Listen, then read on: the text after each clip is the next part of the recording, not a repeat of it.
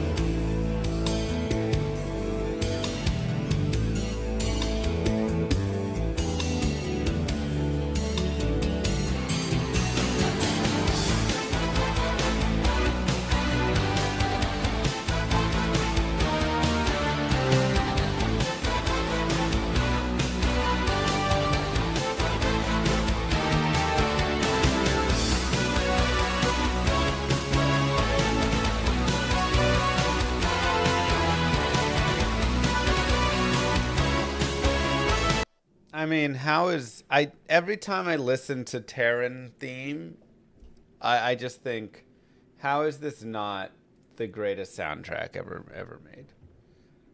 So insane. God, it gives me chills how good it is. Just ridiculous. All right. Let's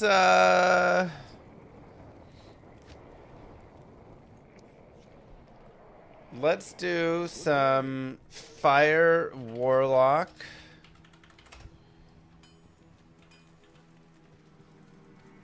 Fire it up. Right here. This will be, I mean, it can be kind of like a guided playthrough, I suppose, if we want to do that. Warlock, very strong. Our focus here is going to be in the Chaos Tree. Just going down Ring of Fire, Flame Wave, Apocalypse.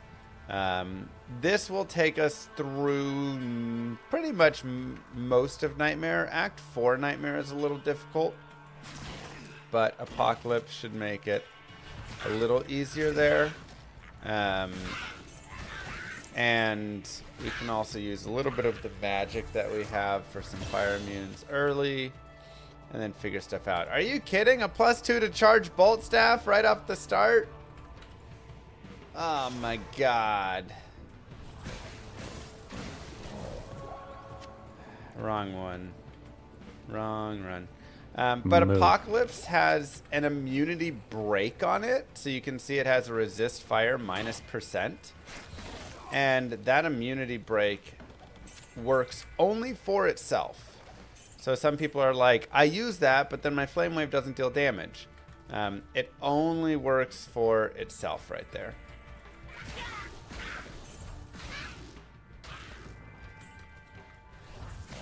Just as a heads up. And then we also will look for Bind Demon. So down in the Demon Tree, we will work towards Bind Demon as well.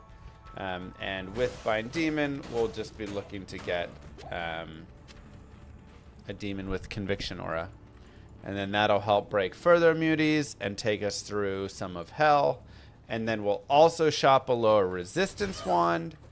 And so the combination of lower resistance wand plus Bind Demon Conviction should be enough to break a decent amount of fire immunes. It still won't break everything, but it should do a decent enough job.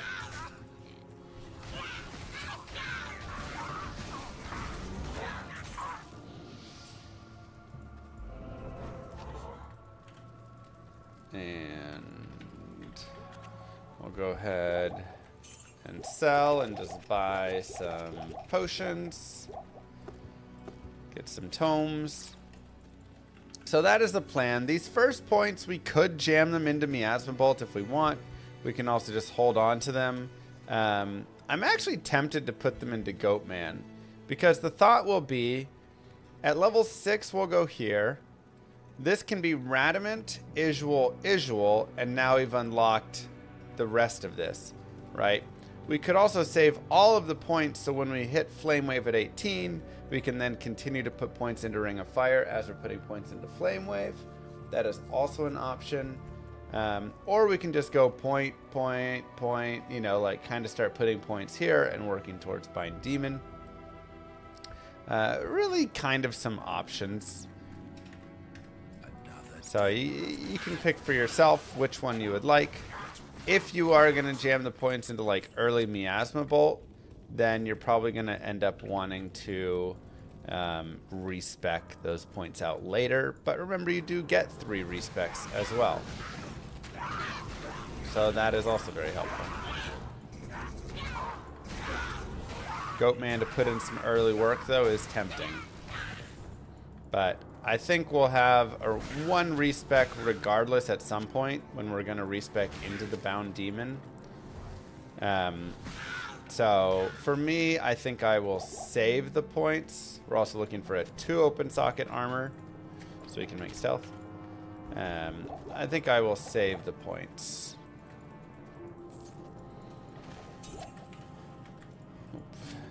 Also, don't forget to pick up daggers.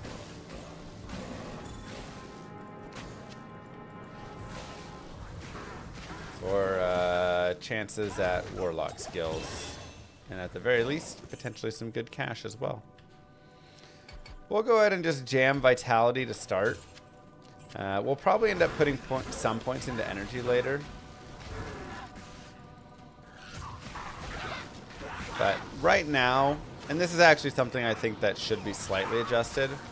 Right now, level 1 Miasma Bolt is probably a little too strong. Probably could be tuned down a tiny bit. The fact that you can just not add any points to it feels a little good, you know. I think it should have a slight nerf at level 1 there. But right now it's good enough. You can just keep using it until you get to 6 for Ring of Fire. Ring of Fire is a little mana intensive though, so having something for that is helpful for like energy purposes, or having some mana per kill is also useful there. There's so many good skills to get distracted from the good skills. It is true, which I do kind of like. I mean, again, I think they could bring down just a tiny bit of the power on some of these skills, and maybe at some point they will. But I do at least like that there's so many options that it gives you a lot of choice, right? The strategy for playing through isn't so clear cut because you have options. Okay, I'll go ahead and put 5 points into energy now, as we're going to start gearing up for Ring of Fire soon enough. Oh no, we missed a mob. One monster remains. I don't even remember seeing him. Well, that is unfortunate. There he is. The evil of this place departs with me. I'm supposed to play Paladin. We will also have a Paladin getting made soon enough. So, I mean, that's just a little bit better, but it doesn't really do anything for us. We'll just take the cash from it. If we ran the early demon, then we could argue for that. Oh my god, also a 10 FCR, 1 to Frost Nova. Dude, this was the run for the Sorceress. Wow. This was the Sorceress's dream right here.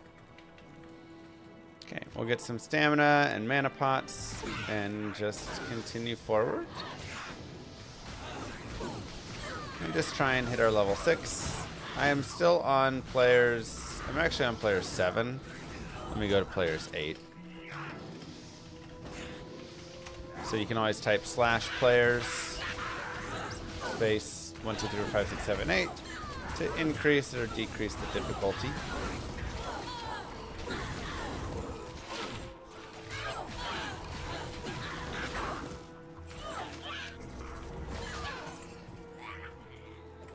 And again, our goal here really is just hit level 6, which we can finish off in the cold plains if we want. We could also take it to the snowy field and finish it. I mean, you don't really want to be generally leveling to like level 6 in the cold plains, but it's not that big of a deal. Okay.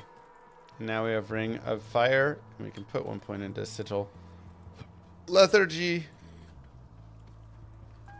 And that was weird. Did anybody else just see my skills like jump?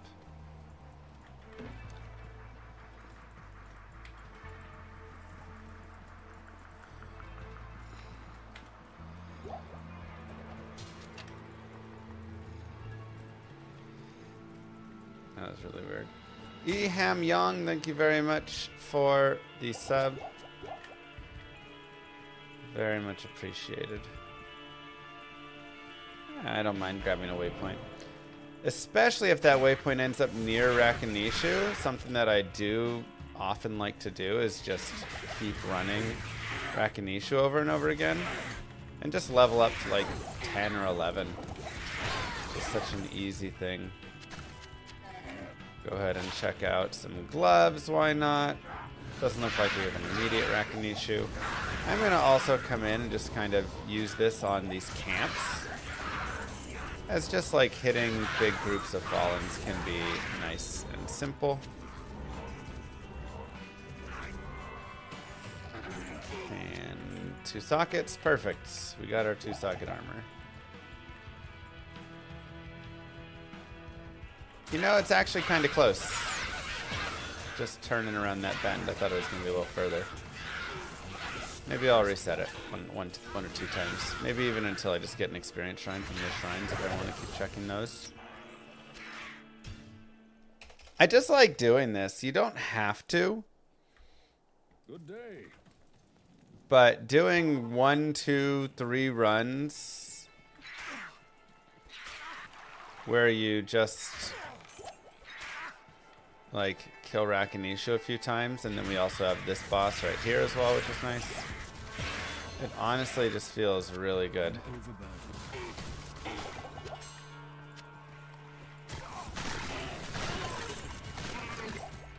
And just makes the rest of the run feel like nice as well. Being over leveled in Diablo 2 is really solid. Okay, we actually have double experience shrines, so I'm gonna hold the second one. I'll even leave a TP there as a potential comeback to. And we'll go ahead and move forward after this. Yeah, just such a good quick farm spot.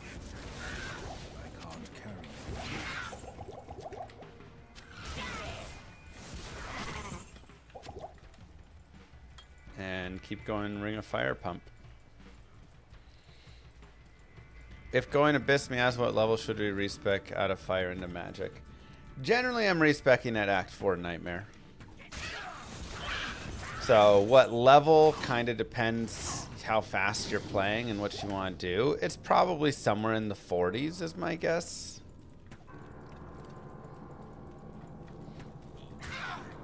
What do I think a Fallen smells like? I don't know if I've thought too hard about that.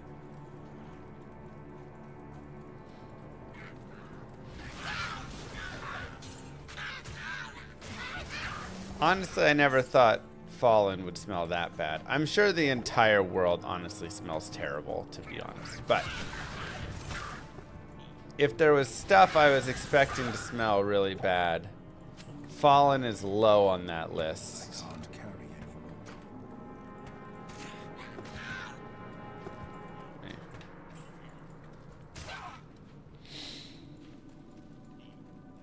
Like maggots in the maggot lair.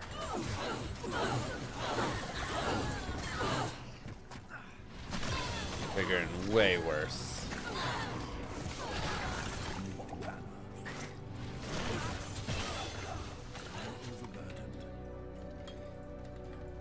Beautiful. Fire enchant there, a little unfortunate, but we're getting a ton out of this experience shrine, which is really nice. I'm also going to go 10 more points in energy. I'm going to put it to 40. And then I'll put the rest up here into vitality for now. Just because, again, we kind of are in a nice spot where this character has pretty good life per vitality point that he's put in. We're pretty safe, and Ring of Fire does get a little expensive. I mean, 10.5 mana per cast. We don't have any tier runes yet, so.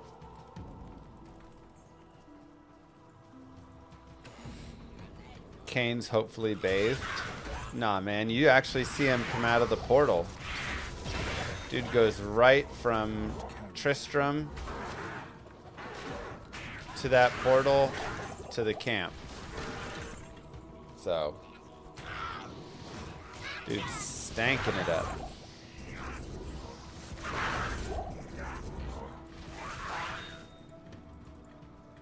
I tried playing some Azul and learning it yesterday, Doc. Oh my god, I'm so bad at it. I just kept getting my face stomped.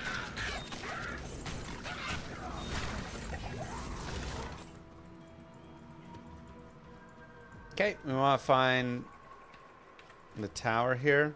It's a nice, like, quick game, which I do appreciate. Oh no, we have a river map. That's annoying. What do you guys think about the knockback on Ring of Fire? Should it just be removed? Is it too much?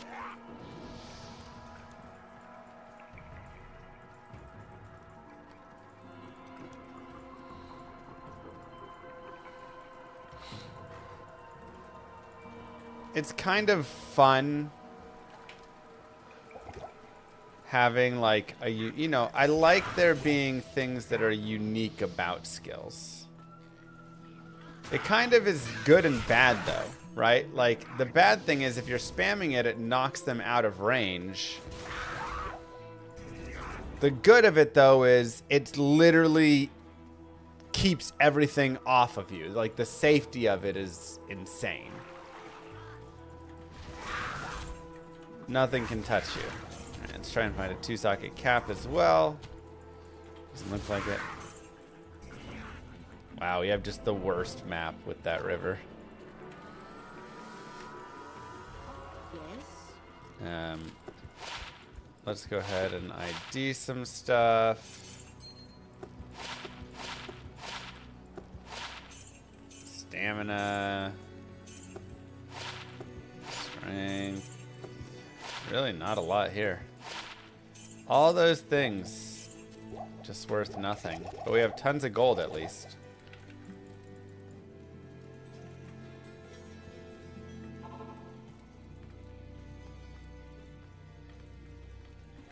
You actually think the knockback is more bad than good, so you like it because of that? Like, I do kind of like that it makes you do a little, like, stutter step on it. Again, it makes it not such a one-dimensional skill. It does add a little bit of, like, a interactiveness to it because you are having to do stuff. But it is so safe. If it has AoE knockback, it should do no damage. I think that is also a potential thought. It's like the fact that it knocks back and does good damage. I don't know. It's really hard. Honestly, this was one of the skills in testing that we had a lot of difficulty deciding on.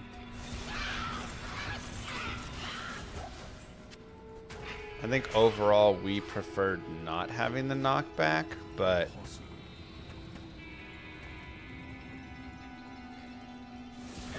Moo. just a Five really years. hard one. Fire emoji. Yo, Denali.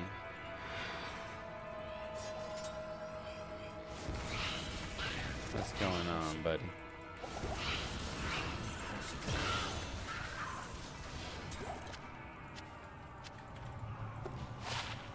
Ooh, okay. A little bit of resistances early on.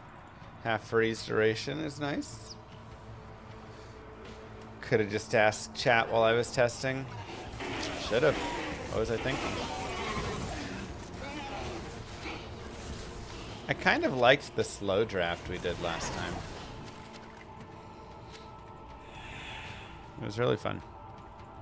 And everybody moved at a fast enough pace that it wasn't terrible. Okay, now remember, before you kill the Countess, change to players 1.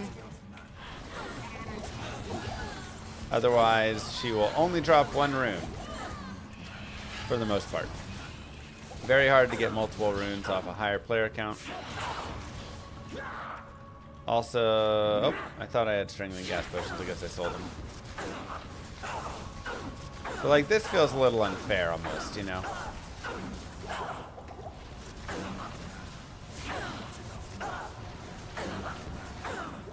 That's my, like, biggest issue with knockback.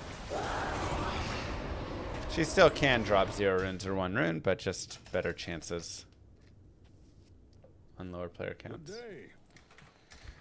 Glacial Spike's not OP, right? Freezing is super fine. I mean, the thing with Glacial Spike is the damage isn't that high. I guess we have better.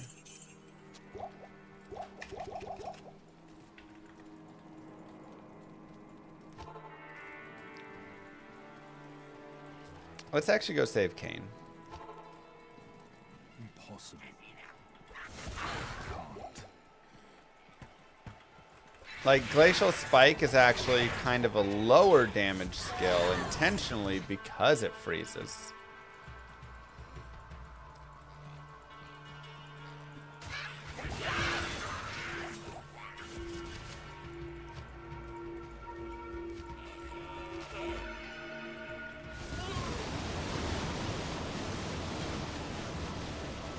And I'm going to go 10 strength to get up to 25 base strength, and the rest vitality.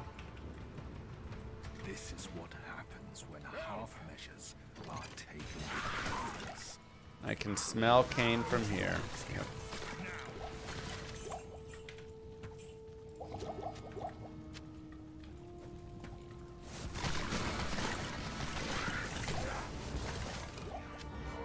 How does Fire Warlock compare to other fire builds? I mean, I think that's a really good question. Because, again, fire builds are just kind of OP.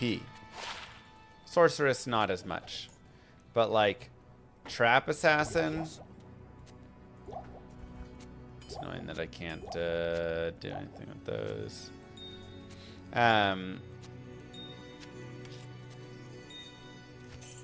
Perfect. That'll be good enough. Like, Trap Assassin, Fire Druid, they're both just, like, godly.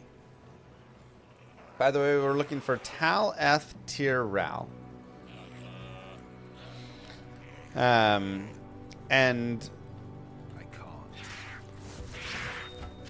so, like, you know, if you have a level 1 fissure on a druid, I don't have a fissure, babe. That was, oh my god. Don't tell chat.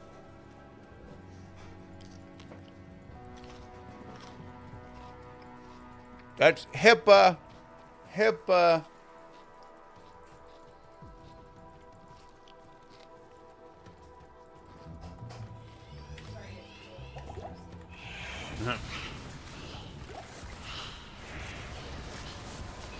So, like, level 1 fissure is just, like, busted, right? Oh my god. It just completely wrecks everything. And a couple levels in, you know, an Assassin's Fire Traps, Wake of Fire, and you're also just, like, crushing everything. So this kind of mimics that.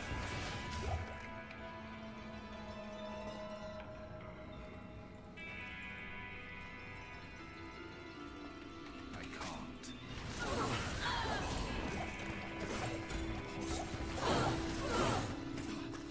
I wouldn't say that this is more broken than that. I feel like. I guess the thing is, Flame Wave, the biggest issue with Ring of Fire is you get it at level 6.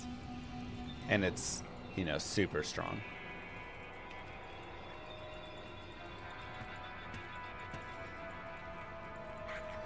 All I hear is busted skills since LOD. Moo. Kind Level of. 6 is crazy. Yeah, level 6 is very powerful for this. But I don't think moving it to 12 is the right answer either. I feel like it needs to be at 6. It just needs a tune down for the early levels of it, probably.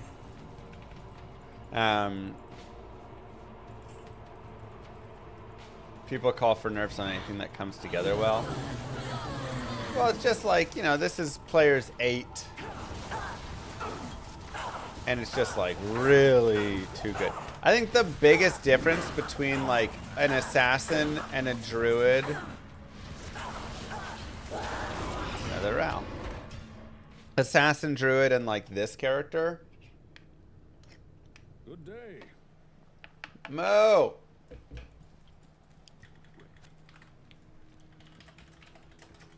Good day.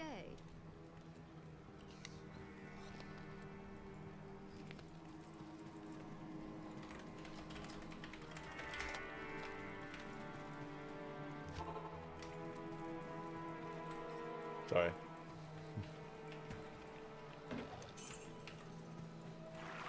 The biggest difference. This map is literally the worst map. Oh my god. Is that the Warlock has so many things going for him. Whereas like the Druid especially does not. Right? I think that's the biggest difference.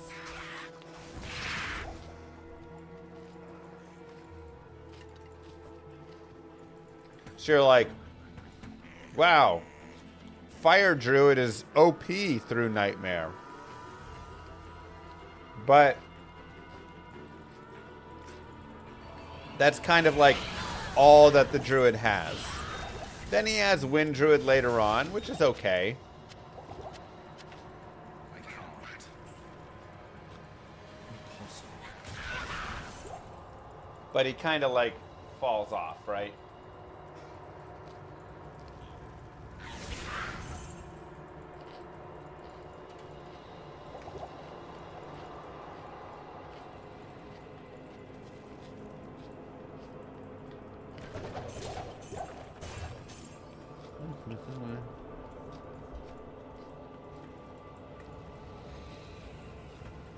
To make other classes better.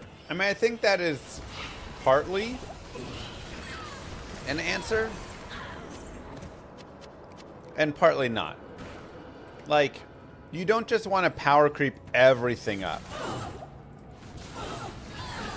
Because honestly, if the Druid did have every build as good as its fire, I'd be like, too good. You know? But I do think that's part of it. I do think there are plenty of ways that you can improve melee druid. You can improve, you know, some of the unused skills. Mage, players one. Skelly mage for the necro.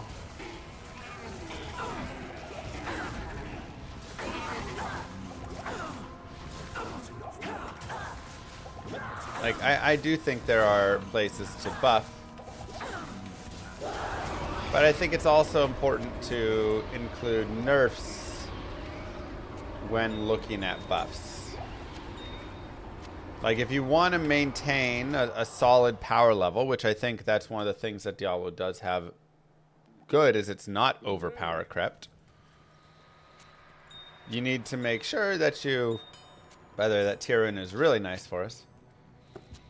Need to make sure that you aren't creeping everything up, and that when one thing goes up, something else comes down, and then you have a nice, like, balance between them.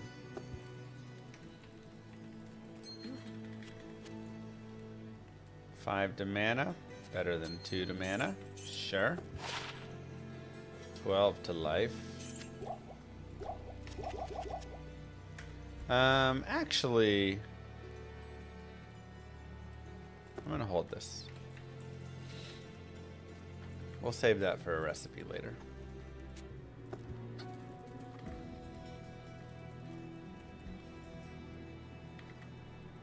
Greetings.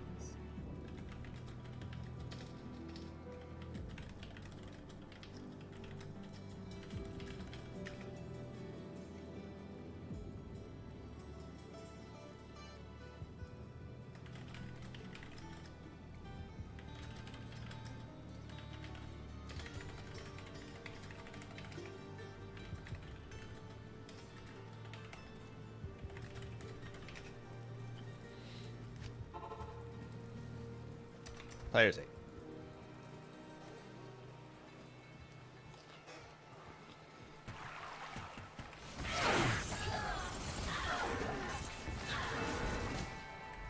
Like, should everything be the power level of a Hammerden? I would say no.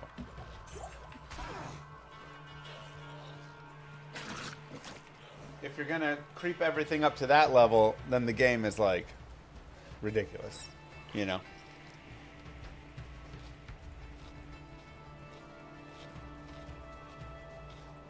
But should everything be a bash barbarian? Also not, right? Like, it's really nice that you have everything in between, but there are some skills that are completely useless right now. I think those could be improved a little bit. And honestly, a lot of people hate me for it, but I've always thought nerfing the paladin and shifting the paladin would be solid. Yeah, sure, why not?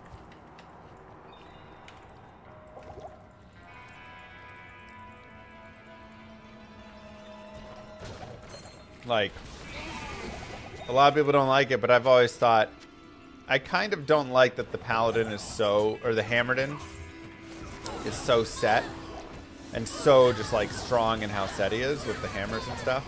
And I even like playing Hammerden, but I kind of wish they took the power off of concentration and then it opened up some other auras for you and stuff.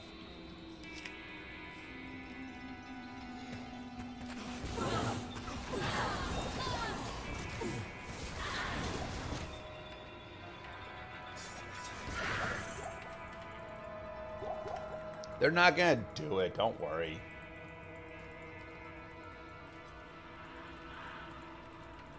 Impossible.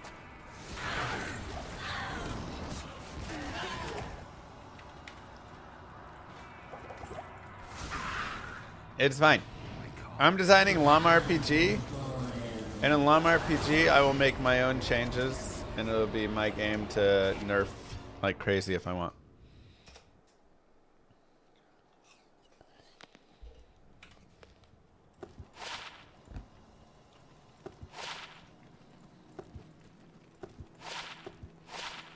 Good day.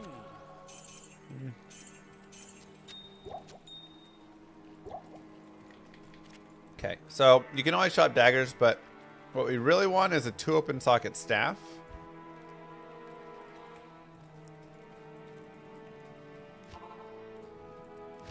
The final pieces of the demo are being put together right now. Again, we kind of delayed the demo because I was doing a lot of like Warlock work and stuff, testing and everything with it. And you know, even though the Warlock has, and we're going to put Tyr and Rowrun into this, but I'm not going to put the Rowrun yet because it'll brick the Tyrun until I'm 19. So I'm just going to keep just the Tyruns, then we have mana per kill.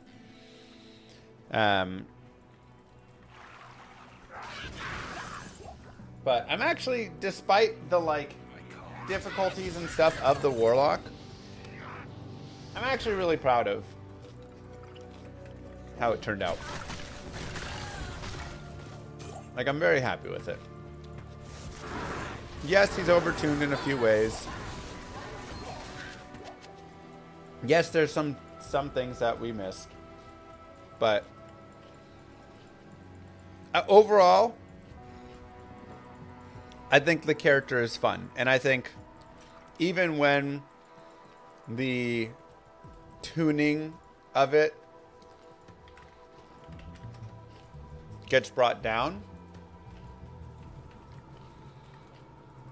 it'll still be good. Impossible. And it'll still be really fun. When they like fix some of the bugs of like Echoing Strike being too bugged.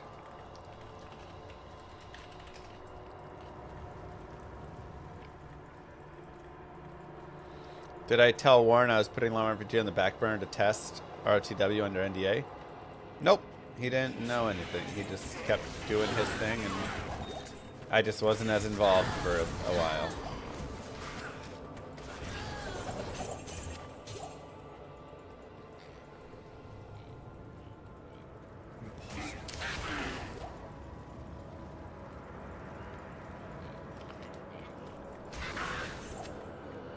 I think they have to rein in the available buffs / curse / conviction on a bound demon. It's just too good.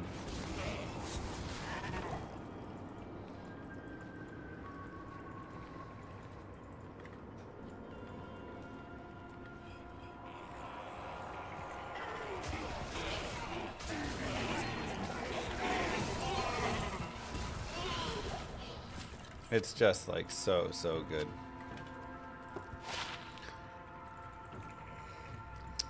We'll hold it in case we find some of the other Bane's pieces.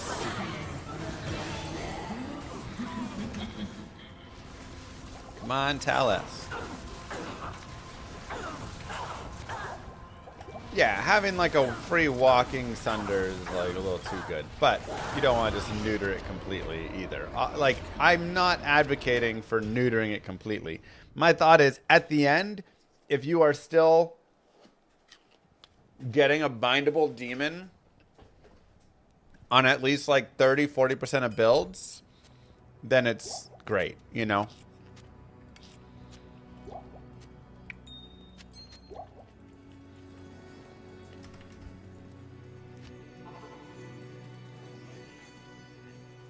Impossible. I can't. I can't. You know, that's kind of interesting. That's such an easy thought that I never thought about. What if there was just a summon duration on a bound demon?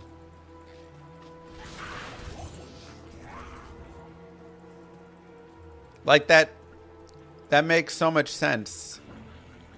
I never thought about that as a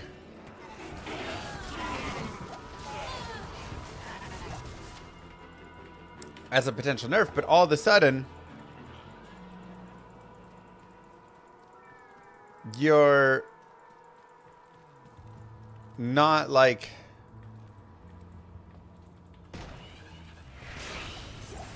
it's actually, like you say, anti-fun. But it's not, because then you get moments where you're going to come across something. Right. You're not going to now go just intentionally be farming demons, but you kind of will. Like, you'll go to the Travancore still to pick up a cursed demon if you're just doing short, you know, like a couple little bits of things.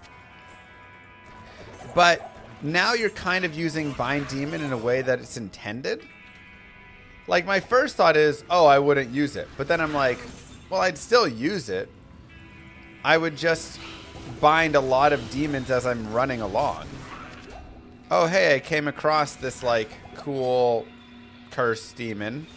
I'm going to bind it, and I'll have a cursed demon for, like, 5 minutes. And then, as that one dies off, I'll go bind another one. Well, it's not busy work because you're just doing it as you go.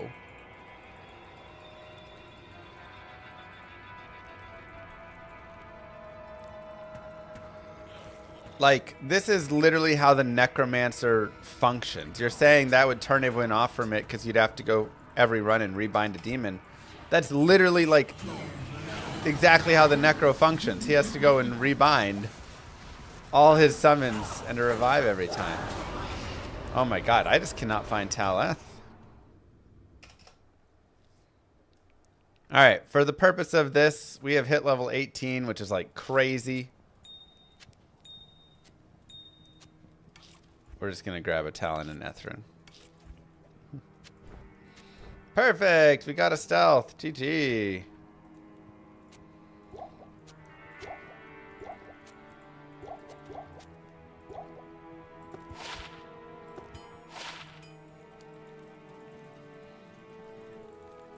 So, Taleth, Tyral, once you find all those.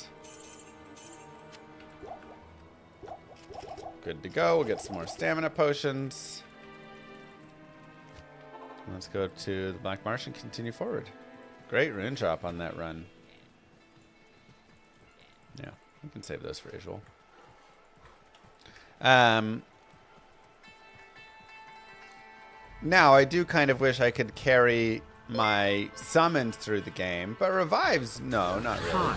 For the Pocopia Fund, I have to let you know that someone was impersonating you on Kano's channel a while ago. He really sounded and wrote stuff like a real chatman, the ordinary ones, you know. Yeah. Anyway, good luck. Good luck. Thank you.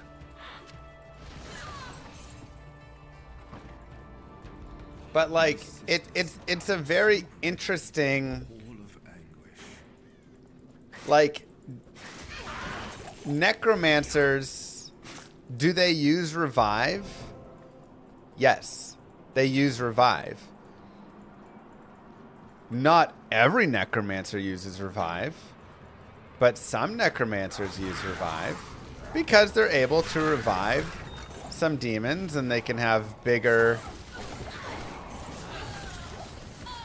you know, armies if they want. They can get crushing blow from it if they go get some Erdars. Yeah, Moogirl's got the Switch 2 fun. She's been bugging me to get a Switch 2 so she can play Pocopia. Whatever that even is.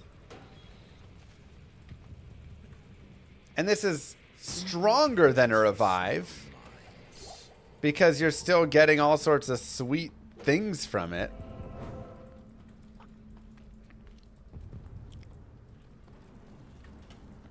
I mean, not just for Ubers. Like, a lot of times if you're a summoner and you're telling around, you're just reviving mobs.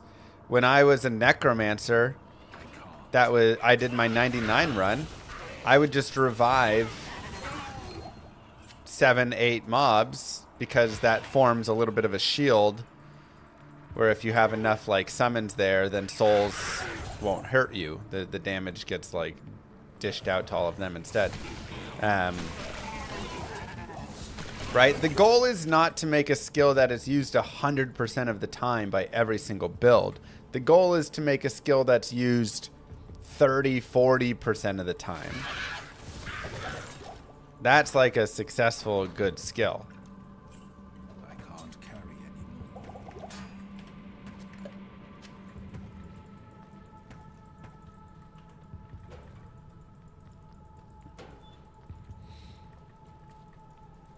I can't.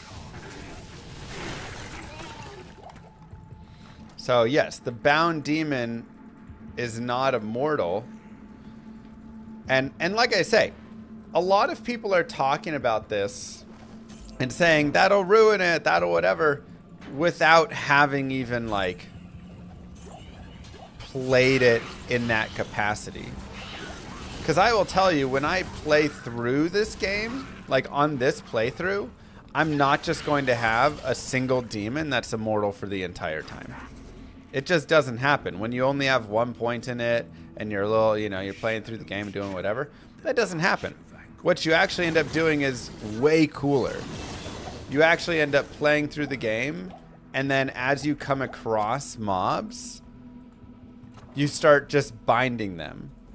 And then that demon dies and you bind a new one, and that new demon has his own skills and his own things and stuff. And it's really fun. Like, I promise you, it's actually really fun to be, like, playing through and picking up a new demon. Because it's not hard to get a demon. That's the thing. Demons are everywhere. Except, like, Act 2. Until the end. You know, demons are all over the place. So if you want to get a demon... Like, I'm literally running past demons, constantly. That tainted, okay, now I have a tainted demon. Oh, now I've got this fallen shaman, and that shaman is resurrecting a bunch of fallens, and that's really fun. Oh, now I've got this. Like, it's really fun to actually kind of go through and constantly be changing and having a different demon that you've bound and joining. And now I've got mana burn, and now I've got, you know, this and that. Sheesh. Revive army shields, but useless. bosses can Not kill really, them. though. They're tanky. Like, that's what a lot of the summons are. They're tanks, but also they do have a little bit more beyond that, because now they also sometimes give curse, or sometimes give holy freeze, or sometimes give conviction, or sometimes give fanaticism, whatever, right?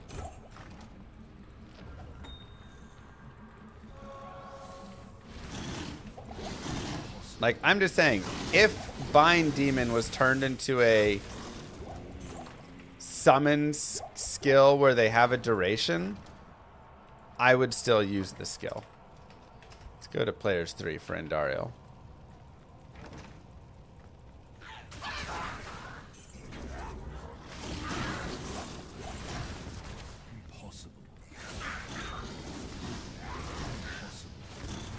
And a majority of people would still use Bind Demon, I promise.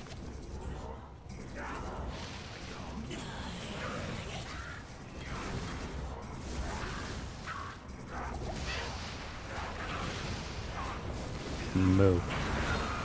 Heavy booties. Let's go. And the maiden's anguish waned as he knew her charm. Thanks, Sock Puppet. Slowly losing life over a duration. That also doesn't sound bad. Yeah, you just have to, like... Things have to have downsides, too, is one of the biggest ways that you balance. Oh, this is OP, but... And I think if you make these sorts of changes, you could leave all the OP things in about it. Because right now, the thought is...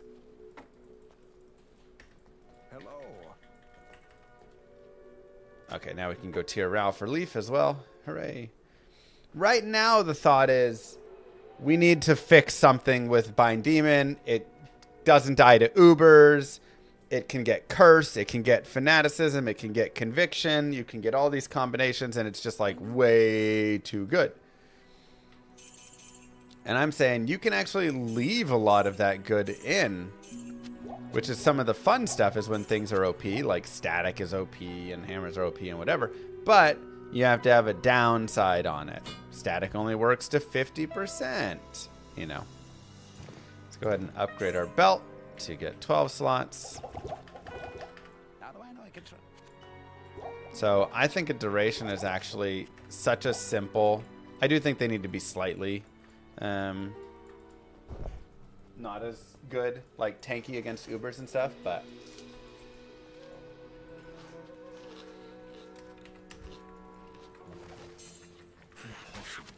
I think having just a duration is actually a really great idea.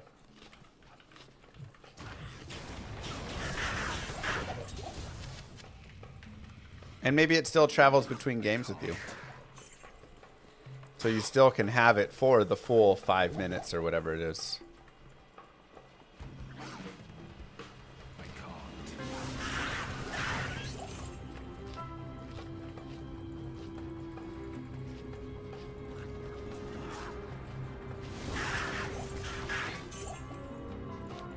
If there's no build enabler demons, people just won't do it.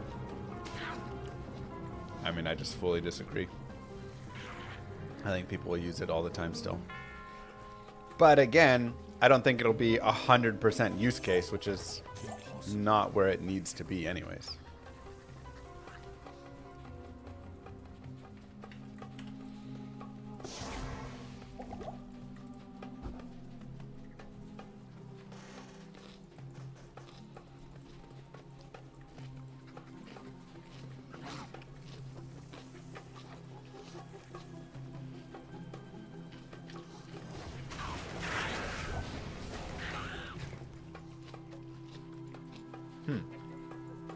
Wait, where's the exit? Oh, up there.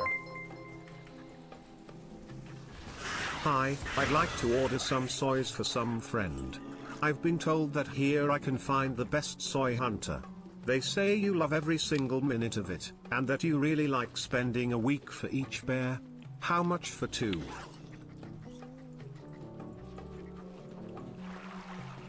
It's true.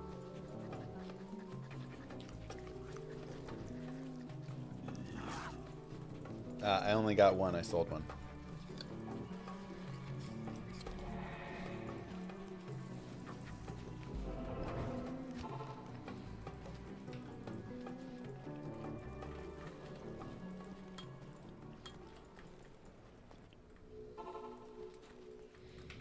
You think if you just fix the other trees, then the demon won't feel so bad?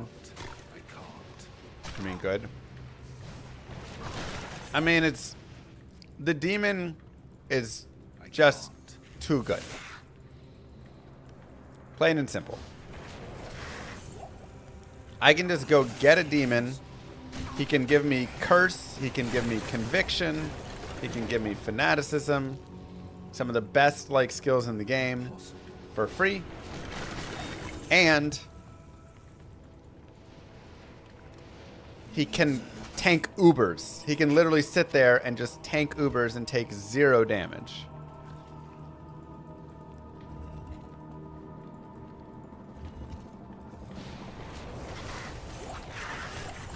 Something has to be done. We're exploring a variety of options.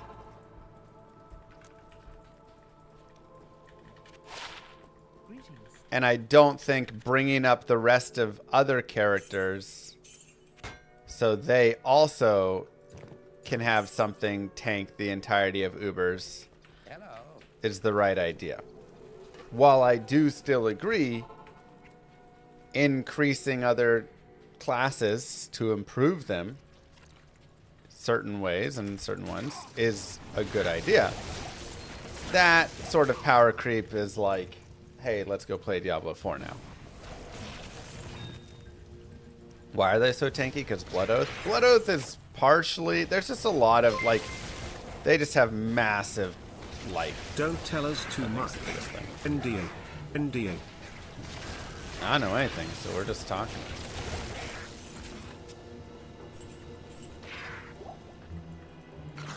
I really enjoy the hunt for finding the buffs that I want. It is fun, but the buffs that you want are too good. Like that's, again, I've played a lot of Warlock, more than anybody has played. I have played, maybe except Kano.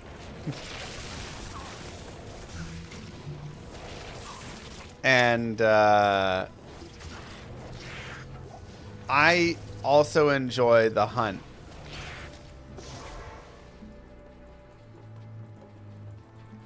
It's fun to go hunt for, you know, fanaticism, cold and, or, you know, holy freeze or something or whatever, right? That you want to hunt for. Curse this, not fanaticism, holy freeze, like fanaticism or holy freeze with curse, right? Like something like that, or hunt for the conviction aura or whatever. But I think you can have that hunt because those things appear in hell still an okay amount of the time. That's why I like the duration. I enjoy the more that we you know talked about there, because I'm like, do you know how often you come across a cursed mob in hell? All the time. I'm always cursed in hell. The entirety of my hell run, I'm cursed.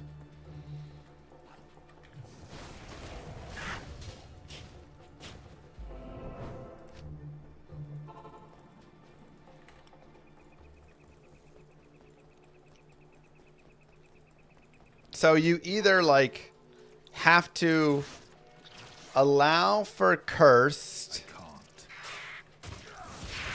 but put like a limitation on it, like you don't always get it, or you have to remove cursed from the affix pool that it gets. You know, when you try and like, maybe you can't do a unique.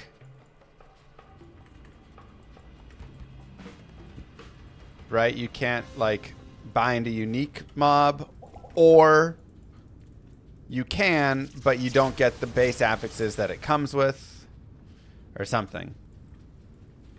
It just, you can't have a forever fanaticism curse or conviction mob. Like, that is the problem. So you have to have a solution for that. That is the ultimate issue. You can't have a mob that sticks around forever and provides such power there. Why? Because it just makes it too good. That's why this class is overpowered. Even if you relate it to hard points, it'd still be too good. Put 20 hard points in. It's still, now I'm just required to put 20 hard points in. It's so beyond good. The power creep from it is too high. So like that, and maybe that, you know, we can disagree. You can completely disagree and think, no, that's totally fine. That to me is the like the problem though.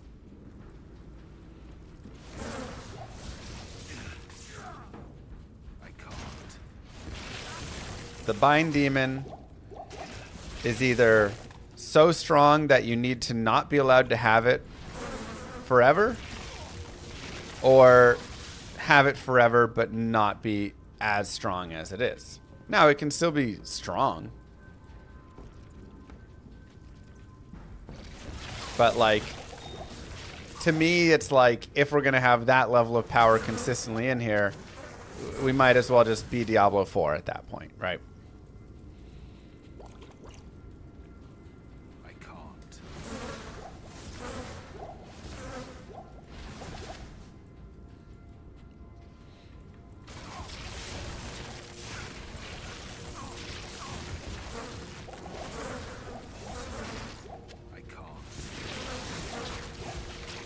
Paladins can have conviction, but they also don't really have any elemental skills that super take advantage of it. Like, kind of like the Holy Shock and stuff, but not till like really late. And even that is not even the same power level as a demon, because the demon could give you that plus a bunch of other stuff, plus a tank.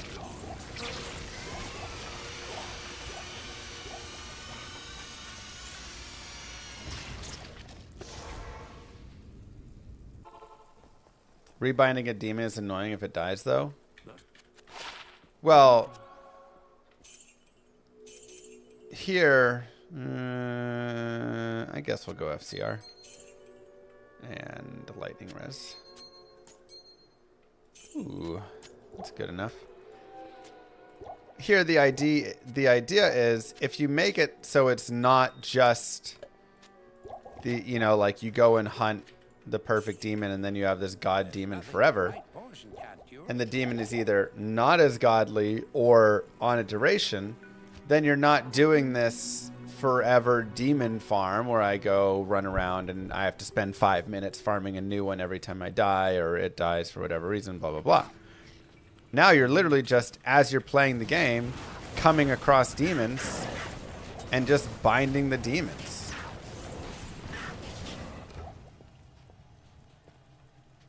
And then you're getting all this really cool variety of having all sorts of different demons.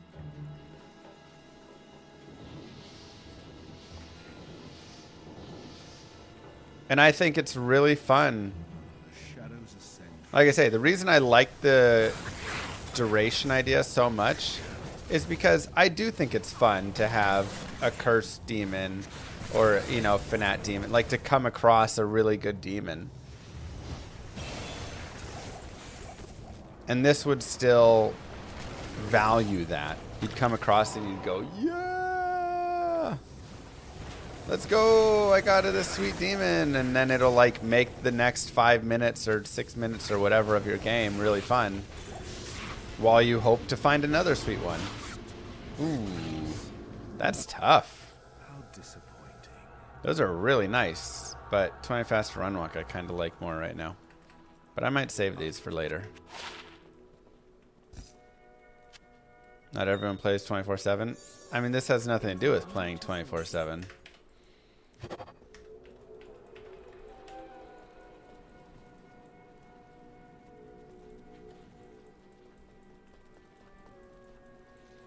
Hello. Like playing 24/7 actually means it would affect me more, because I'm going to have more and more where I'm going to like be having to go and get new demons bound. I send it back.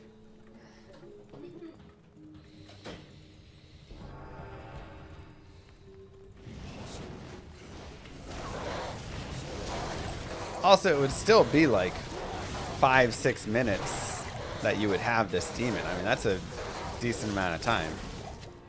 That's a decent enough amount of time that you will come across a lot of other boss groups in that time.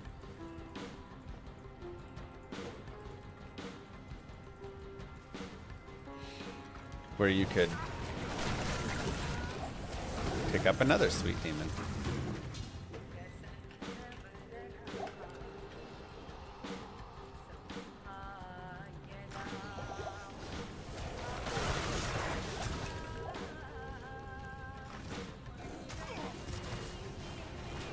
If it had a timer, it would be worthless. Would it though? I mean, I just don't think it'd be worthless. I think it would still be really great. You say it'll be worthless, and then you'll go and play the character, and you'll be like, yeah, I'm going to keep grabbing every cursed demon that I come across because it's really nice. I don't know. What has happened to the D2 community, man? Y'all have gotten soft. Everybody here just wants to play Diablo 4. That's all it sounds like to me.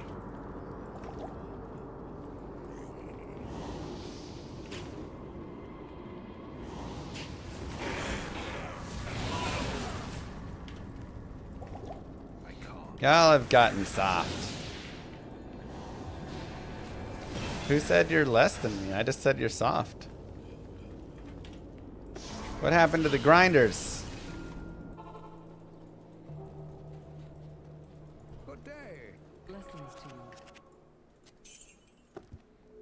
I'm not saying you can't disagree with me at all. You can totally disagree.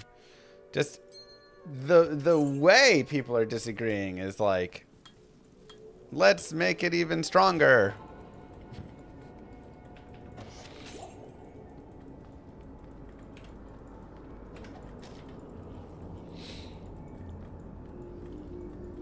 But I mean, it's always the case with every game. It's always hard to take power away from people. Everybody always wants more power. But so many times that's a terrible way to balance a game, and eventually the game just turns into Diablo 4.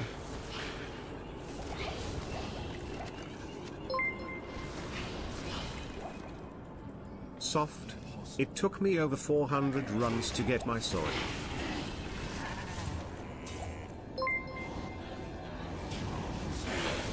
Let's get back on topic. Men versus females. Jesus Christ.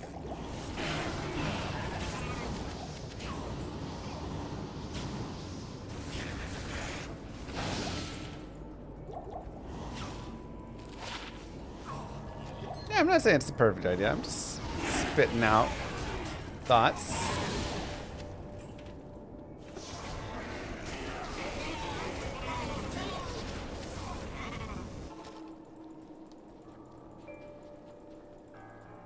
Good day.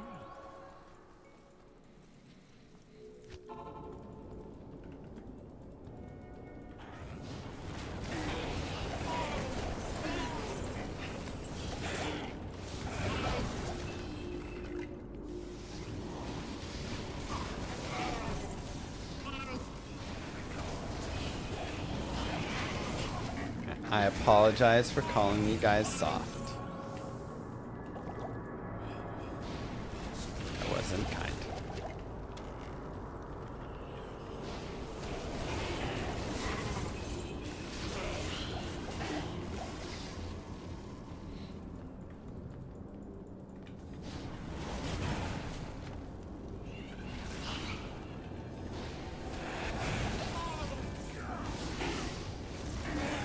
Never apologize?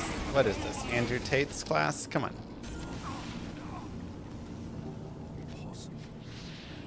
Oh yeah, we got a lot of points. Let's just jam them all vitality.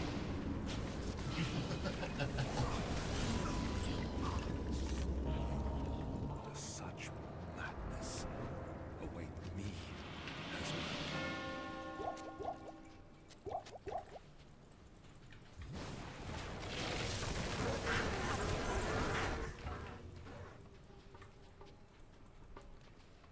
Oops.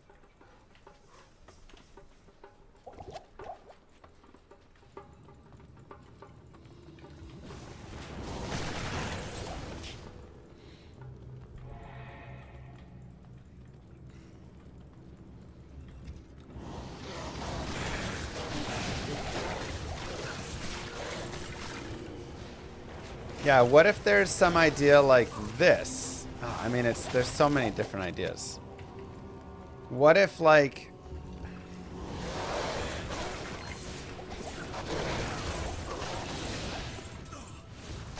so I will ask a question instead. Number one in chat, if you think the bound demon is too strong.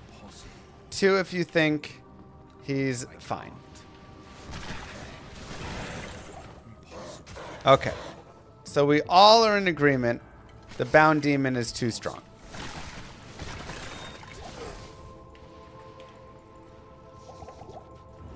Or like 98% of people.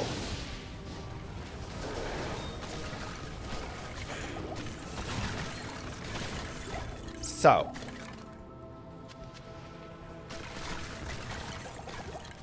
it seems like chat does enjoy the persistent nature of it.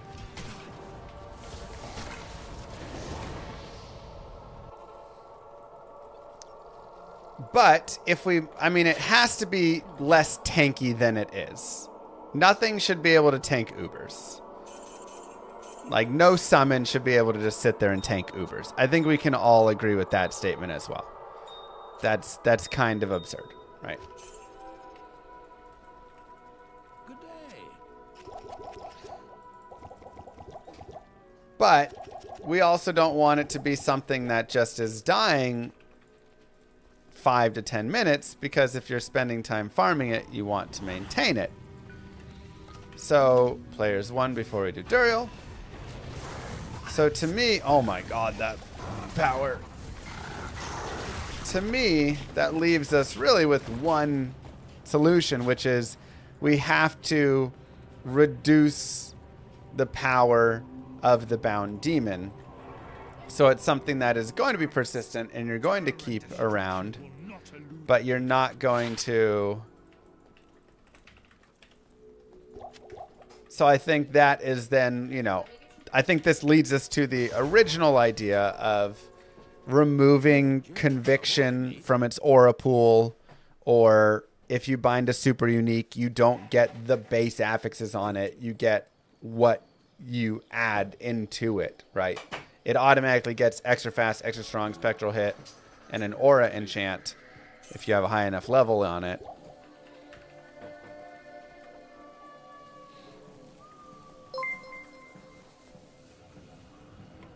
Do you consider your children as bound demons?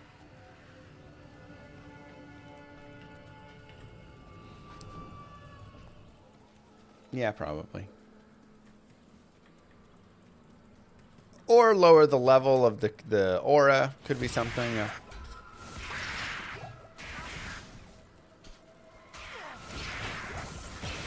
Don't let them be healed.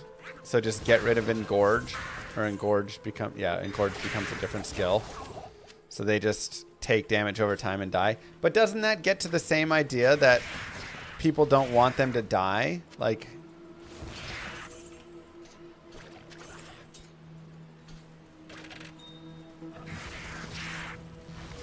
Also, no healing kind of absolutely also destroys Blood Boil. So that's a really tough one.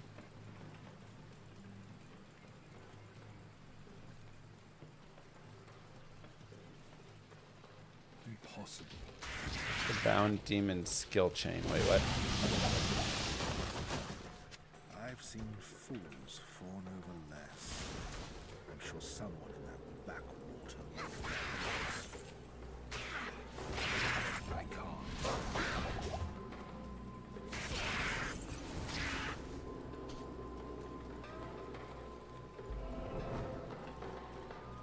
Boil and Gorge doesn't work on this demon.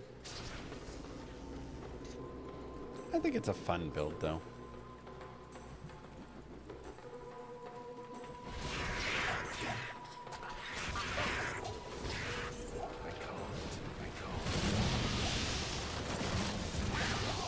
Just make them weaker overall in what they do. Weaker conviction, weaker amp damage. I mean, weaker amp damage isn't quite a thing, but...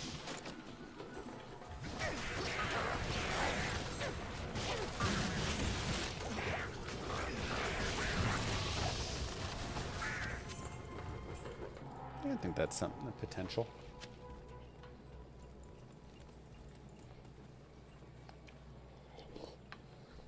Oh, that's hot. Oh my god. Whew. Whew. Let me disagree. Demons don't yearn for the mines. I know this because they always grumpy and or deadly aggressive when you find demons in mines. Therefore, children cannot be demons. My most solid theory so far, I think. It's a good theory. I think one of the biggest... Like, I do think something like reduce conviction aura is a good idea. Reduce the level of the conviction aura so it's just a low level conviction aura. And it has some boost, but it's not like crazy high. I think that's a decent idea for sure. My biggest issue...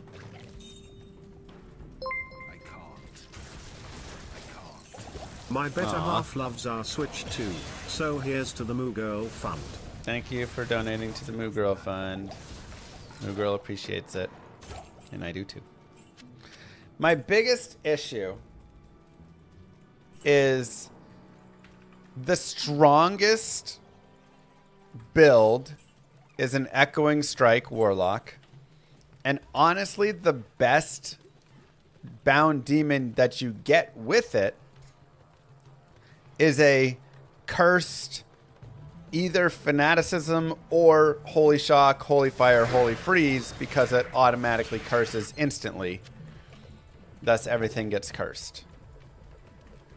Ay, what a gross map. So that is like the top end, right? I love Cursed Holy Freeze. That's like the top end build of it. But that's too good. And so how do we nerf that? Like lowering the level of conviction doesn't help that. Lowering the level of Holy Freeze or Fire or Holy Shock doesn't nerf that. Cursed is just cursed. There's not like low... I mean, I guess there's lower levels of amp damage and it'll just be like a smaller radius, but honestly, it'd still probably be really good. I can't. Like, all you really need is just the cursed and you're like super set on that build.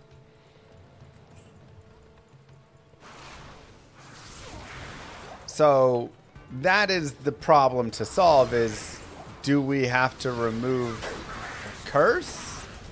Do we have to remove something else? Do you put a timer on the demon so you just won't have that demon forever, so it's really good for the short time when you find it, but it's not forever?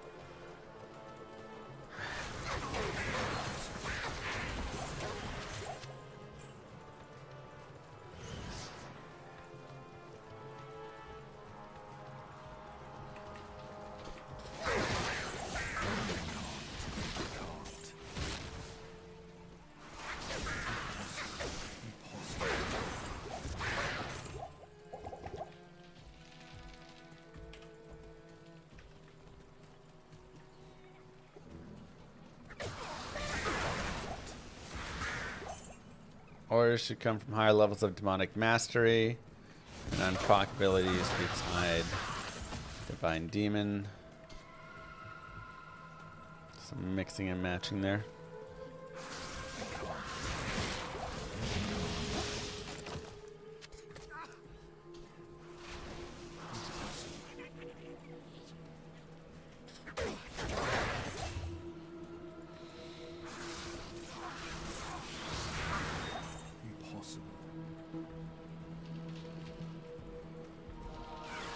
I mean, so right now you do get 1 point, or like at 5, 10, 15, 20 is when you get the additional affixes. But the problem is, if I have 20 points in Bound Demon, I get Spectral Hit, Extra Fast, Extra Strong, and an Aura. But I get not the additional things on it. Well, every demon isn't the exact same, because every demon is going to have a different like base style, how the demon functions. I can't carry it.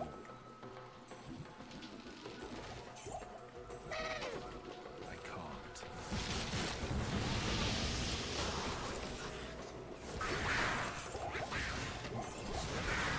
But it would be more like a revive in there, you know.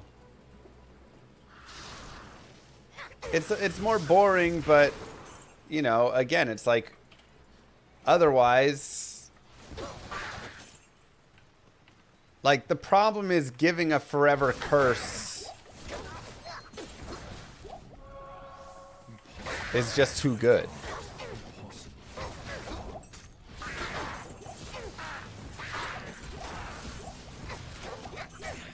Even if it takes 30 minutes to find, let's say, which it doesn't take that long. But even if it takes 30 minutes to find a Fanaticism Curse demon, or Holy Freeze Curse, or whatever you want, then you just have that forever.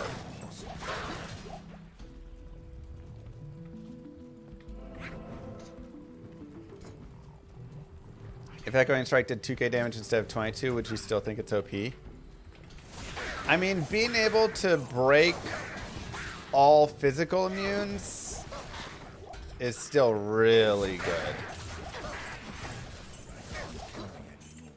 And I think, in a way, you also don't want Echoing Strike to be so tied to Cursed. Like, I have to have a Bound Demon with Curse, otherwise it sucks, sort of thing, you know? Like, I don't think that's as fun either.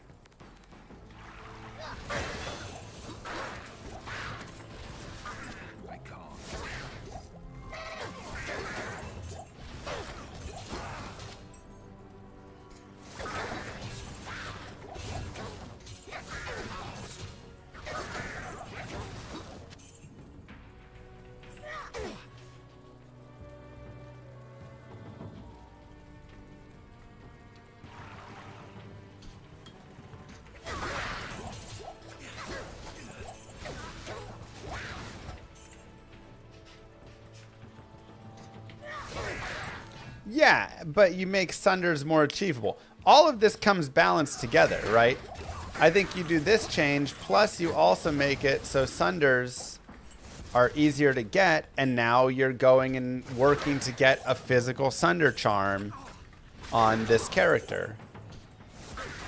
So you can break those, you know, like...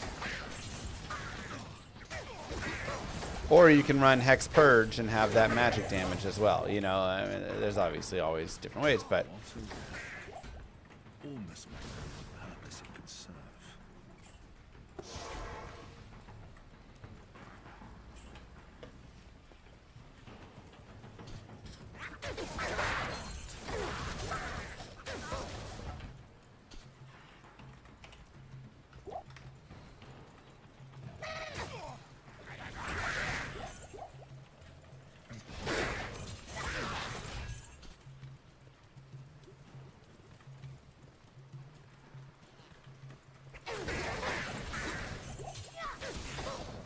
Why not just have more points in the demon tree to unlock the real demon potential?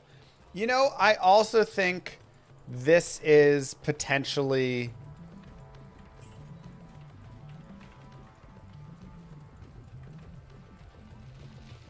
very interesting.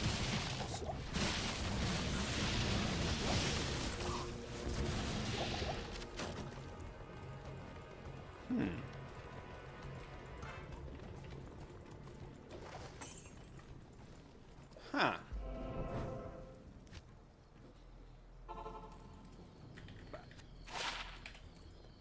That's what you've been trying to say? Sorry, I mean, there's a lot of people saying a lot of things, so I'm trying to parse through all of it.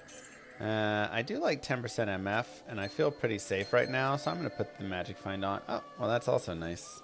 You know what? Forget FCR. Let's just go a little bit more Magic Find. Oh, my God. All right, not that much.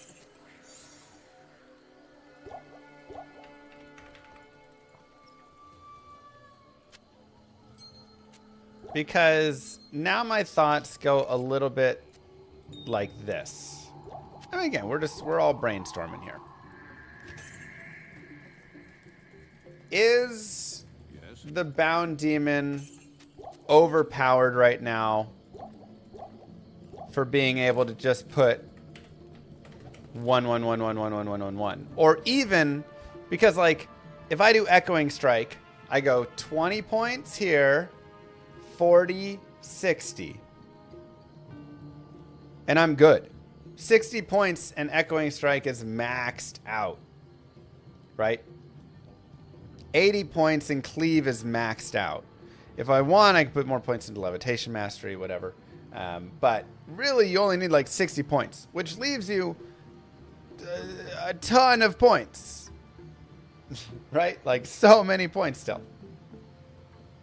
Another 60 points, basically, or 50 points. So you could invest heavily in here. But is a maxed out... like right now, the demon is too strong. But if I were to put 100 points into the demon tree, do I think the Bound Demon is overpowered? No.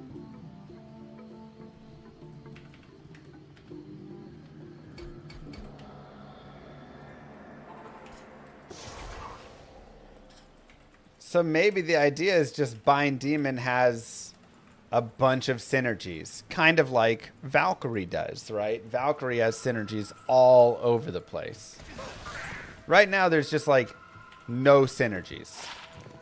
The only synergy... oh, I already got the waypoint. Dude, I did not remember getting that waypoint. The only synergy right now is 1% crushing blow per point in death mark, which is like whatever, it doesn't matter.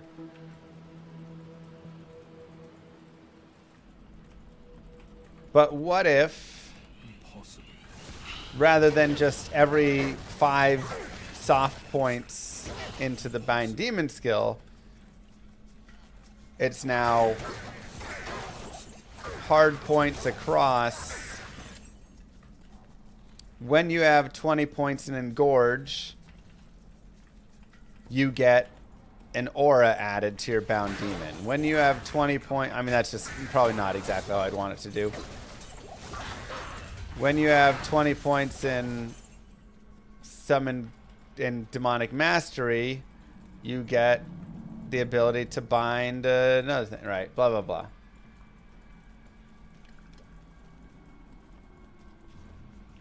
I think that's actually a pretty cool idea. You guys sucked at helping them balance the skills. Okay, cool.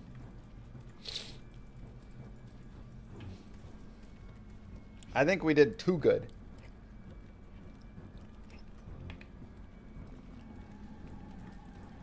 The problem was we did too good at it. Oh my god, where am I going? Now, some things like Bind Demon and stuff slip through the cracks a little. I didn't do as much testing on Bind Demon, and it was too strong. But some things like Echoing Strike and stuff, I mean, the skill just got changed a bunch in testing. So when I was testing it, it had completely different numbers. Like, things are constantly changing when you're doing testing, right? And then it has bugs as well, right? With like synergies applying twice and things like this. So all those bugs have to be fixed first, because those half the bugs didn't even exist. The skill worked completely differently when we first tested it. You know, there's just a lot of like stuff with all that. But I actually think a lot of the skills are really unique, really cool, and one of my favorite things about the Warlock is it's so hard to pin down exactly how you should build it, because it has so many different options. Which hex should you use? I literally watch people using Hex Bane, Hex Purge, and I like to use Hex Siphon when I'm playing Echoing Strike. Like, do you start with going more into like miasma into the fire and wherever? Are you using more points? Like, there's constantly debate of like, should I put the points in consume? Do I want to put the points in demonic mastery to try and hit that second demon?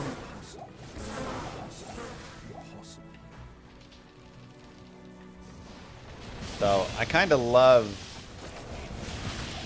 that, but I think a lot of that came down to the fact that whenever a skill was bad, we'd go back to them and be like, hey, this skill's not good.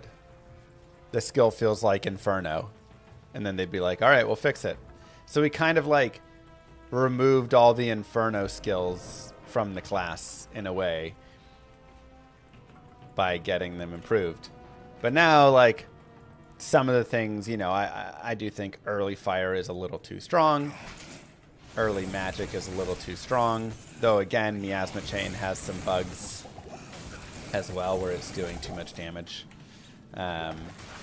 So plenty of things are like, fix the bugs and then see again. But Endgame, I'd say Bind Demon is the one skill that we really missed on. Because we just didn't test it enough. To be honest, it was a little intimidating of a test. They were like, all right, you can bind any demon in the game. Go test it. And we're like, oh my god.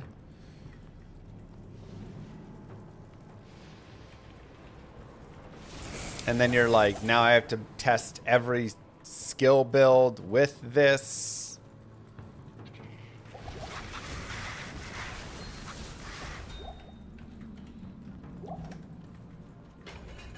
So, and I was really loving Cleave at the time. That was my favorite build to play in testing. So I did a lot of Cleave testing. And I think that also hurt a little bit with it, because I was like, yeah, I'm just running around with Cleave and it's doing fine. And I wasn't really like testing the latest version of Echoing Strike with a cursed Holy Shock demon or something, you know. It's like, You just miss some things. That's what happens. I mean, again, you're testing and doing the best you can. But you also have your own job to do. I've got a family as well, you know, like you're just doing it on your spare time as you get a chance. So you can hate all you want. I'm actually really proud of it. I think we did a good job and the class is pretty dope. Just needs some tweaks.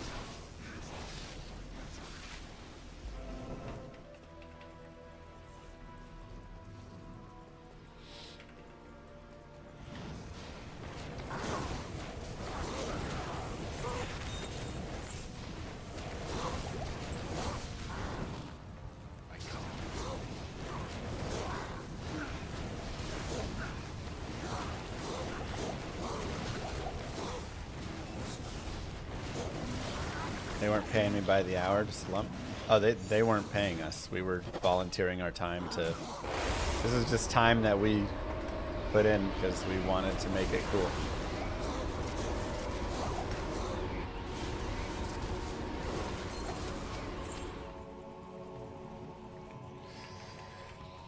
Can you give us an example of a change they did during testing based on your feedback? I mean, I think I'd have to be careful, like, giving all the exact details. But a lot of the tree, like, building. I mean, there was a lot of changes. There was a lot of stuff they took our advice, and there were many things that they didn't take our advice on, right? Like, that's always how it's going to be. We gave them 10,000 things. They, you know, made changes based on 4,000 of them, 3,000. Who knows, right? Like, and there were so many iterations as well. It's hard to fully, like, iron it down. But something that we did have, or, like, I know, like, I had some effect on was, like, the... Let's go players one. Like the way that the trees were set up and how it played, like playing through the game and stuff. So I didn't do a lot with like Chaos Tree because Chaos was pretty just fine, you know. More like, hey, there's some bugs and whatever things.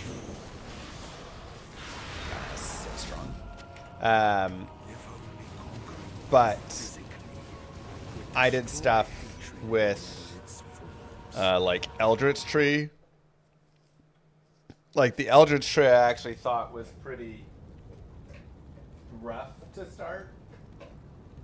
It like wasn't a fun playthrough.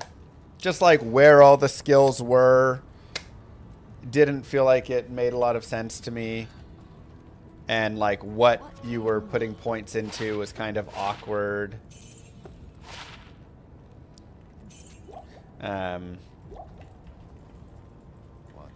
Just kind of like things like that. So a lot of how all of this was organized. The demon tree, I did a lot of testing later on where I was playing through as demon. Because like demon playthrough, I did not enjoy at first. You know, like the first pass of it, of course. It was pretty rough. It was not good. Awkward for weird or difficult. Awkward for weird, where you would like level up, and you'd be like, I don't want to spend my points on anything. I don't know like what I'm aiming for. Whereas you know, I feel like when I play, that's one of the nice things. And even right now, like nowadays, with it all, I feel like every time I level up on the Warlock, I'm excited. I'm like, yes, I know I have points and I want to put them in a cool place. And that's how it is with like every class pretty much, right? Every time I level up on a class, I'm like, I want to put these points in one or two places and I got to think about it. but the initial building of the Warlock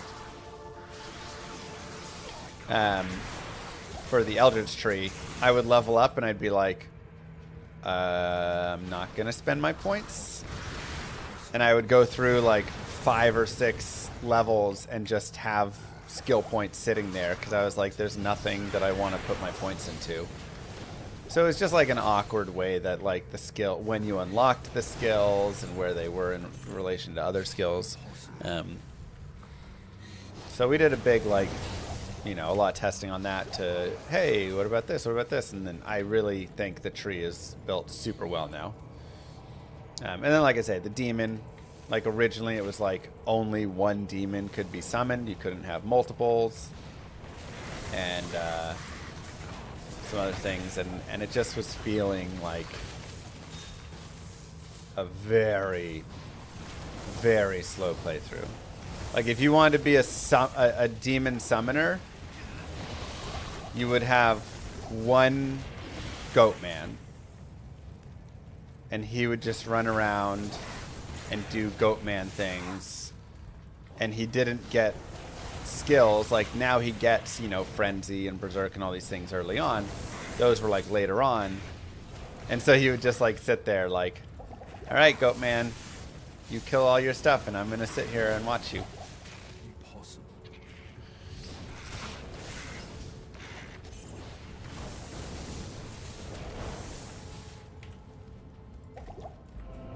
So there was a lot of like things like that, you know. So I'm like super happy with how it has turned out. I think you can very easily look at some bugs, some balance, and say, yeah, there are some balance issues. There are some things that need adjusting. Bind Demon's obviously just way too good. That one slipped through. But overall, like, all of the trees and playthroughs, I think, play really well, and it's really fun to like level up the character and decide your build as you go. And I think that is, for me, what I say is a success. I don't feel like there's any tree where I play through and I'm just sitting there like, this whole tree sucks. I just don't want to put any points into it. These skills aren't fun at all, you know, whatever. So I think that's like what I look at for, is it feeling good or not?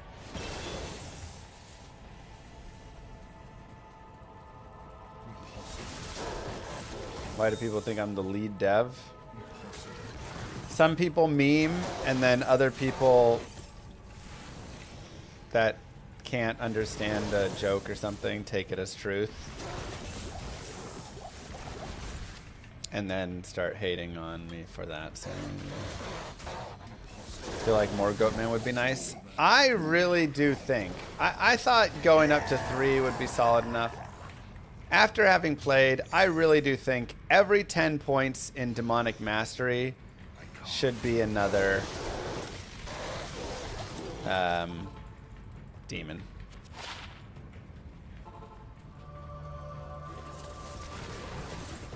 It'll at most add, you know, really 2 more demons, but only to builds that are super demon heavy anyways.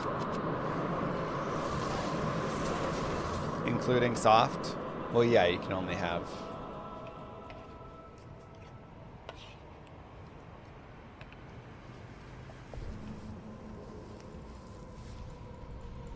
So like a high-end demon build could get 50 points into Demonic Mastery, which is, what, 6 demons overall?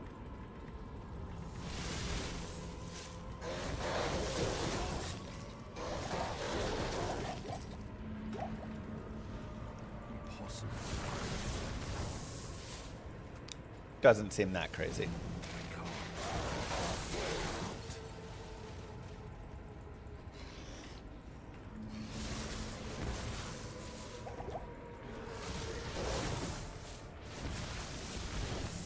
Do I ever think about doing an AMA about to clear the air? I mean, I don't know what air there is to clear. At this point, people have after 11 years, people have decided they either like me or they hate me. And the ones that hate me want to try and get other people to hate me. And even if you clear the air on it, they're not going to care. They're going to form their own opinions and say he's just saying that, but really he's controlling the range, or blah, blah, you know, whatever. It won't change anything.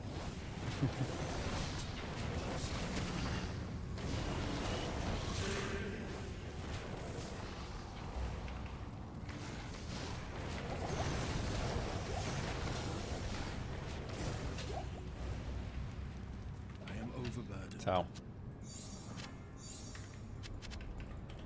it's, you know, it's just overall funny. It's like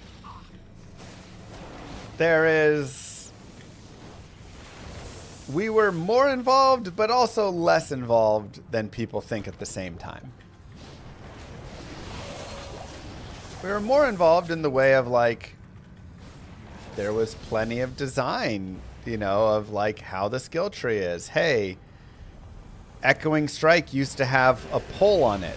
When you would use it, it would literally pull monsters towards you and stuff. And we were like, this is really janky, and it was super weird and needed to be removed. So we were able to, you know, give plenty of thoughts on design stuff like that. That has changed. At the same time, we weren't developers. We weren't going in and making the changes ourselves. We didn't design the Warlock and design the skills. Like, you know, it just... Oh boy, I need a mercenary.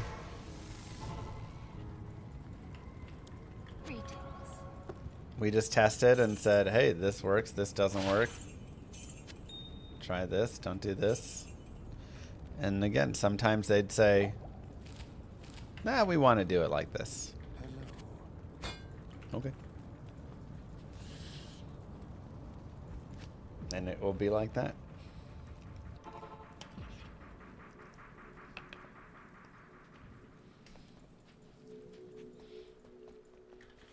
Let's hire a mercenary.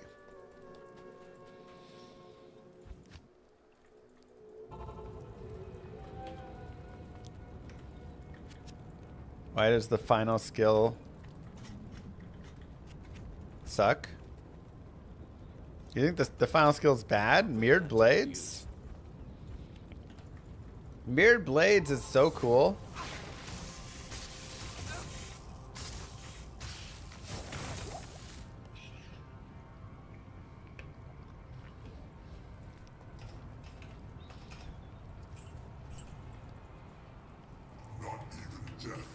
You know how many like cool builds we have with Mirrored Blades? Of people using Rift or people using Demon Machine. It has all these wild uses. Also, I think the reason Mirrored Blades is not as good, quote unquote, is because Echoing Strike is just so good that it blows Mirrored Blades out of the water.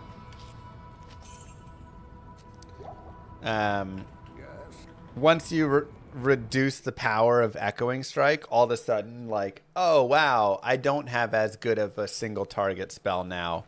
Mirrored Blades is a better single target spell. So like it actually works nicely for bosses and things, which is kind of its purpose, right? To do a lot of single target damage, having good crushing blow. Like that's its like purpose. But Echoing Strike is just so good right now that it's like, well, Echoing Strike still kind of does more damage, actually. You're in love with the Blood Boil build? I also really enjoyed the Blood Boil build. The two builds I probably played the most for like endgame builds were Cleave and Blood Boil. I love just like jumping around and cleaving and blood boiling stuff. Those were my two favorites. With the pull, it would not be as good. With the pull, it was even better. Except for dolls. The only time the pull was miserable was for dolls. Because you would throw an echoing strike out, it would pull the dolls right up next to you, and then it would deal all the damage and they would blow up and kill you.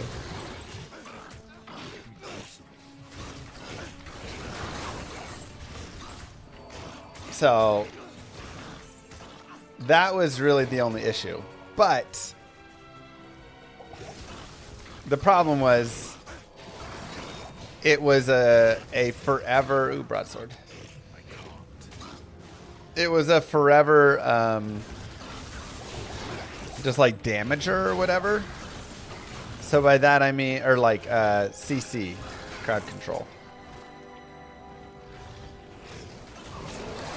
Because the things would be, when it was pulling them, they're getting yanked around. So similar to the knockback here of Ring of Fire, they weren't ever able to attack you. So you weren't in danger from them attacking you, really. You could just lock them up, and they would just be sitting there going... while he just pounded them over and over.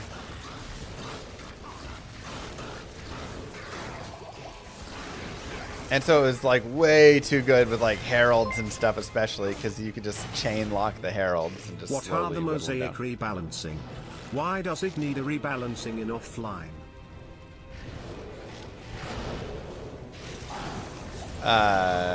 Mosaic is truly the most power creep skill of everything in this game.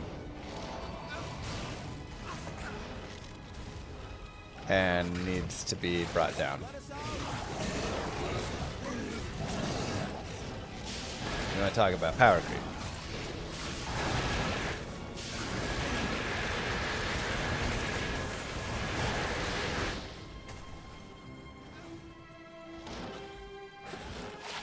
I can't.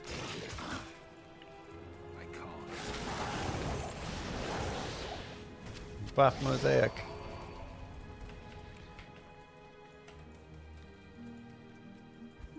Apocalypse. I need a key. So yeah, so it was too good.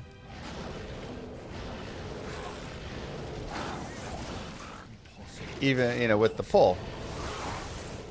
And now it's still too good. But not, stuff can at least still kind of hit you, but it takes too much damage, so it's always in hit recovery anyways.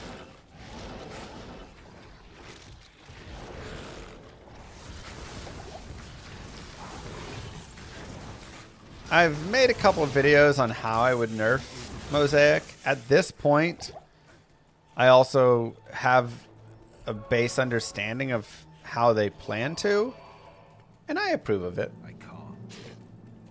I think they're doing a really good job with it. I think it incorporates some of the feedback I had, some changes, some whatever stuff.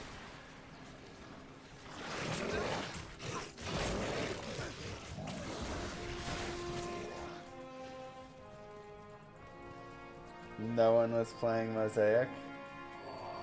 That's right, no one at all.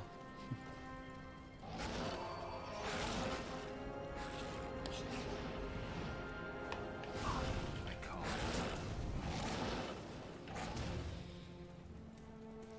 Yeah, the biggest issue is I just bought some really nice sunglasses I can't. so I could play Mosaic. Now they're gonna nerf it.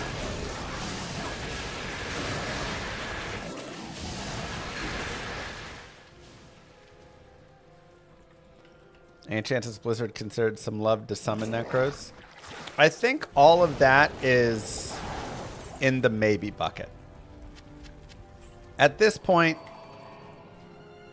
I think Reign of the Warlock was a resounding success. I can't. Is my guess. I don't know actually. The devs haven't said we did it or anything. You know, like it worked well. Can't carry. We don't have any of the like sales numbers, whatever. But from the overall feedback, I think the game did well. And that was kind of what the devs were saying. If this does well, then we can get the green light to make more changes. Right? Like, and then we can look at upgrading, maybe, you know, improving skeleton mages. Maybe we can look at, you know, other classes and skills, look at uniques and sets that are underused, right? Like there's a variety of things that Good afternoon. they could start to take a look at. So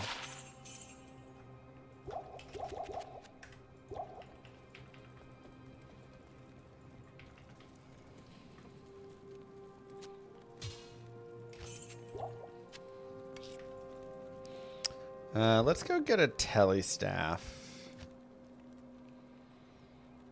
I may actually just have one. Good morning. Oh my god, it's level 66 required.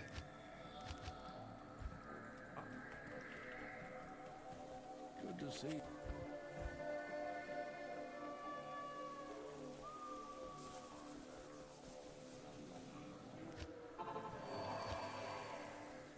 Can Fire Warlock do player 7-8 counts? I hope so. Good morning. Nice. 112,000. A little expensive, but second try.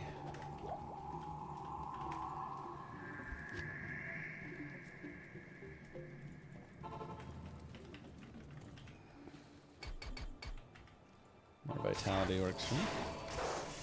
Impossible. Impossible. Oh yeah, one of the builds that I pray we can one day get is an elemental mage summoner, where the build focuses on using elemental mages that are buffed and obviously improved from what they are now, with lower resistance as your curse, and a fire golem. It's probably my most desired build. And I don't even love summoners that much. Shale rune.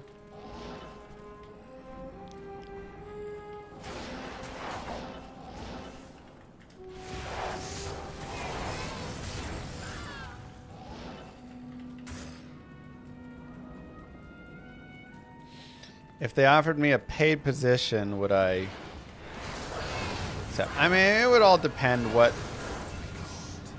is, you know, requested and everything.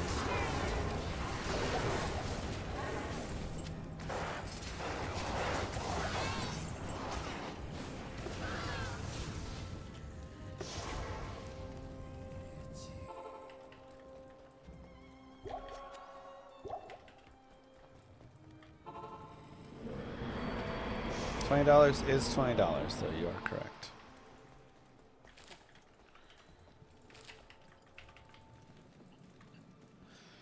All right, let's continue. Impossible. Impossible.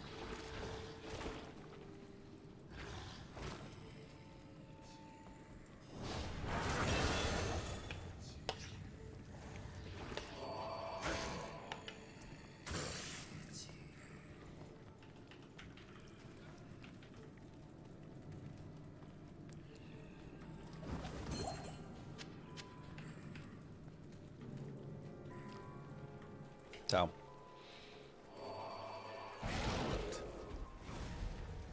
I think it could be fun.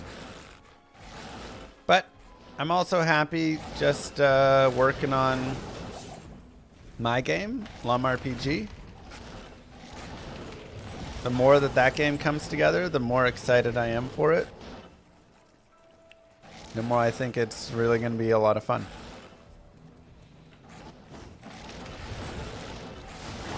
There was definitely a point where I felt like, oh man, is this actually just going to suck and this is a terrible idea?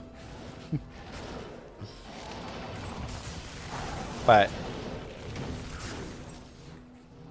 now that it's like the core has stabilized a bit more and we're getting further along with it, I'm like, I'm enjoying playing it, and I think that's the like biggest tell. If I'm having a good time playing it, I feel pretty happy.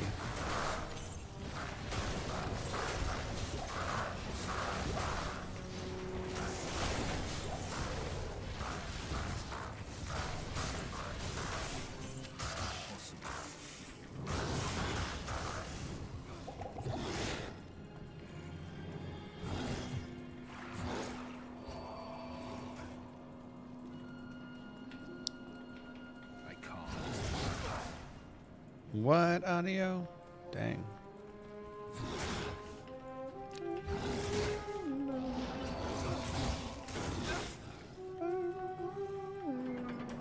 Go players 1. What an austere scene.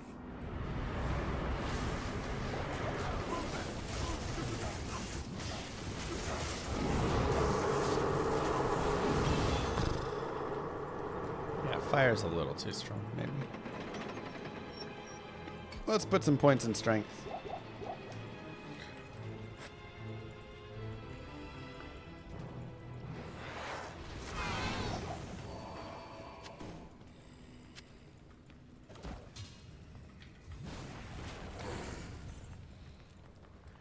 I can't.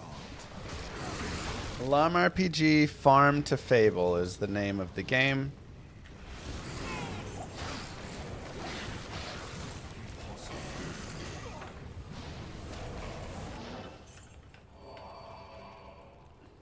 Sure, JFR. Is there any video footage of it? I have on my YouTube a few like old footages. I recently played it and it's much better looking and more stable. And I have it like uploaded, but I haven't set it to public yet. It's still just private.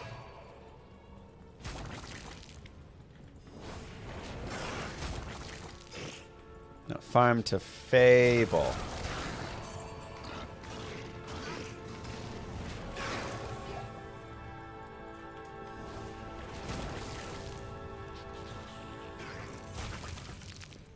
Little play on it.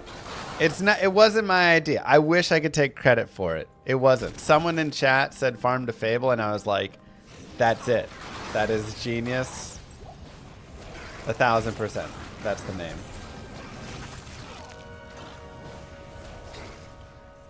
So, shout out to chat.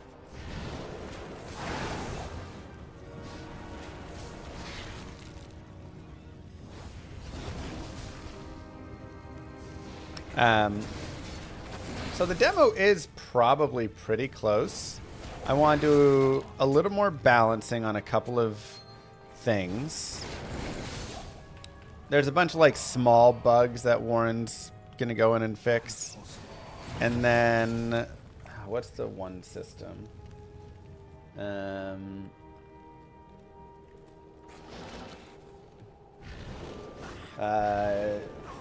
Wagers for duels. That system we want to get set up.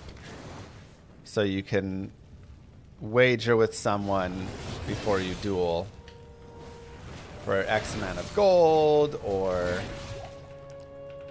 duel to the death or whatever. If you're playing hardcore, you know.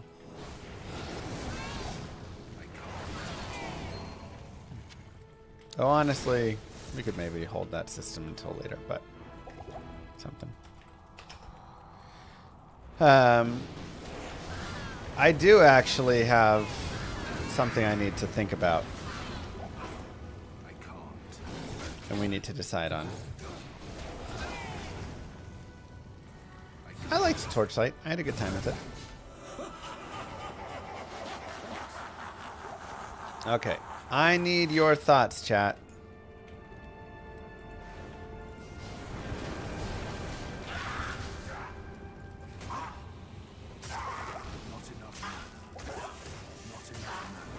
So, currently in the game,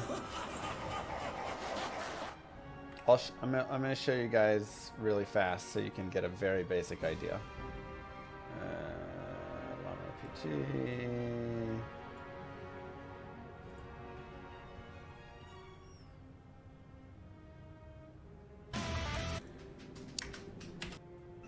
Like that should have killed me, I think. Check that in the log, Warren. Okay, so currently in the game, you have combat, right? And you have 3 actions that you choose. So you have a spell action and 2 any actions that you're choosing. And then once you've chosen your 3 actions, you press play, and the enemy has also chosen 3 actions over here behind me, and it goes off in an order. Right, so like my action, your action, my action, your action, or whoever has faster speed. The actions have an ordering based on their speed and whatever. So that's how it goes. What I want to eventually add in is hotkeys, where you can say, you know, fire boosting spell plus a ranged attack with my fire weapon, plus a shield for cold or something, whatever, is like my standard fire attack that I like to do. And I can press Control 1 on it, set a hotkey, and then just press 1. And when I press 1, it'll put all of the spell and those 2 attacks in there. So you can just have some basic hotkeys, essentially, to choose your 3 actions all at once, right? Just to make it a little bit sped up, so you don't have to like go through and pick it every single time. The problem is, if there are 2 enemies that you're fighting, and you have to target with one of, like, you have to target, who am I range attacking? Who am I casting a fireball at? Who am I doing whatever? How do you hotkey when there are multiple enemies? Right? How do you hotkey when there is a target?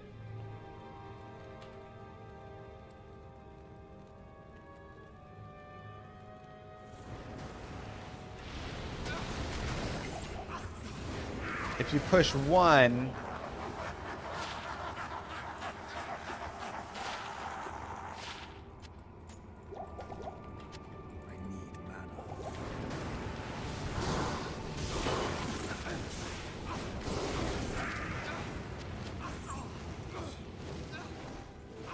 Thanks. hotkey goes for whoever you target. Tab between targets. Game automatically selects one enemy. In FF7, it defaults to a certain mob with your queued actions.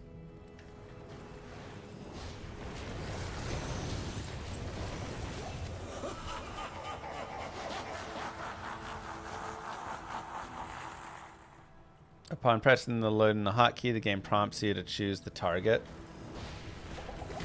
Maybe that's not a bad idea.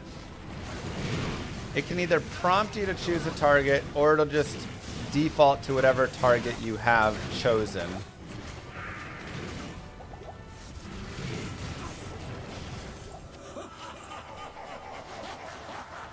Mouse over the target, then hotkey. Okay, but what if you're a healer? You're playing in a party, and you're a healer, and you want to also do a spell that damages an enemy and a spell that heals your ally. I guess it can just prompt you for all of the targets if there is.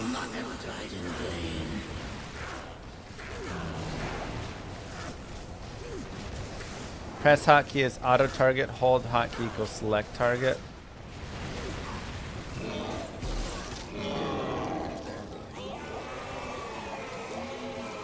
Trying to like visualize it in my mind.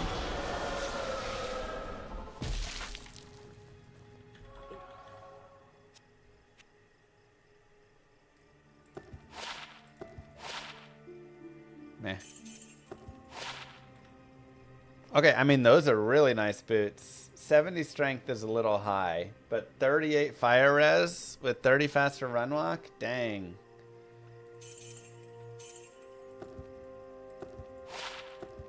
Thesaurus boosted.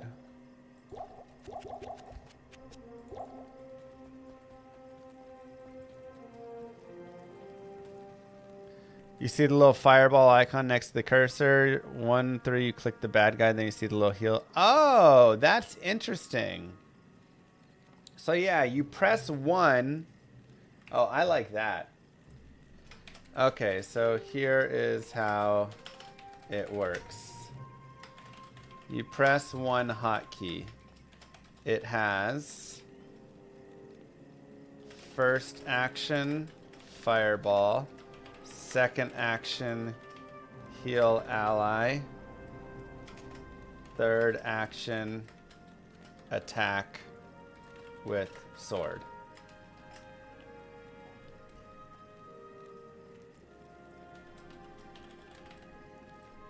You press 1, a fireball appears next to your cursor, and it says choose target. After you choose, a healing symbol appears and says same. Then after that, a sword appears. Choose target.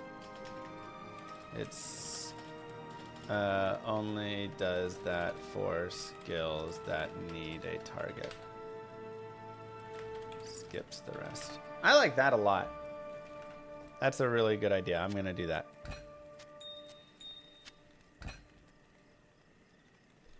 All right, part normal done.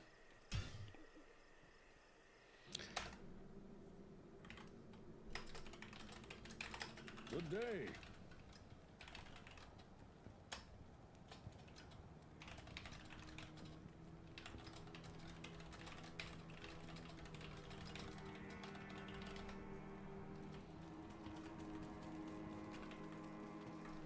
Give yourselves a clap.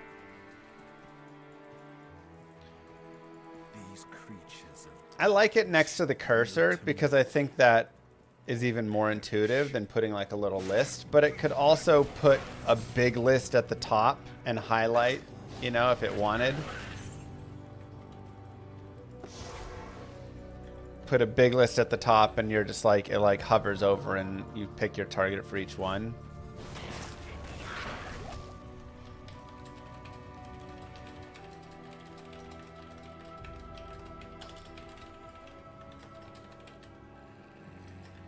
So like, let's open paint really fast. 9 to 9. Let's take a picture.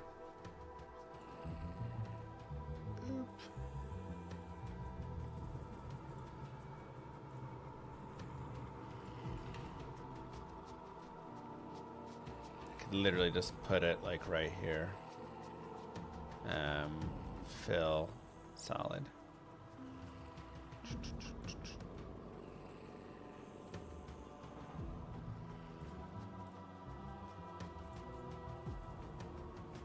Oops.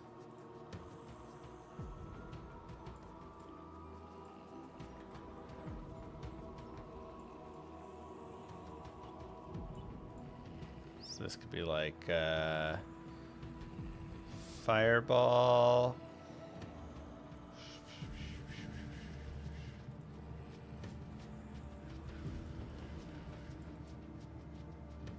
Pretend that's a fireball. And then the next one could be like heal. And the last one could be sword. Do you think that's better or having it on your cursor as you go and select the target?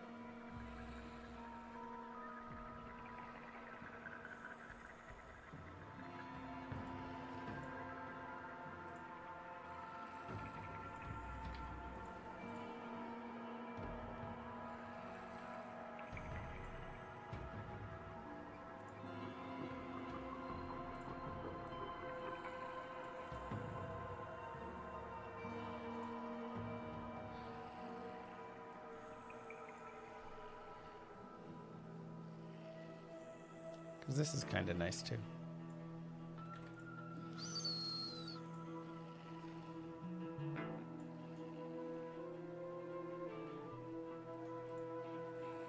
Cursor seems cleaner though.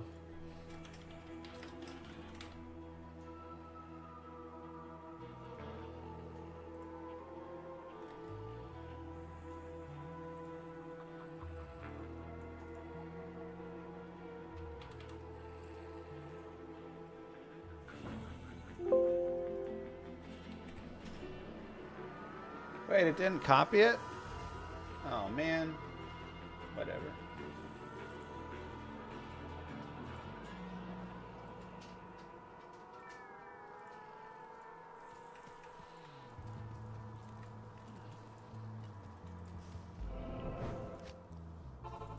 Do you live stream every day? Almost. That looked cool. I thought it looked cool too. But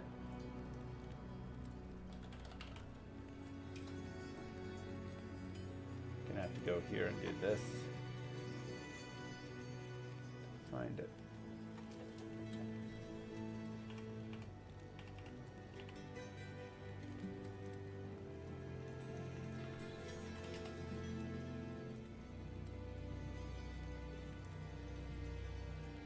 I think it's a good alternative idea. Have a bar at top.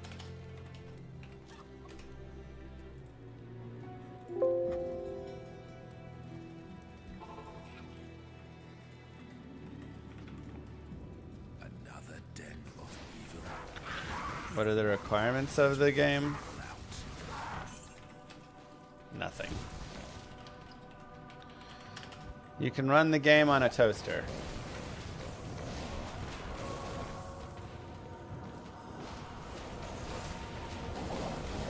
So I guess if you don't have a toaster, it may be difficult.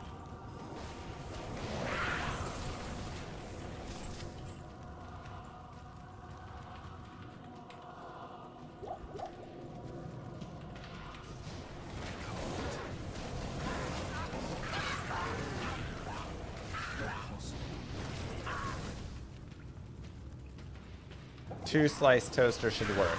Don't need to be 4 slice.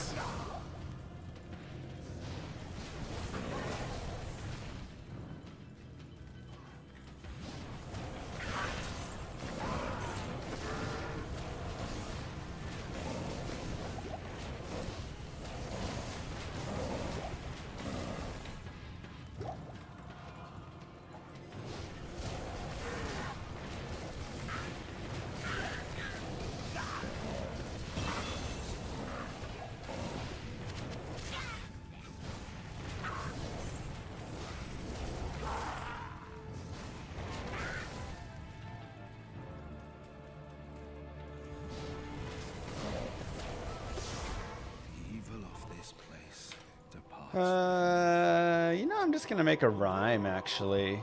We have the shale S. Why not? A little bit more magic find for fun.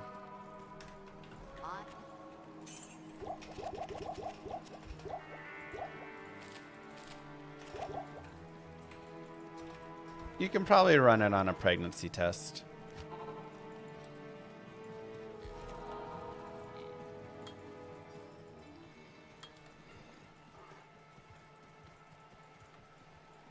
Appfolio, not me.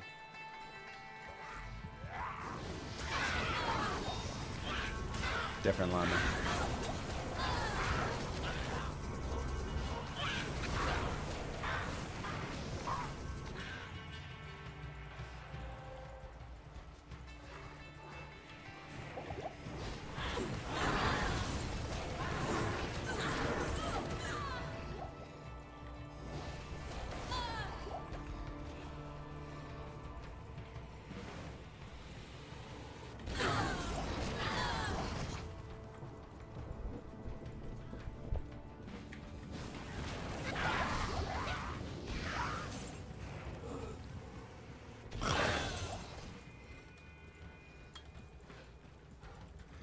Blow them up. Impossible. When would Llama RPG be available for consoles? Seems like console porting is actually a lot harder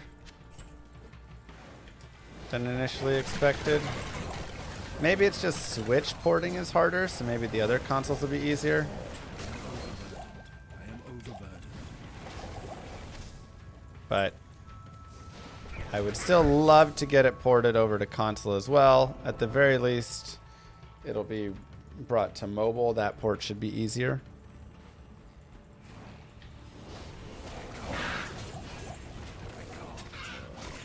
And I think it would be a fantastic mobile game. Because we're not going to put a bunch of garbage MTX in it. It should just be fun.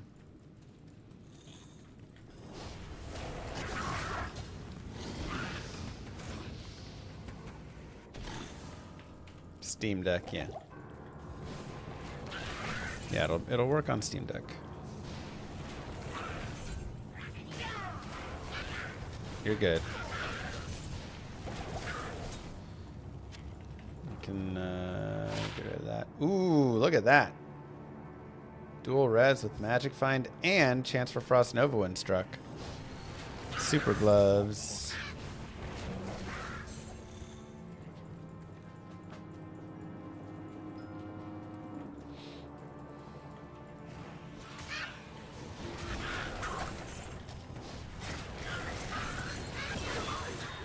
I think Llama RPG will truly be the first fun, non-predatory mobile game on the market.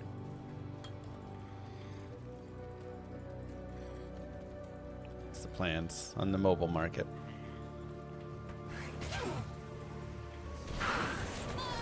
Is there Magic Find in Llama RPG? Kind of. So items in Llama RPG actually function differently. The items that you find are the items that the monsters themselves were wearing. So if you fight a mob and the mob is really hard, it has better gear generally, and you have a chance at getting some of that sweet gear. Originally, I was dropping all of the gear, and that's currently still like in the game. Another river map. We actually have the Darkwood though, so that's not too bad.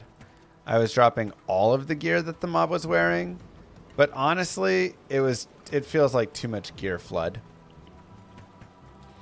So I think I may drop it down to where you just get 1 or 2 pieces of the gear, and obviously like more for a boss.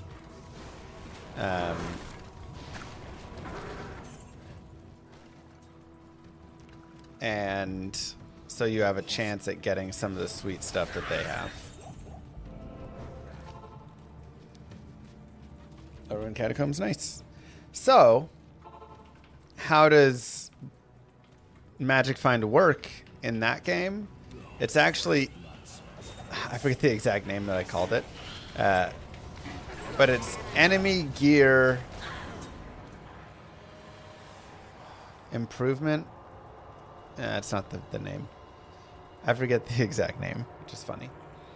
But essentially, if you put Magic Find gear on, it improves the gear that the mobs that you fight are wearing,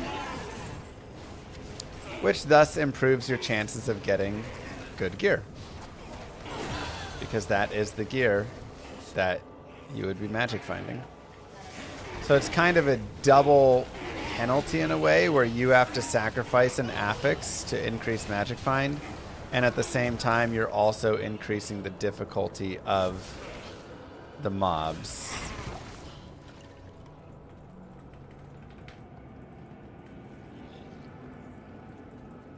It just increases the rarity chances of the gear that enemies are wearing.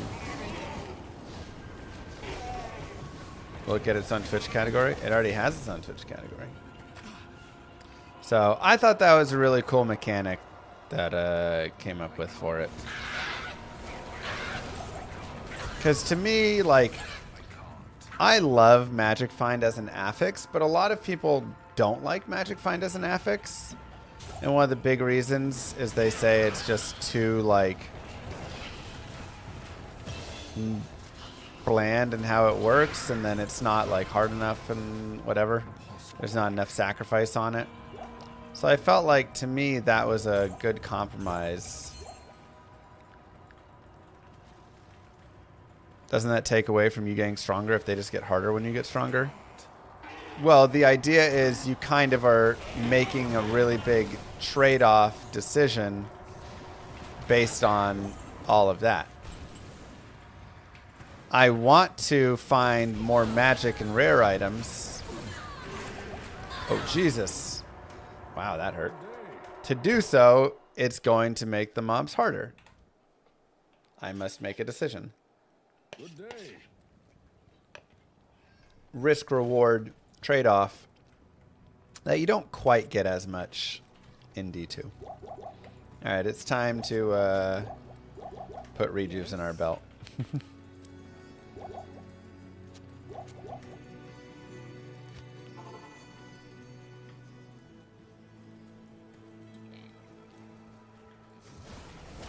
Just dropped my SOJ, 14 minutes of running Andy. Cool, I'm so happy for you. What a great achievement that is.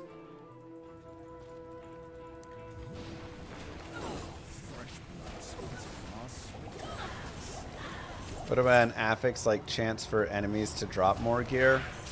I don't love the like quantity drop stuff as much. It may be something that I put into a profession. But it's not something that I like as much of as an affix. Mostly because, as we've seen with like PoE and stuff, quantity is just too good of an affix. Chance to drop more items, you just do it, and there's not really a good trade-off on that overall. Like, it's not increasing the difficulty, it just becomes the same, you know.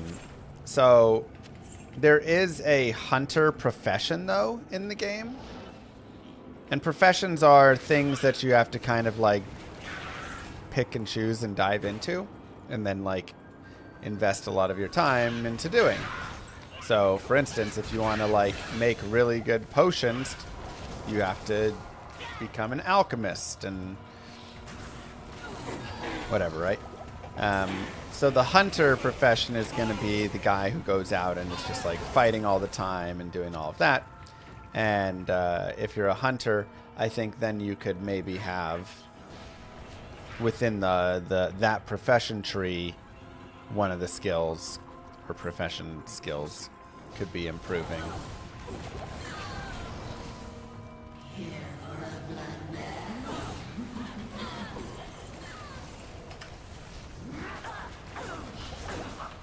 The like quantity of items dropped or something. I think that could work.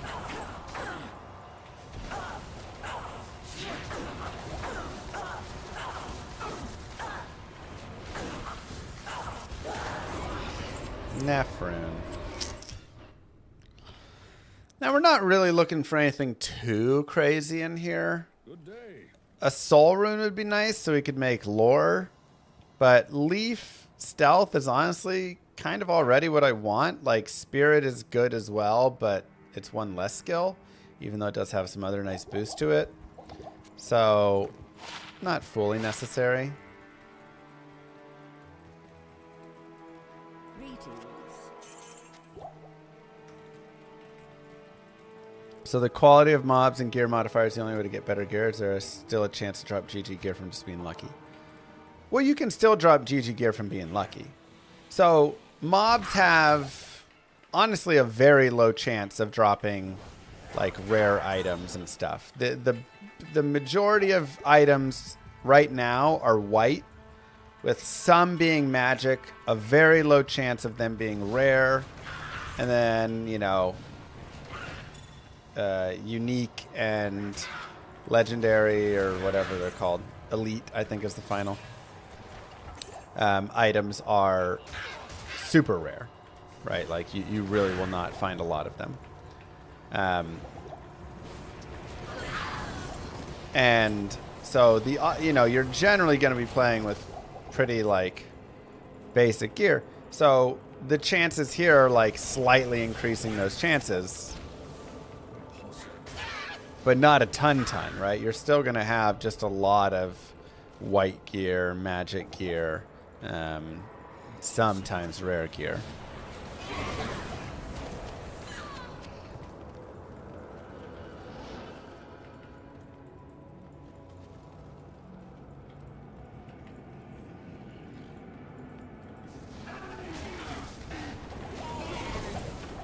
So this will, you know, maybe double that chance or something, right? Now, instead of a 2% chance of getting a rare item, you have a 4% chance.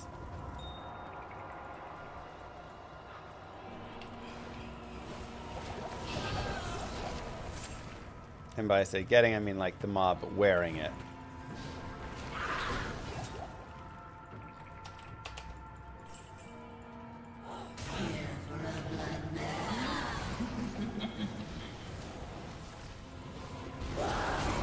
Tier rune. Jeez, these drops. I mean, honestly, we can move forward. I feel pretty good. We can try and find a soul rune on the way.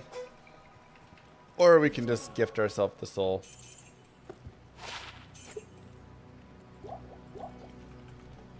Oops, I never turned that in. Good day. Those away. We'll trade those for one soul rune.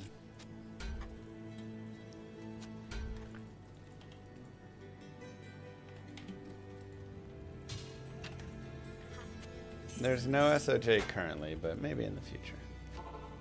When will I publish this game roundabout?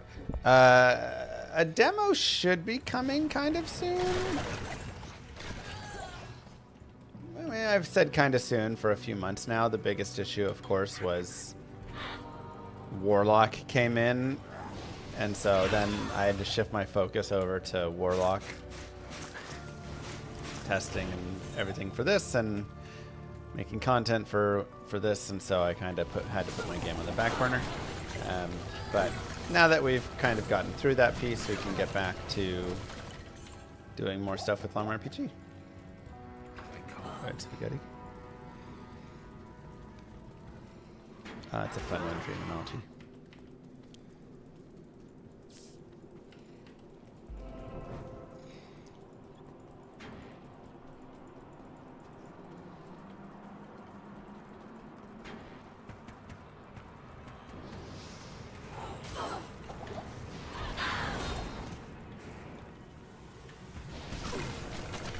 Girl is my wife.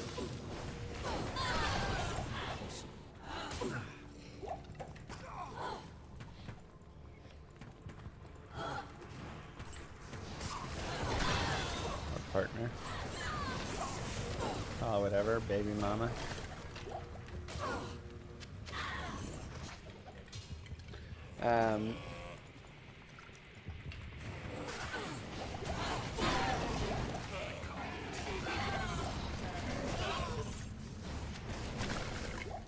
So I think there will still be some like testing and figuring out of stuff to be done along the way. Simple cages for simple minds. But plenty of balancing, plenty of fixing. And what I've really noticed in game design, the biggest thing I've noticed after having, you know, done it for this game and everything like that, is it's not the big things, it's the small things. So like, yes, the big systems overall are important. It's good to have good itemization. It's good to have, you know, whatever stuff, all of this. But whether I sat down and really enjoyed like playing, farming items, whatever stuff, a lot of that 100% had to do with like what was the flow of the combat. Like if the flow of the combat was a little bit too slow or felt a little bit janky, it would make it so much less fun than if it's slightly improved.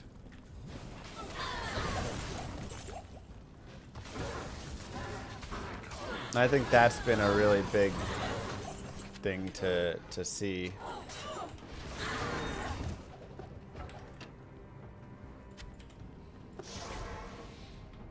He's like, okay, I gotta make sure that it's a fun, engaging time and that the combat runs at the right pace.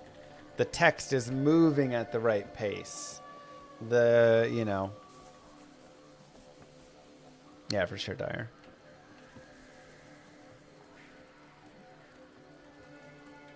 And even having the llama do a dumb, just like, "Wah," or something, you know, like, even if he doesn't animate, but just like shaking him back and forth or something. That has like an effect.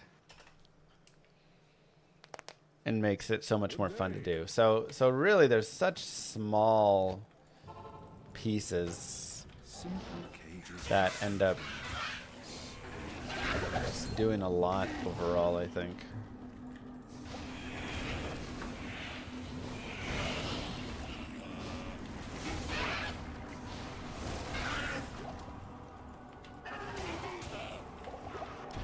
I'm trying to be aware of what those are. Yeah, I'll let my kids play. Of course.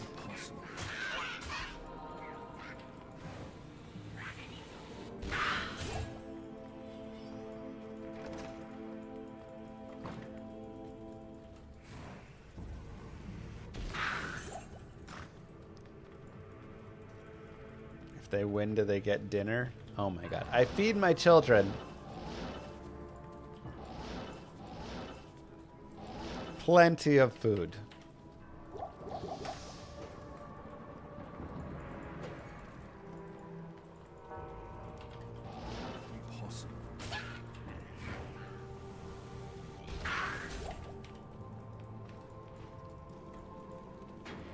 Just yesterday,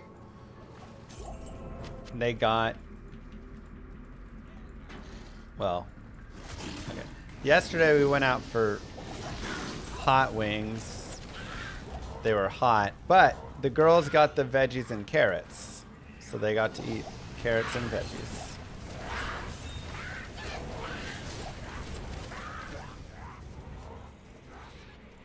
Okay, that's a bad example. The shadows churn with the touch of anguish.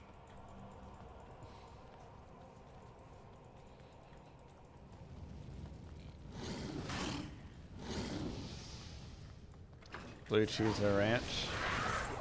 I'm a ranch guy. I can't do the blue cheese.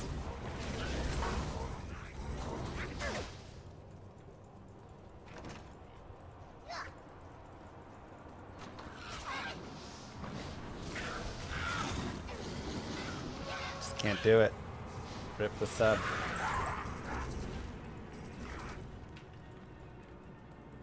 What up, Phil? What was the total on today?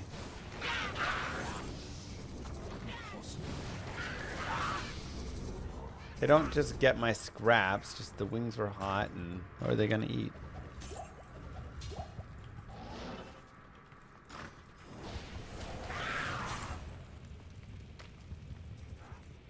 Hot wings? Well, it was baby Lilith's birthday, so I wanted to go celebrate.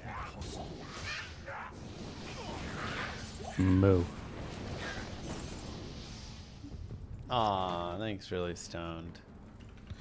Thank you for the Prime sub. Reminding everybody they may have a Twitch Prime sub.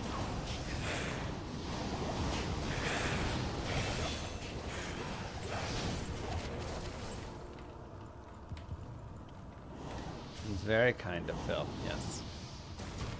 I need a key.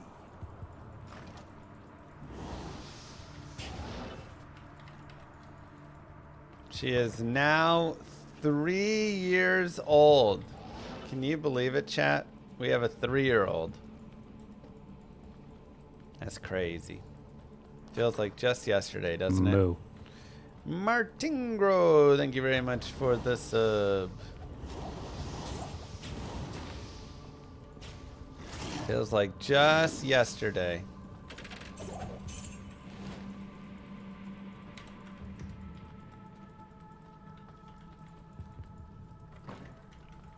Remember when we were filling out the dating profile.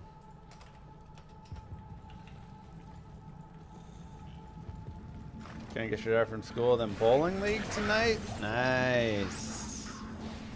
How fun. Thanks, Phil.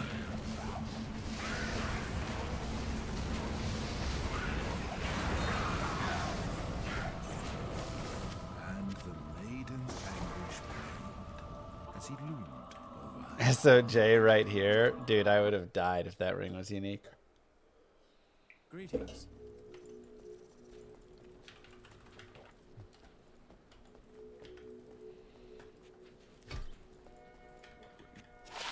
I'm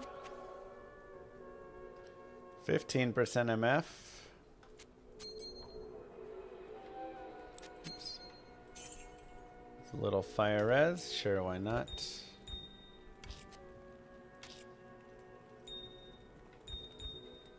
Why not? How may I help you?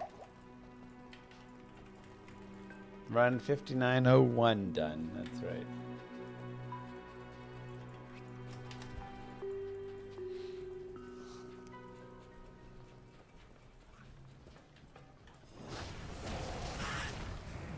She is potty trained, with the exception of now she's having some regression. She was doing great. She like got it for months. And then this past week she was like, I'm just gonna pee my pants and pee all over the floor.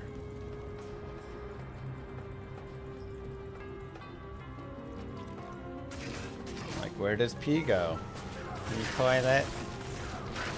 Did you pee in the toilet? No. Where did you pee? On the floor. Does pee go on the floor? Sometimes? No. Impossible.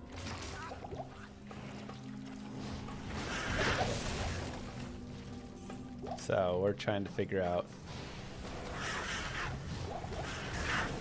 what to do. What the proper way to.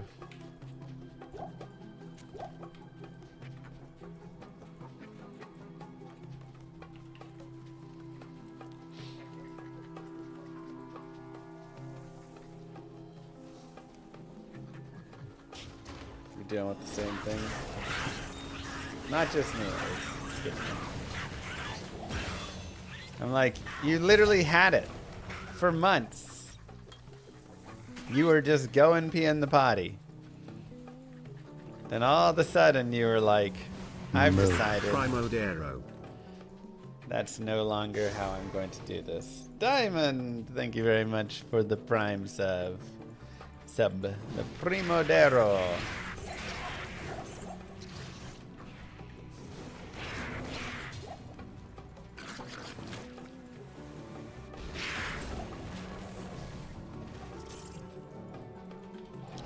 I have not played Monster Hunter. I think I'd enjoy it though. Impossible. Super fun grindy game. Nice. Good to know.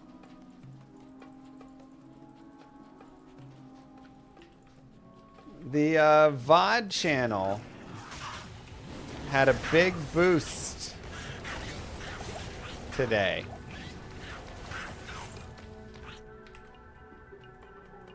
We'll show it over here. There is now exclamation mark giveaway. You can go get entered for a $100 Steam gift card giveaway.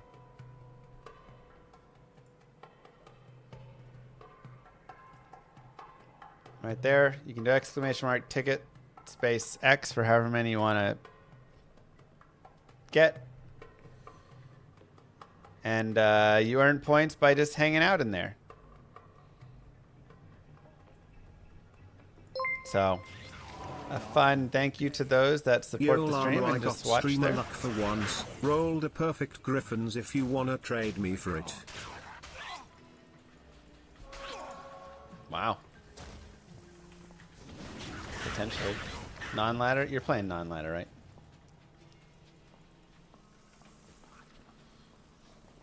So, exclamation mark VOD. So long as you are in the channel and you don't have the player muted, you can set it to 1%, the video player. You can mute the like tab itself. Right click at the top and like, you know, press the mute there and mute the tab itself. Whatever. And then you'll just earn points just sitting in it. You can sit there 24/7, whatever. You turn off an ad blocker for that, you know, you can whitelist that very specific link. That helps me. That's how I fund the giveaways and all the things with it. Yeah. And you can just sit and watch and use any points that you get on the stream element spot. For this giveaway, I have it set at 12,000 points a ticket. I'm really, this is the first giveaway we've done on it, so I'm kind of like testing. Is that too high? Is that too low? There's no max on the tickets. You can get as many tickets as you want. So I'm kind of like debating what is the like right amounts and everything. I figure we'll roll this one in like 15 days, give people some times. In the future, I'm thinking we'll probably do weekly giveaways. Makes the most sense to me. I think we could probably drop the ticket price down a little bit as well in the future. Like 5,000 to 10,000 a ticket seems good, or I don't know, something along those lines. I'll figure it out. We'll play around, and you guys can let me know how it feels.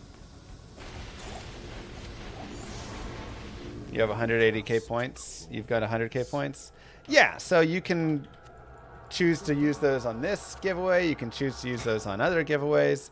I'll also probably adjust, you know, the amount for a ticket based on the giveaway. So, like, if we give away a new PlayStation or something at some point, then the giveaway for that will probably be, you know, the tickets will probably be a little higher. What's a VOD channel? It's just a 24/7 Llama watch channel. You can just hang out, watch, and it runs ads and supports the channel easy as that.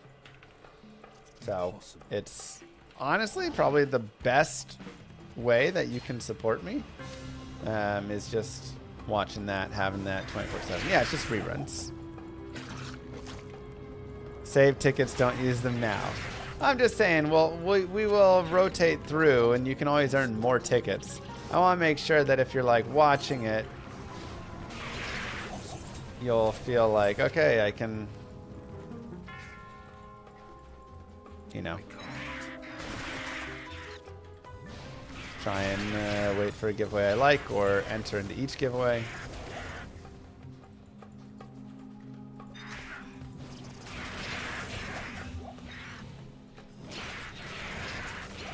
But like I say, Twitch counts 2 viewers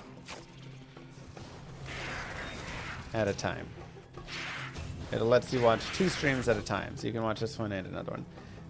Where's the maggot layer? Been watching for years, only 150k points. The VOD channel is not even a year old. Unless you mean this channel. Am I the only streamer that does VOD channel streaming? No.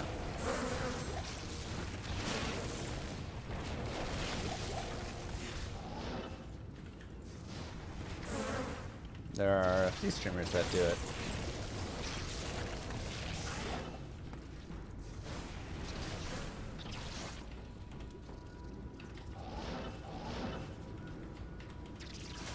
I can't. Oops.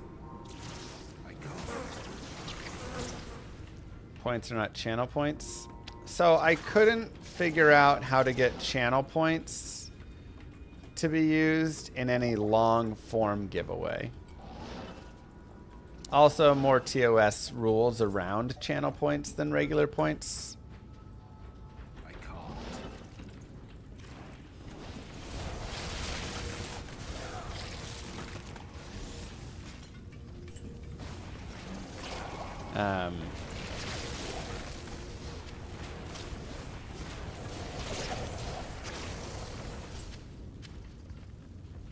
But yeah, I couldn't.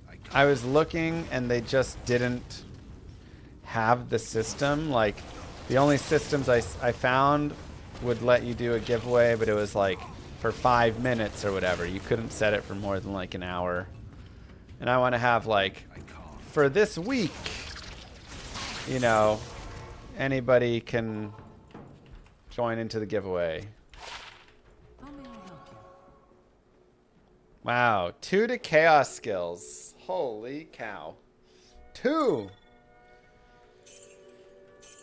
So good. That's so good. Why not on speedrun? That's how good that is. But yeah, I just want to have a way to give back on it, honestly. I feel like it's been really nice. It's been a really great way to support. And so for those who have been watching the VOD channel and earning points over there, I want that to be a place where you can go and like use those points to try and enter giveaways and have some fun and maybe win some cool things. I can't.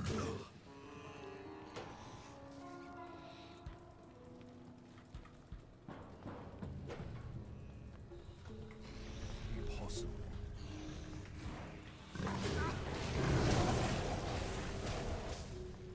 That stinks. That's.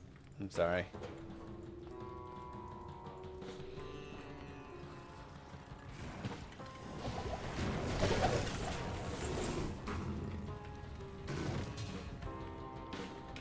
It's always tough with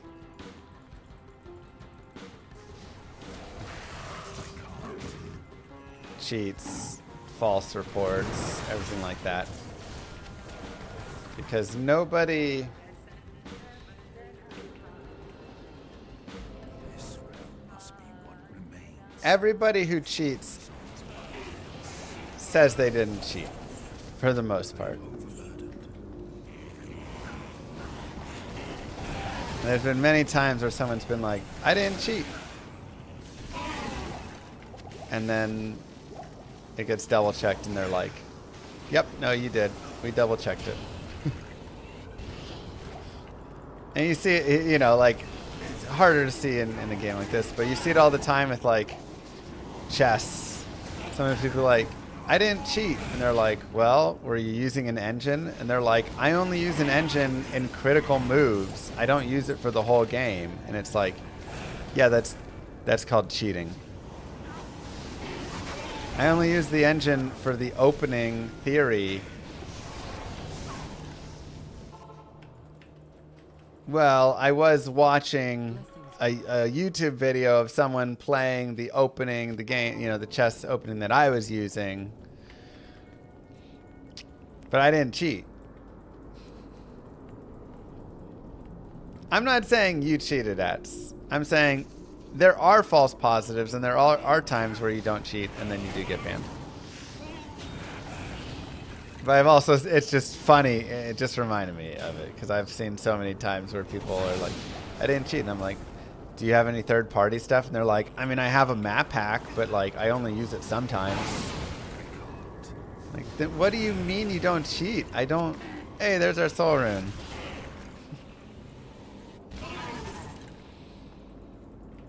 I didn't cheat on my main account. I only did it on a different account.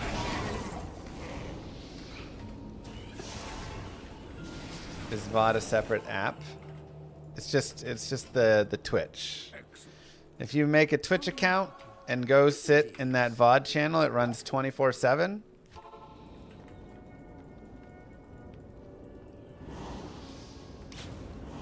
And you'll just earn points every day. And said points can be used to enter giveaways.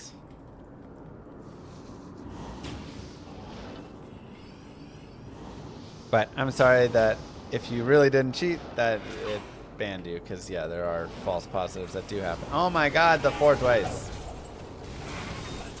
It does happen sometimes, and that sucks, right? Did it give you any reasoning?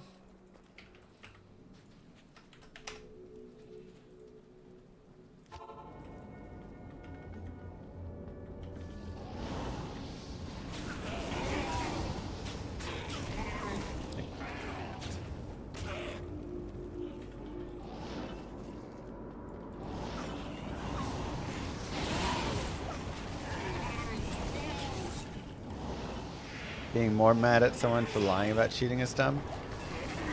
I'm just saying I think it's funny.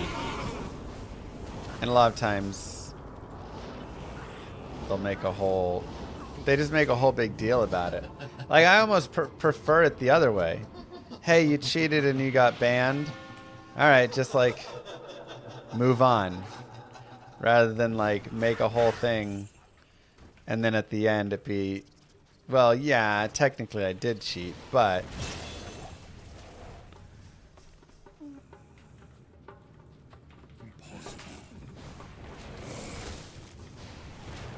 You made too much money via trading. You were doing too well. Playing Llama RPG. Smile. That reminds me of... who was it? Someone got banned. Was it Dobrunsky? Dobrunsky got banned for botting, I think, when he was doing his 1,000 Pindle runs or whatever.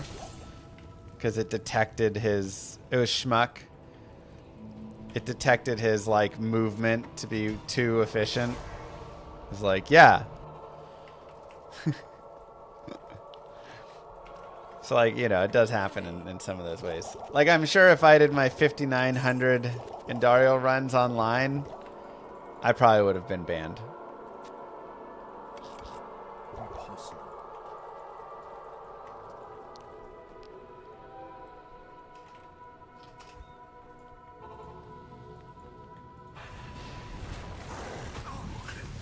Can't be too efficient, man. Not enough.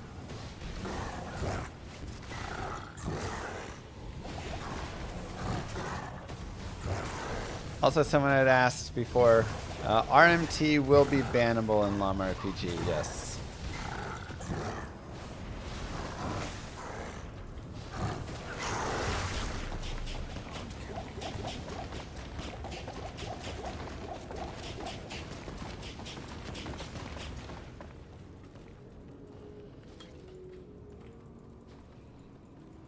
They said, your actions mimicked that too much of a bot.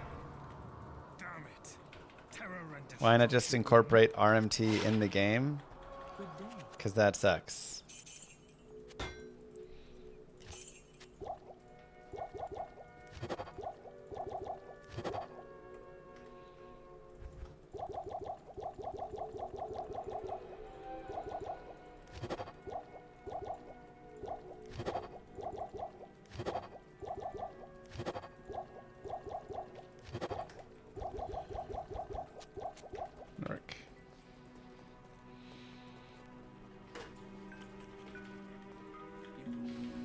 I'm just going to have a better trade market within the game. Good day, Bridget. That's all. Good day.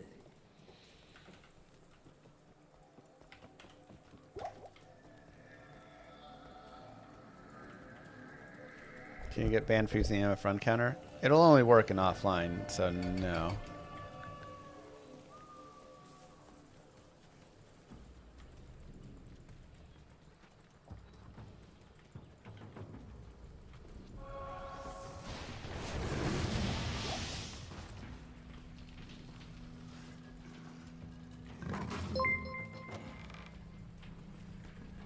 RMT may be banned in Llama RPG, but what if I dress small dogs like llamas from Llama RPG and sell them for humongously huge profit margins? I don't know, man. I think you can't escape it. Llama laughing. That one might be hard to deal with. Uncertain. Thank you, Henduzi. Thank you, ACL. Do I think I was super unlucky with the SOJ? I mean, I was in the bottom 1% of find chances. If me and 100 people did that challenge together, I would have been the last one to find an SOJ.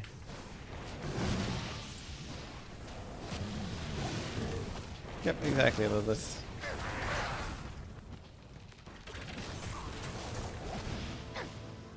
If you find a good one, you can just get some nice stuff.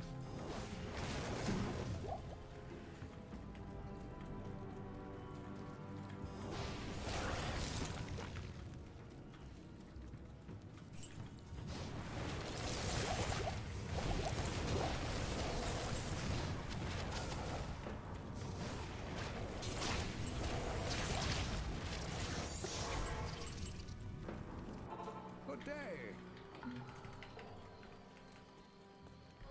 Good day.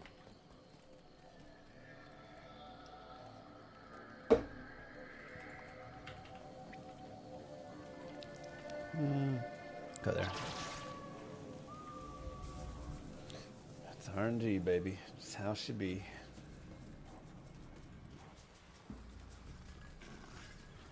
Moo Girl stepped in for a little bit. She was having a lot of fun playing.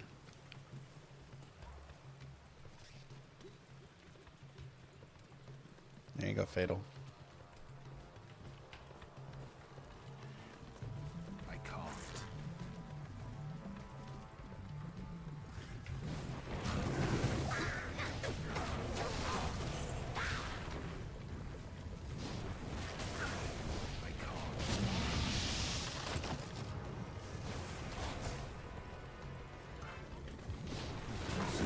Nice.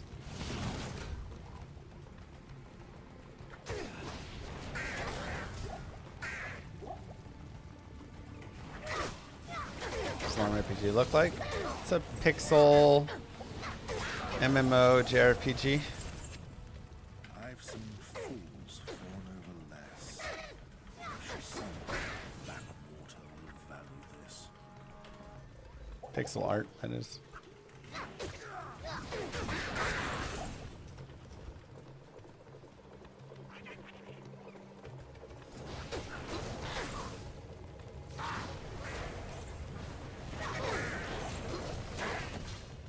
I can't.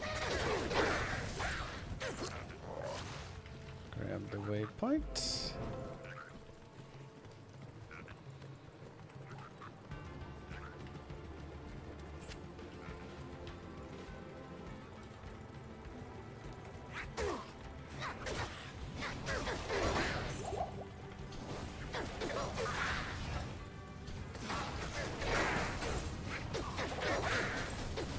What metrics do you have to meet for a game to go up on Steam?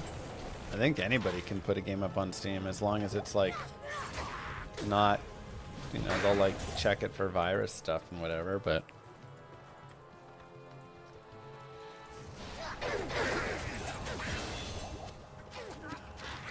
you make a game, you can put it up.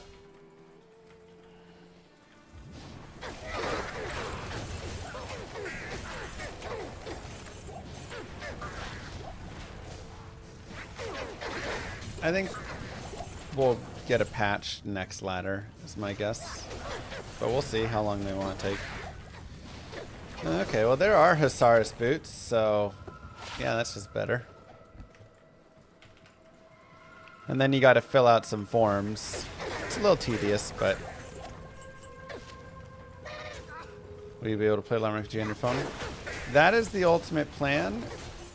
Right now the plan is a Steam PC launch and then a mobile port.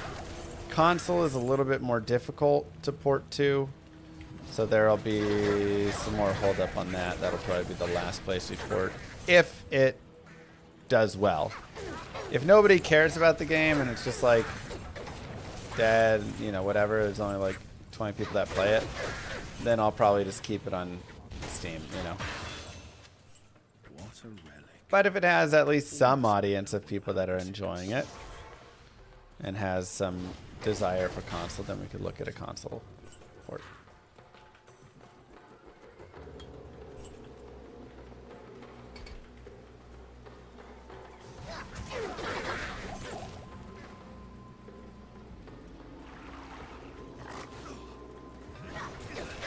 Yeah, I don't know what else there is to do with it. That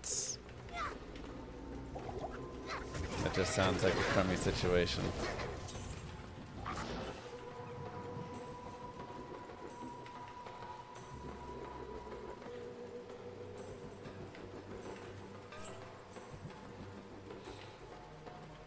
Besides putting in the tickets and then it, you know, there it's like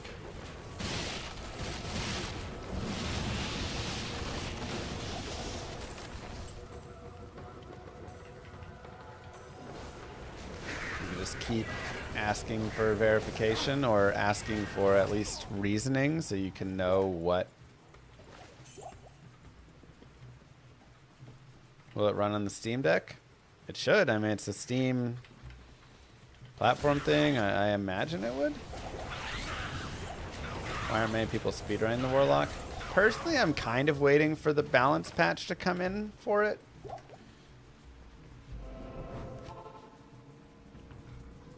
But I may end up doing some speedruns anyways.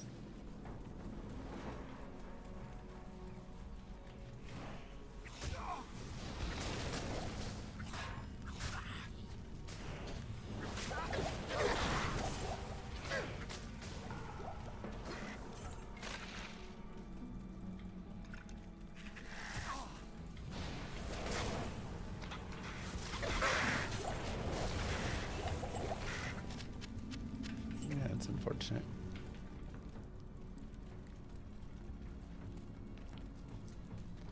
What's Pokopia? A new Pokemon game, I guess?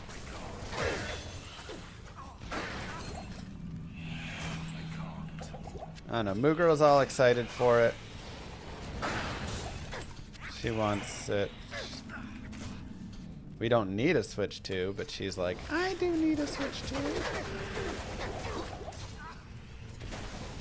So that is our goal. The next $500 will go to Moo Girl's Switch 2 and Pokopia.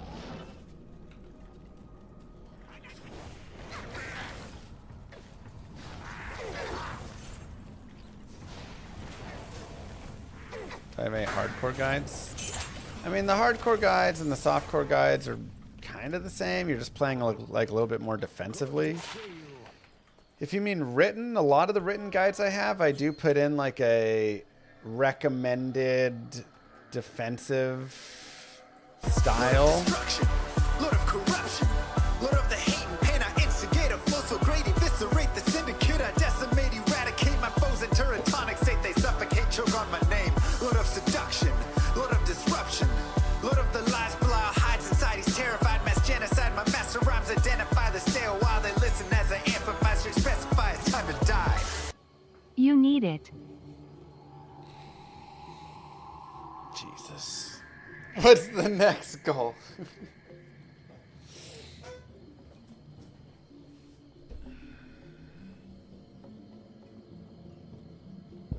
Good Lord, Jonah. Girls getting dinner tonight? The girls get dinner every night. Let me tell Moo Girl. You can buy your Switch and Pokopia. Goal was met. Thank you, Jonah and chat.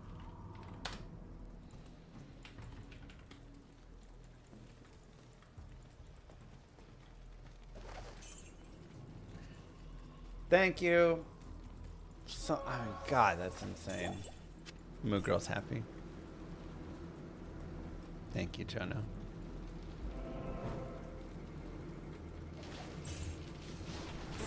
No next goal for now. God.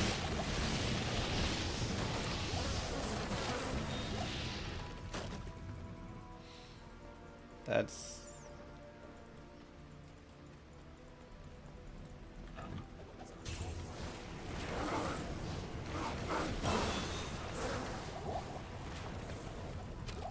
We're all just gonna... That's plenty of generosity for today. Thank you.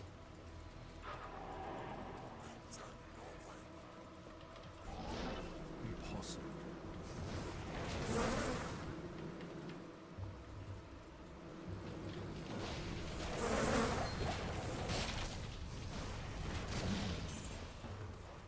All I had to do is promise my wife a game console. She's gonna... It's almost problematic because from what I've heard, Pokopia is like really good. I don't think she's gonna stop playing it. She's just gonna be playing all day, all night. Obviously not when she has the kids, but as soon as the kids go down, I'll be like, hey honey, do you wanna... Nope. Nope, you already got your... You wanna go out on a date to... Nope. You gonna play more Pokopio? Okay.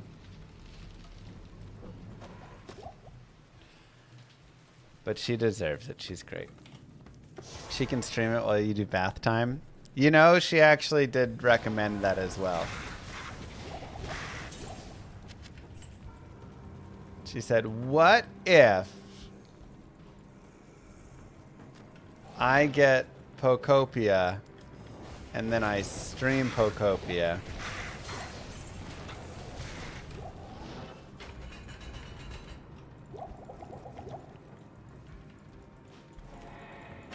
While you do the bath.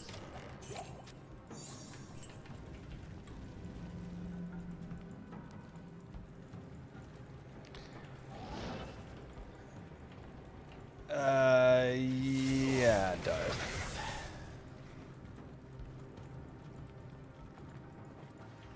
You add the magic level and the Q level together. If anything, it's very financially responsible. It's true. That checks out. New stream D2. She streams Bokopia.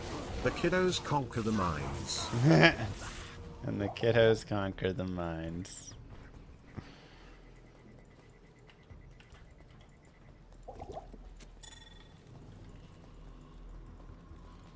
How does she handle backseating chat? She's down for it. Yeah, she was like, what if I just stream like 4 nights a week? I was like, what? We reached Moo Girl's Switch 2 goal. Jonah came in and did what Jonah does, which is seagull meat goal.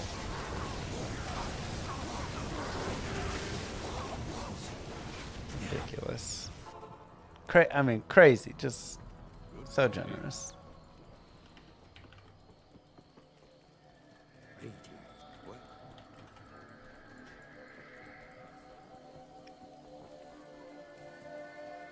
Exclamation mark Discord? There's definitely people that go around there looking for people to play with. Nintendo does not allow to stream their games. You can stream their games. They just will be sometimes problematic with it.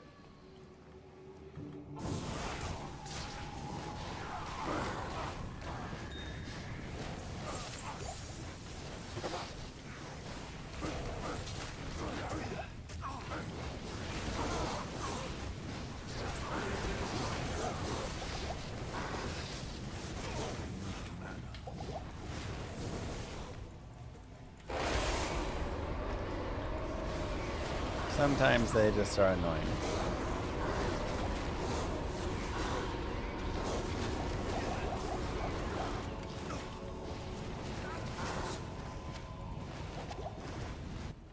If you said anything else, Jonah, I apologize for missing it in the chat.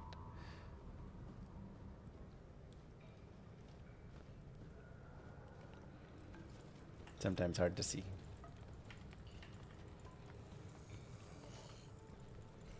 Gotta get one of them long names. Those ones are easier.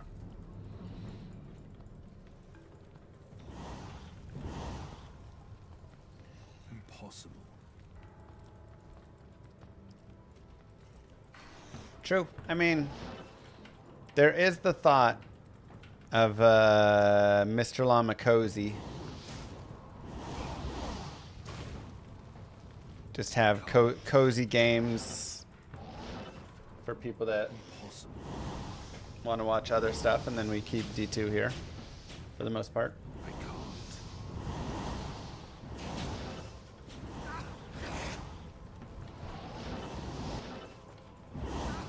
can't. D2 is cozy. That is also true. D2 is also cozy. Just like other cozy. The less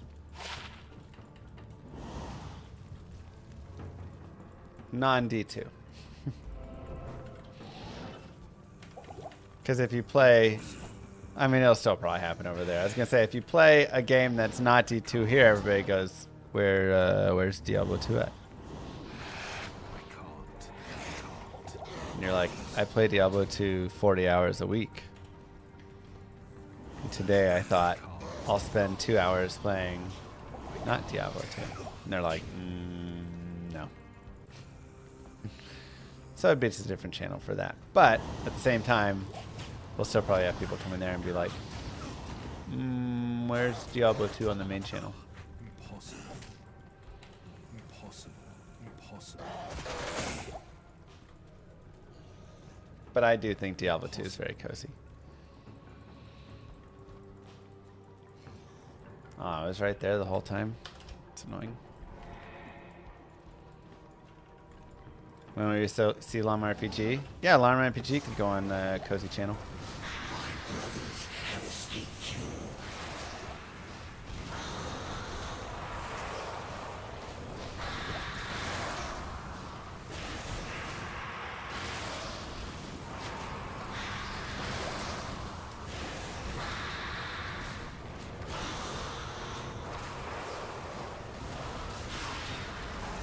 I am overburdened. If only conquering you physically would destroy. Elden Ring stream. See, like I also, yeah, Elden Ring would be a good like cozy game on the Cozy channel. But then I would play it in the way that I normally play it. This is what we were talking about before, is I feel like sometimes it's hard to play a different game here because I always feel like I have to rush through it more, like play faster. So Cozy channel would be like, I'm playing slow. Elden Ring, I'm just farming boars to level up a bunch and then go dominate it, whatever. Play it in kind of the way that I normally play games offline, that I when I'm new to a game, how I play games.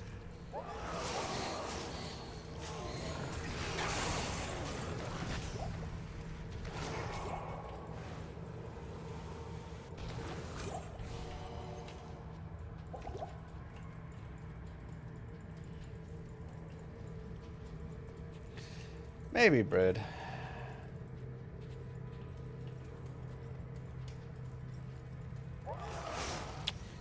Maybe.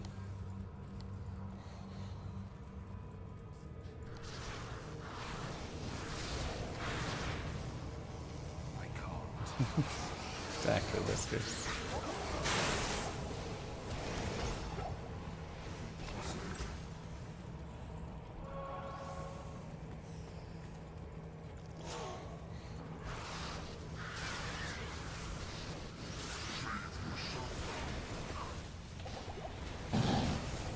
I've been having fun with a lot of board games lately. Like on Board Game Arena. I've been playing a lot of For Sale. That's been a fun game. I've been continuing to play some Ark Nova, which I just love. And then I tried out some Azul last night. I was so bad at it. I just kept getting dominated by everybody. Everyone was way too good.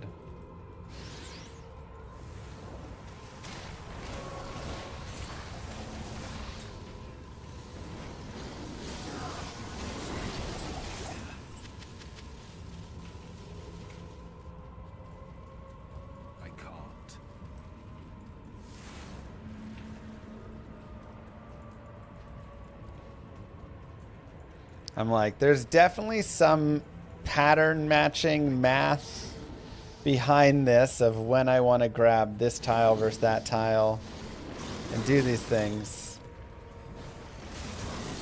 But after like 6 games, the math still didn't make sense to me. I'm like, I don't know. What am I trying to fill here? I just fill rows up. And then I get crushed.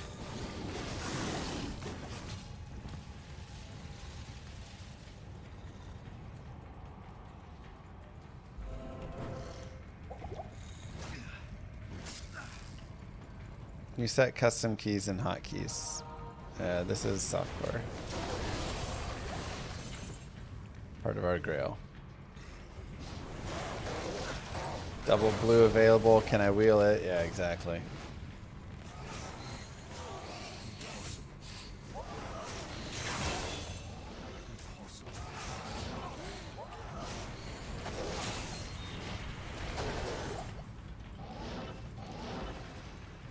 I think so far my biggest question is like, how often should I expect to build a whatchamacallit? Like get the 10-pointer. I assume you can really only get one of those. Ooh, a Lemrune. Okay.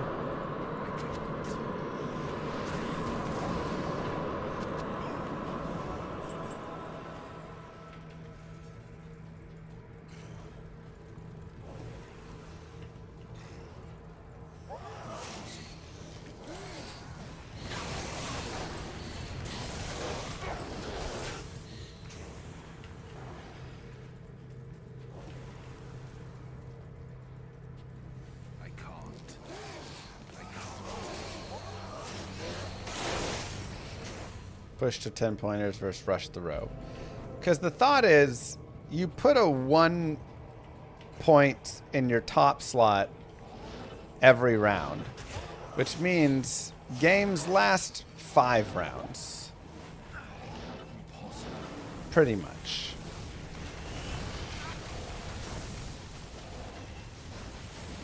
Like almost all the time, they're going to last 5 rounds, I imagine. With a few exceptions.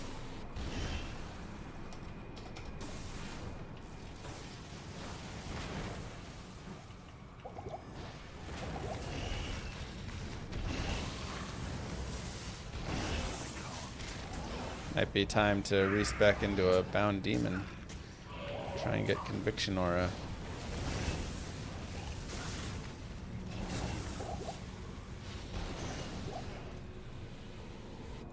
You don't always put one in the first row. Isn't that just like free points though? Like when would I not want to have one in the first row?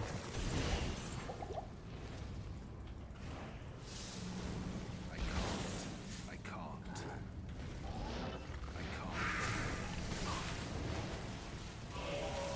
Jesus.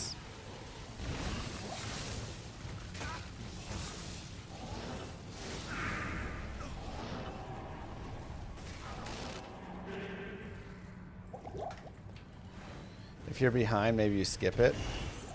Yeah, but like the person ahead is always going to be putting it in the first row, so you're just killing yourself by not putting one in the first row, right? Not enough mana. And it only takes 1 tile to put in the first row, so it's not like hard to do. This is my understanding of after playing a few games. The person ahead is always going to be putting one in the first row.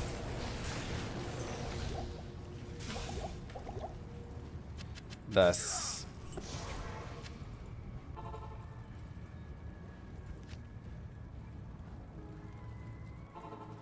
the game will end in 5 turns because it just ends when the first time. You just try and deny him the missing color. But that's hard. Like, You're trying to deny someone from getting one color, like one tile of one color. Approach and let's trade. The game is Azul I'm talking about.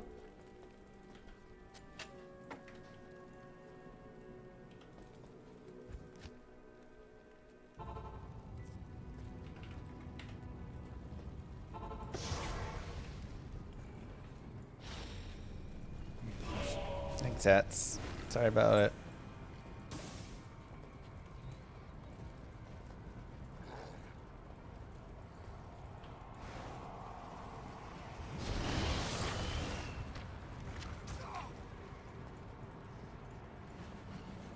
You're trying to convince them to take 5 of that color in order to close. I want to convince them to take 5 of a color? Yeah, I just don't understand the strategy yet. Oh my god, the fire enchanted is horrible.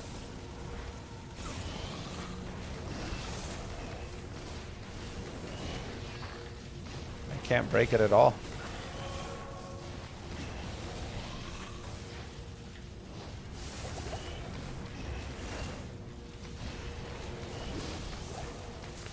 Okay.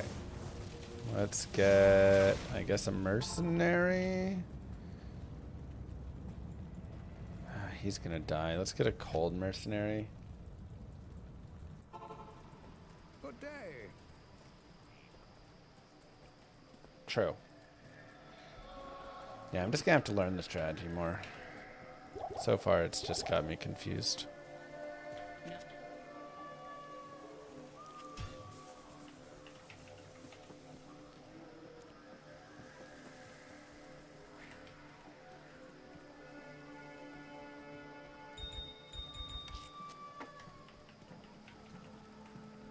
Sure, sure, sure.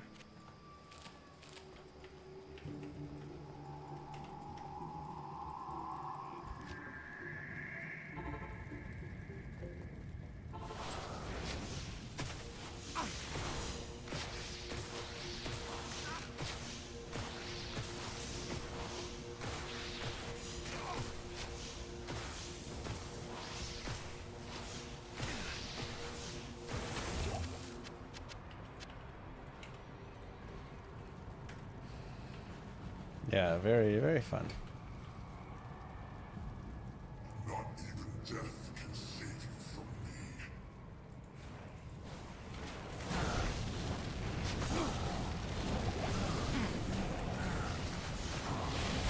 from me. Move. Daily reminder, use your Prime subs. Good reminder, RJ. Thank you very much.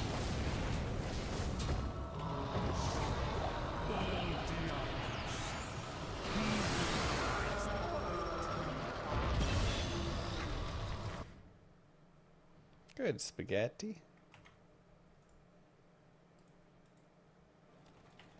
Uber Diablo, declone. He just appears at the first super unique you come across.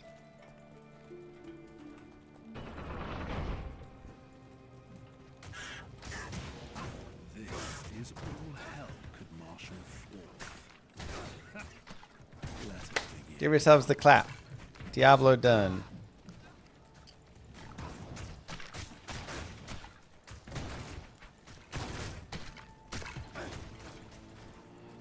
Do it in hell too. Move. Wololo. Thank you very much for the sub. Everything reminds me of her. How to use your Prime sub? You go on Twitch and you do !Amazon. You just link your Twitch account to an Amazon account. Then you press the subscribe button over here and there's a little checkbox that says subscribe with Prime. Or you can hover over my screen here and it'll also show you.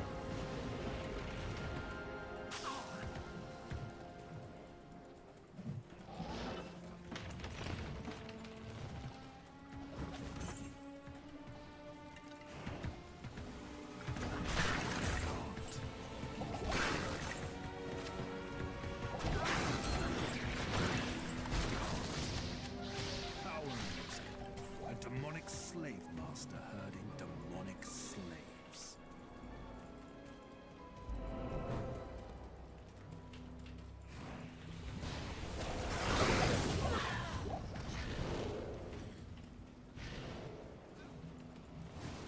Does this loading screen necessary in 2026? Can't it be instant? The slight loading screen is in there because they added more to the game, and so true that easy clutch. Okay, we're 54. Doing pretty solid here.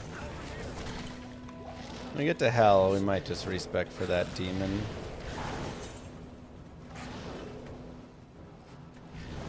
But I also haven't seen Conviction yet, so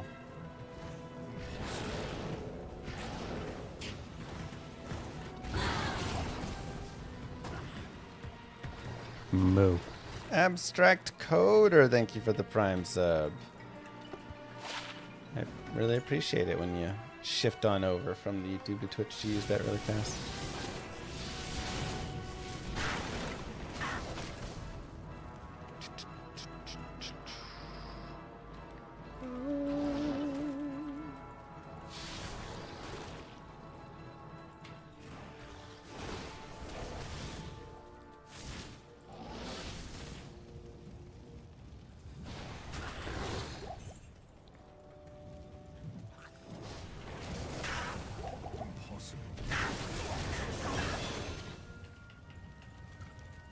I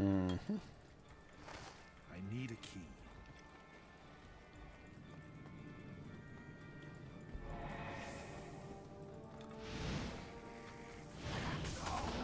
No, you can't see what the player count is without checking in the menus.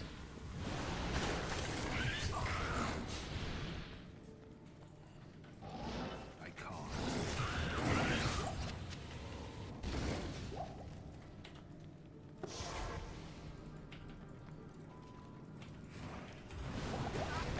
Plus, the chat is just super buggy anyways. If you aren't sure, you can always just type it again. That's what I just do.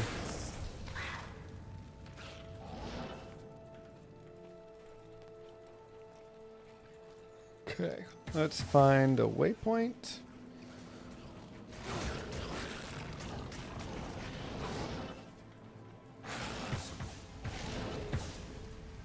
I can't.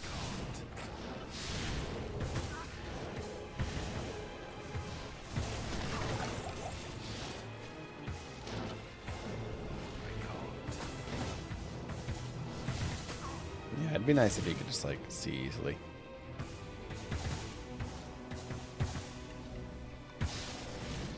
Any waypoints out here?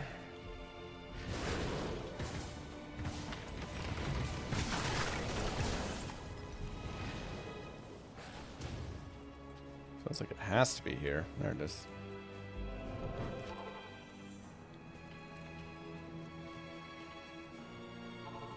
P5 has more Burr rune drops, but a lot less Sur rune drops. Overall, P5 and P7 are very, very similar. P7, I think you're going to hit a few more like Mal runes and Gold runes and stuff overall. Impossible. I like P7, but again, P5, they're very close in the top end. P5 has a few more low runes, a lot less Sur runes, a couple more Burr runes.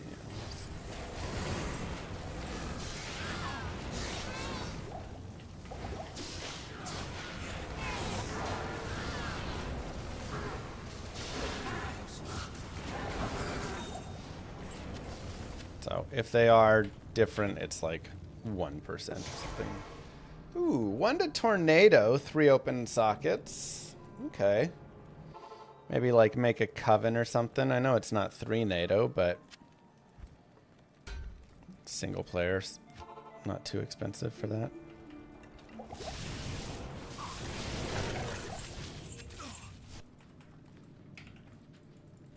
What's wrong with player 6?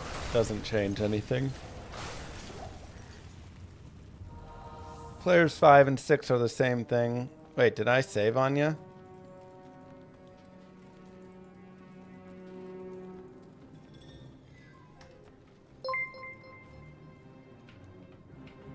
Solution to Skelly Magi. New purple magic damage.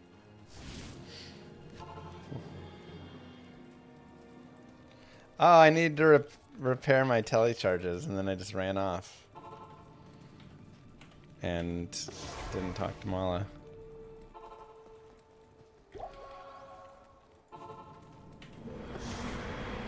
Wild. I like it, Gendros.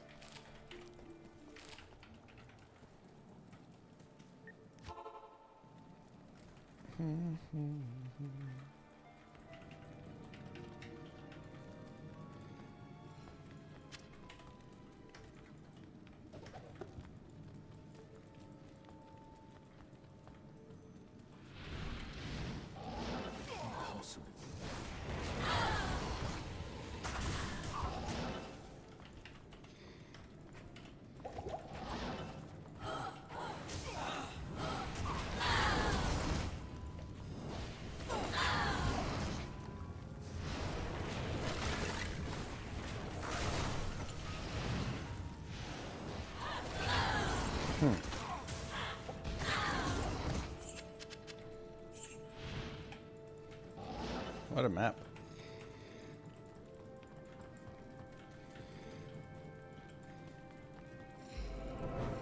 No spirit yet. I'm just running Leaf. Just an extra fire skill. Yeah, I don't get the vitality, the mana, the FCR, and the FHR, all the like extra boost. But I don't know, I'm pretty happy just using the Leaf staff.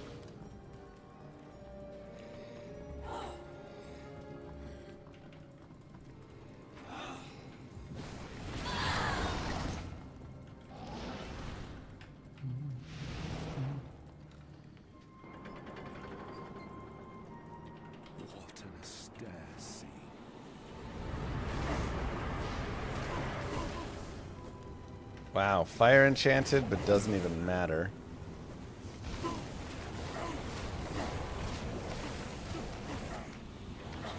Burns through his face. No, I am a high level, so.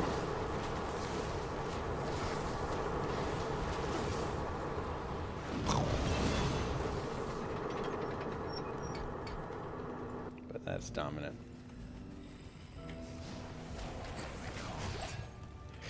Nice big one.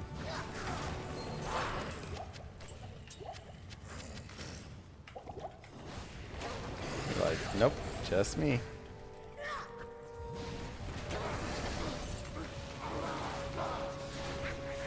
Loch Nurse coming next season? I would imagine some. They may also buff some other pieces, and you know, I don't know everything they're gonna do with it. Wow. Let's go take the waypoint up. Do I think it'll be better than Javazon?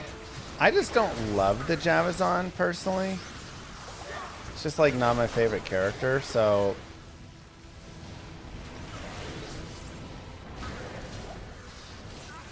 I just want to try a different character. If it's not good enough, I'll reluctantly make the Javazon.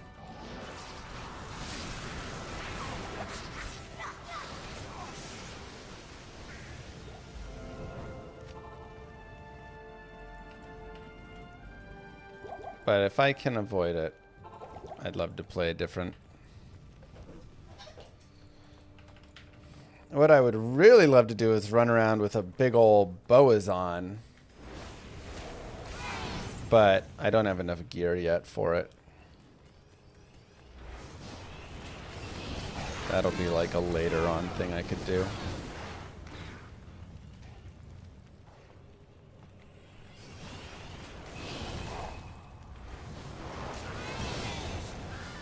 Yeah, it's not that I don't think it can do any of this. It's just like, what is the speed that it does it at?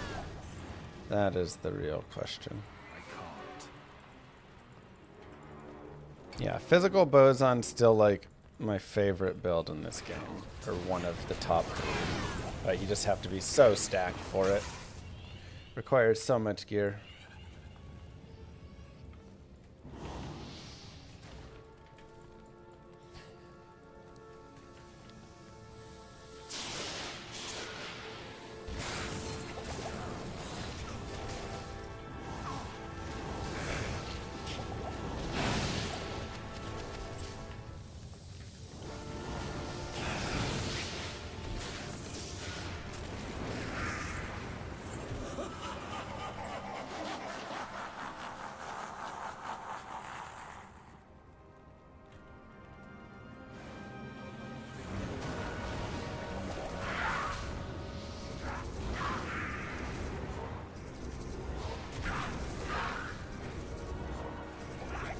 Can that be enough? Nope.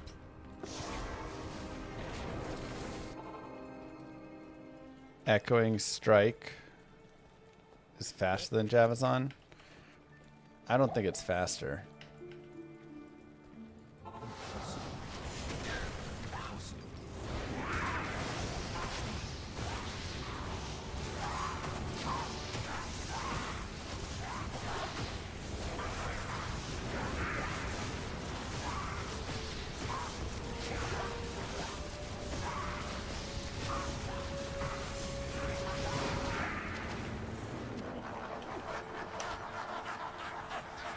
Who'd be the coolest NPC to go have a drink with?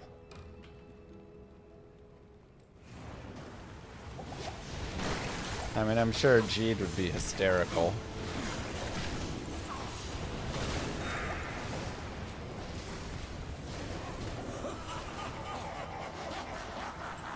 Farnham. Charcy could throw down some beers and have a good time for sure.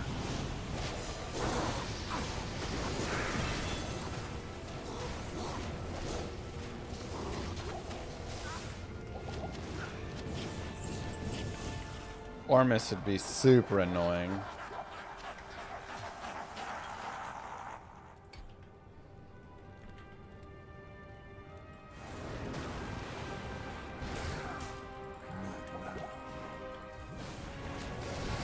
You may now drink with Ormus. Oh my god.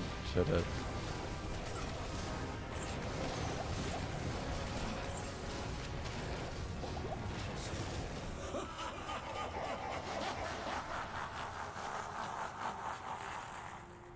Yeah, Alcor would be pretty dope.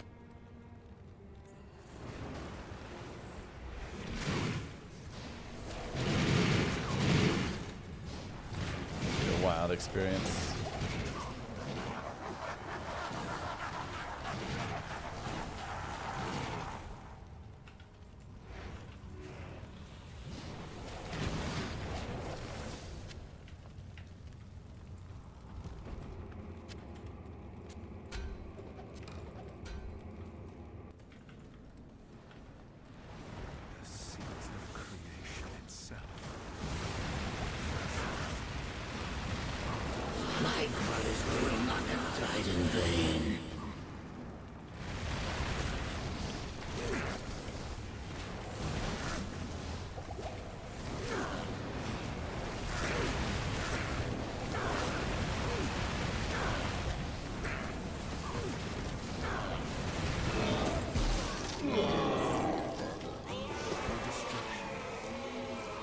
Sure, we'll upgrade to that. To the Warlock skills. Yo, let's go.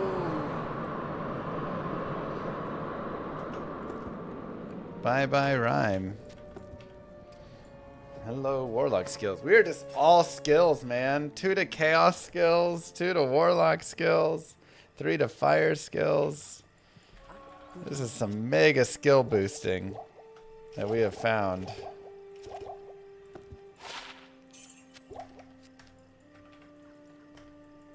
What a sick drop.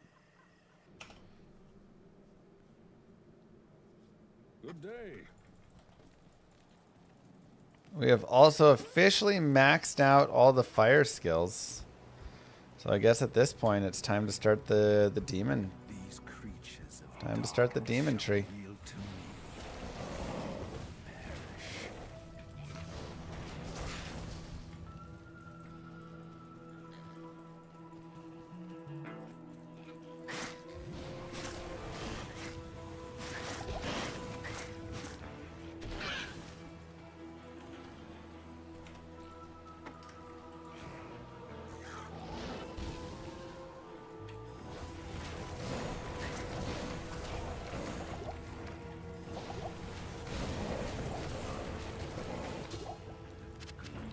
are our resistances? Ooh, not great.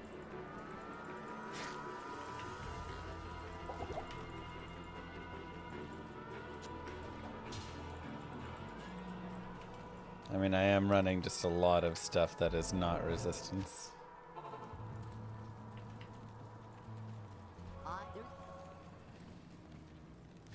Yeah, I just didn't put skills in until 6. Nightmare is done. Give yourselves the Klappa.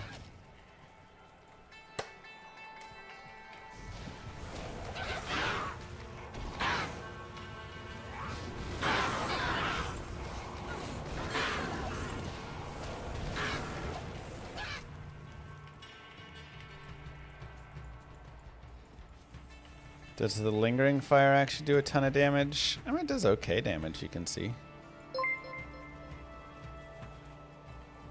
Think devs had a laugh when no WP in Maggot Lair. Probably. Like, I know exactly what to do.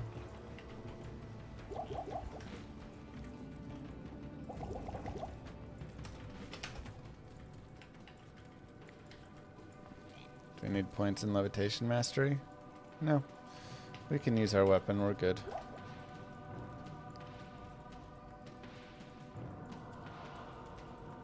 Do I play ESO? I don't know what that is.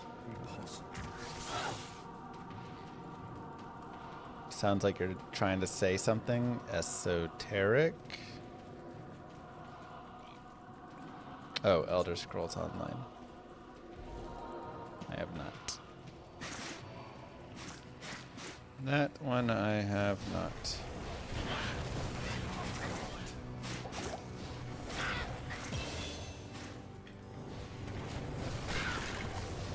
What's your life? 999. 1014.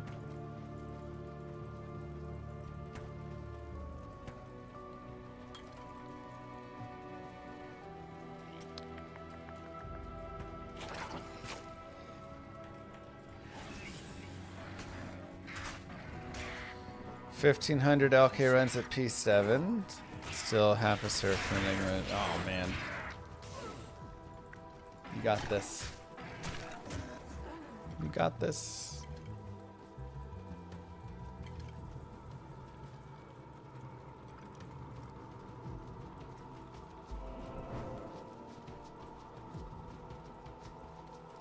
We'll just grab that as a checkpoint. I mean, I think overall, the devs just had a good laugh designing the maggot lair.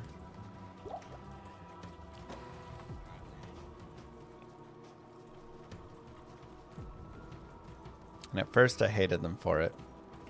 But now, after years and years of playing, I appreciate them for it.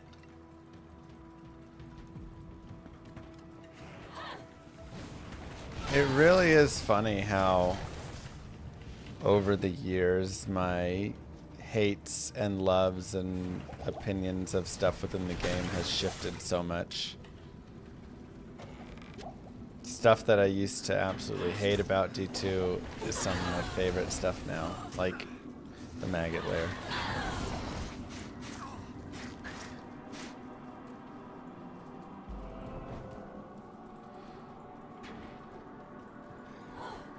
New appreciations for it. Act 3, jungle maps. Much more appreciation for them now that I understand them. They're just very hard to understand at first. Oh, so, just a lot of that stuff. What do I love about the maggot lair? I love that the maggot lair is a zone. Oh man, get the perfect setup. That is unique. If the entire game was the maggot lair, this game would be absolute trash. But one zone that's the maggot lair, one zone that's the arcane sanctuary. just like one of the best parts about Diablo 2 is that there are unique zones, there are unique mobs, and each one requires a different set of skills to tackle and a different way to think about it. And that's what all of the Now Game days have taken away.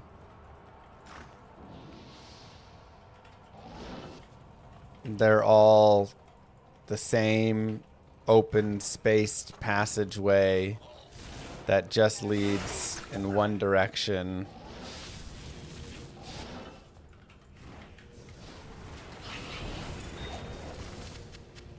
And you just like blitz through and press your button and blow up the whole screen until you get to the end of the one, you know, direction. Just memoryless, unmemorable hallways.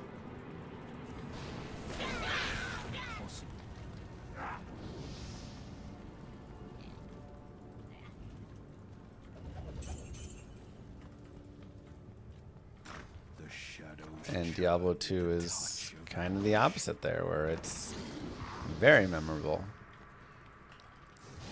And it, again, just tests different, and different characters are good in different zones, and I think that's also really exciting. It's fun to have, you know, okay, my Bone Spear Necro kind of sucks in a lot of places, but you know what? He's great in the Maggot Lair.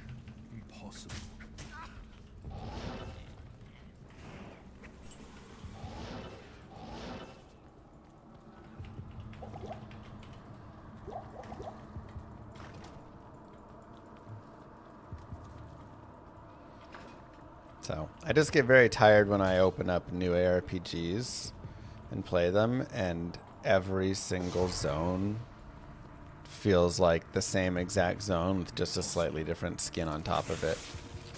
But I'm like, I'm not playing my character any different in any of these. Tyrant Clip. I gotta say, for having, you know, the MF that we like intentionally put on and stacked up a little and getting some from the rhyme that we had for a bit, we have not had very many set and unique drops today. It's been pretty underwhelming.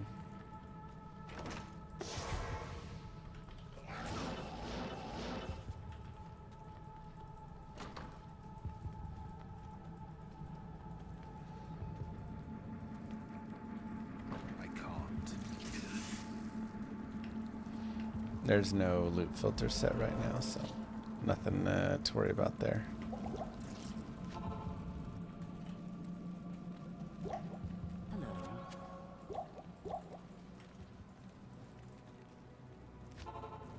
Oops.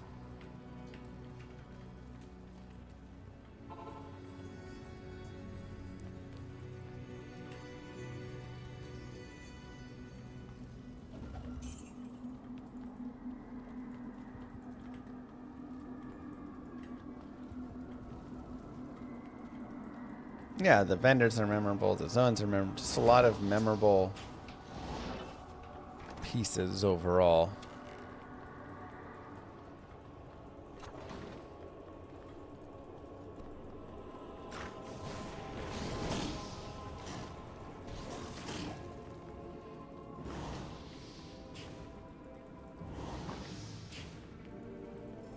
Spaghetti, stop. Quit being weird. Thank you.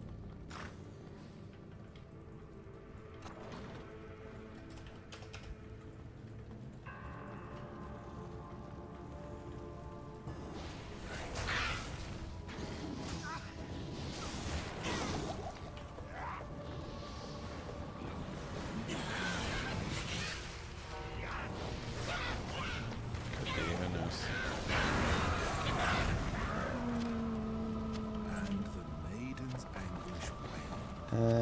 Sure. Why not? Let's check the mage plate out. 2 sockets, dang.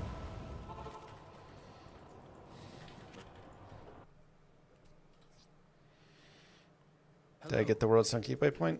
Yeah, I think so.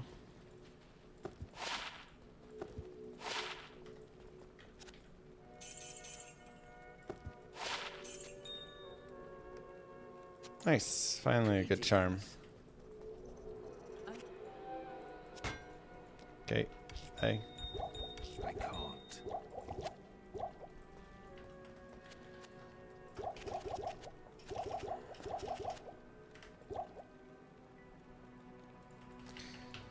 All right. Let us continue.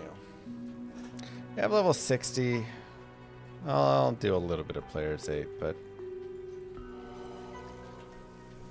Leapers are here, so we have that annoyance. Maybe I should stick P1 and just kill whatever.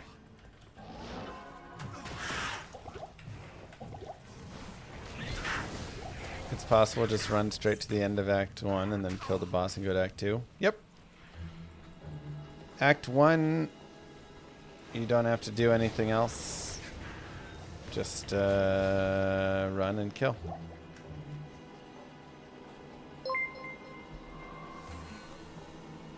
Stuff like ML, as, Durance of Hate Lev 2, Halls of Vot, could not exist modern games. Yeah, they just struggle to put in interesting zones a lot of times. D2, like Crip said, D2 is was so ahead of its time. It's insane that this game came out 26 years ago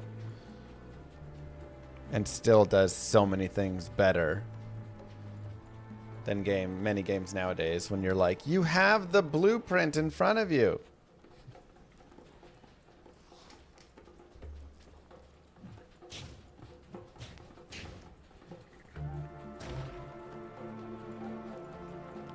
Magefish should work with Warlock's fire skills. I would be blown away if it didn't, considering Leaf is plus to fire skills, and that works. Impossible.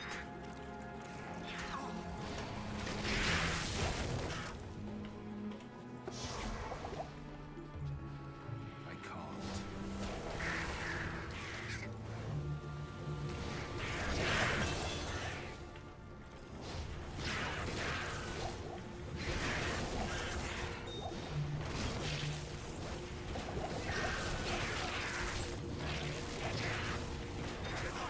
Oh boy, oh boy, oh boy.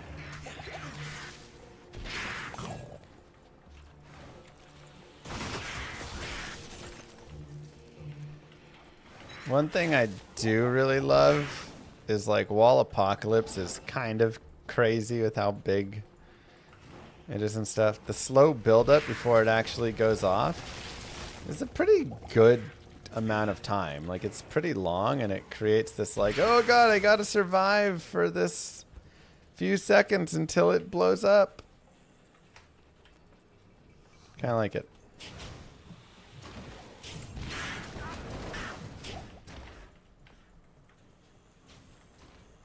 Darken the day, but my deeds will not be hidden.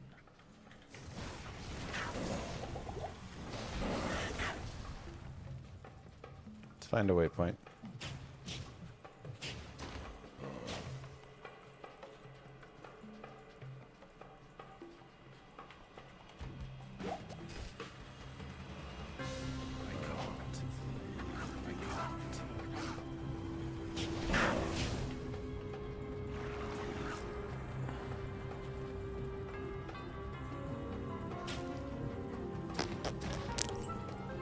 Darn. Up here? You can have an Uber gem and a facet. You can just only have one Uber gem in all of your gear from Uber Ancients.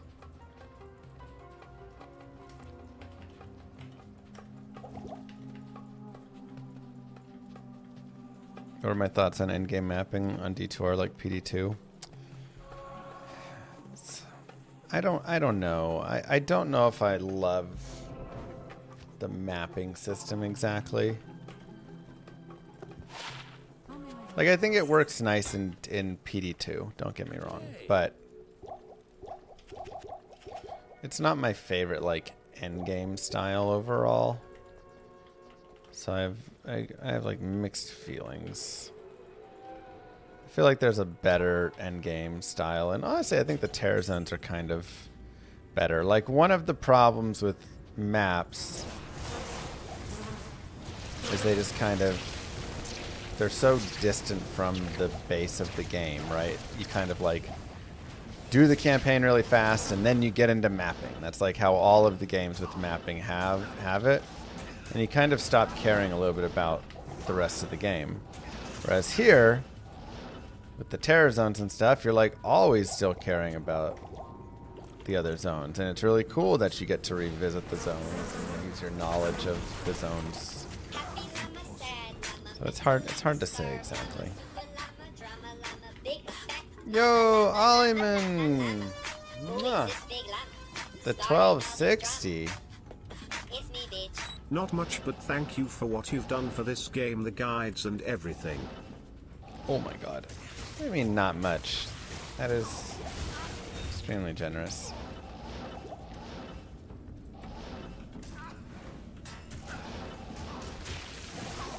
Don't downplay yourself.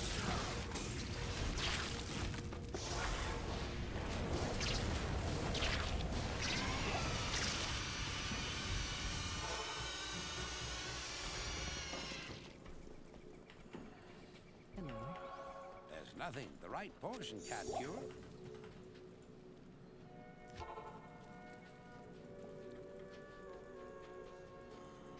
I can't. I think for me, having a mix and match is the sweet spot. Which PD2 kind of does, because there are like terror zones still in the game that you're kind of doing stuff. I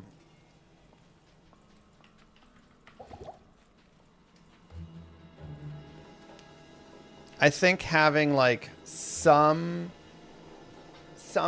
like a lot of stuff that keeps you in the world is good, and then having some things like, yeah, if you want to have the one pit over there somewhere that you can go down, and having it be, when you set things to be specific, it's actually like kind of nice, which is something I do think that they actually did slightly get right with D4. You're like, okay, if I want to farm this sort of gear, you know, or like this currency, then I'm looking at, you know, going to this spot more often.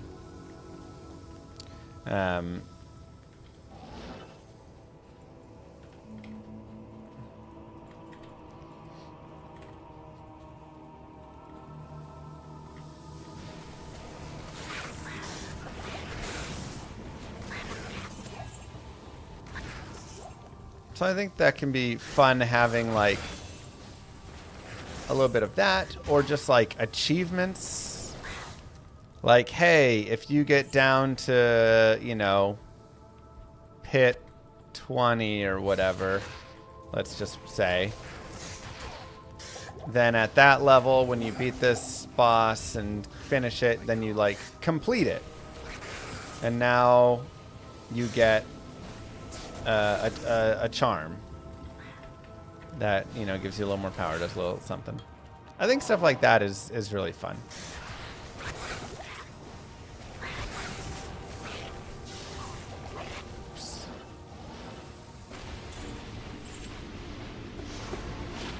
Chris Wilson, D1 Iron Man.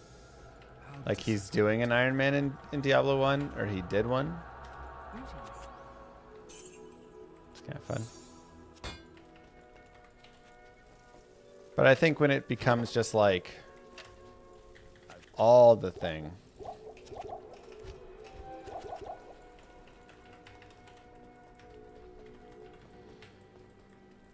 you know, when you just do greater riffs over and over and over and over and over and over again, it's like, okay, and I'm not even playing the game. I'm just in this one little spot. The whole world doesn't even matter. What was the point of it?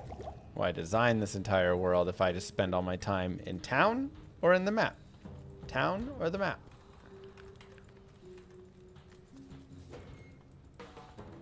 So like Median XL actually did a really decent job, I feel like, of this.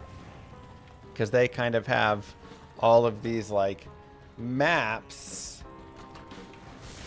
in the game. Oof.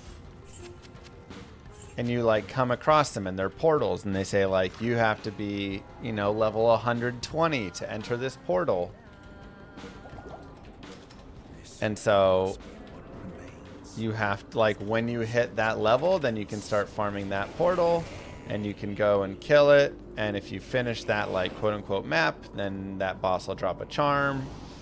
And you can keep redoing that one for leveling a little bit more, or getting the charm more often until you get the one you want from it. But then when you like kind of outgrow it, you move on to another area of the game, and there's other portals that you have to go find in the Flare Jungle or something. And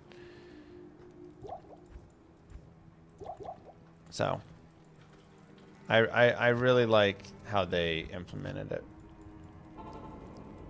This realm must be what remains of Horizon's mighty soul.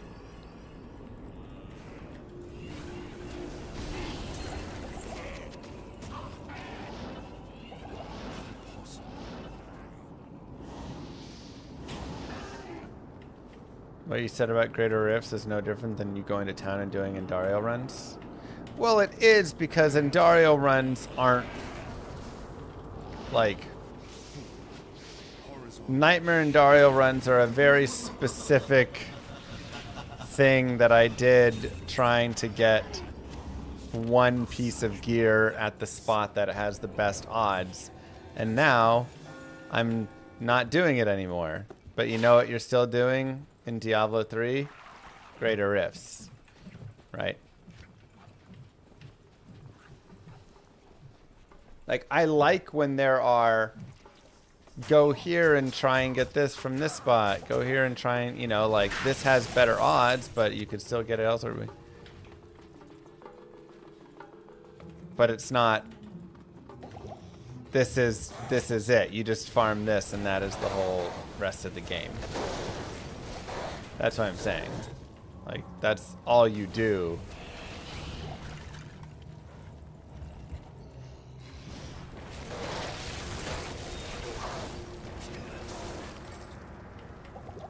And Andariel is literally like a boss in the game that you're farming as you're playing through the game as well.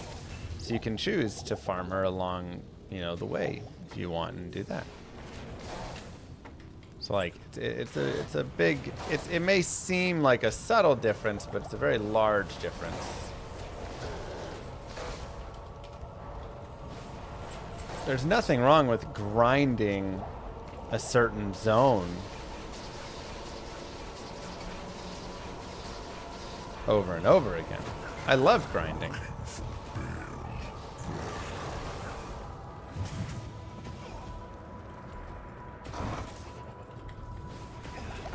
It's just when that becomes all the game,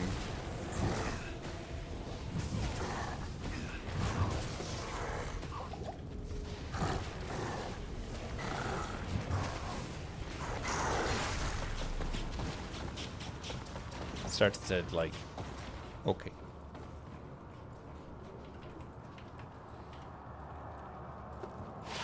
Darn. Damn it! Terror and destruction will not.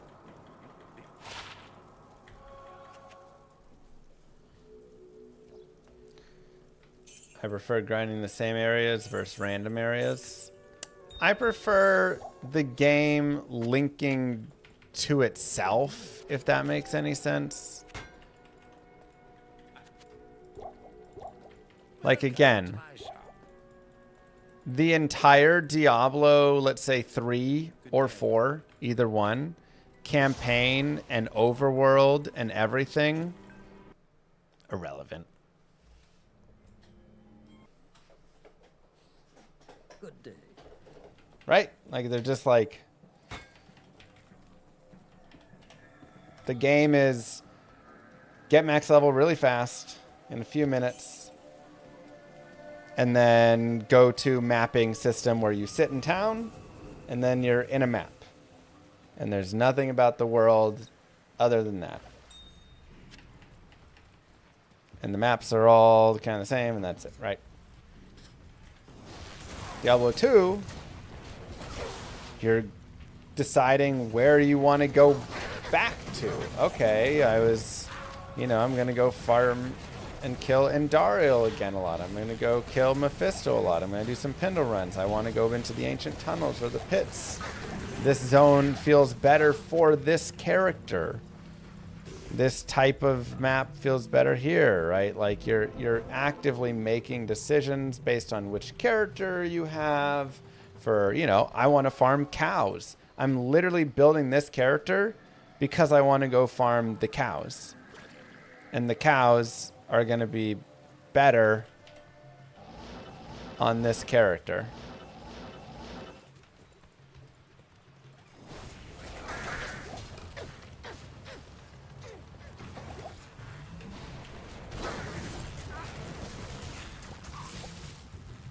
There are bounties.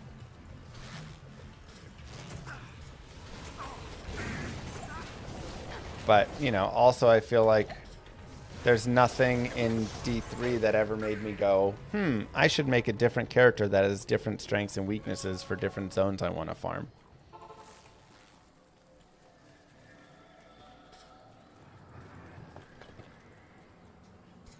And that is the main thing that I want. I want there to be different strengths and weaknesses. And even when I have, right now, the most OP build in the game of the Echoing Strike Warlock... Thanks for all the good content, Llama. I'm still going... for the cows, I actually still want something else. Thanks, J-Dogs.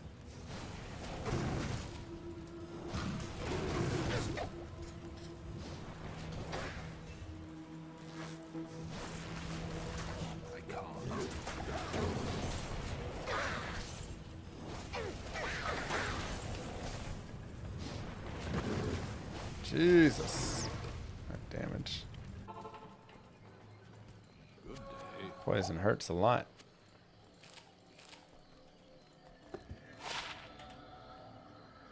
Nee.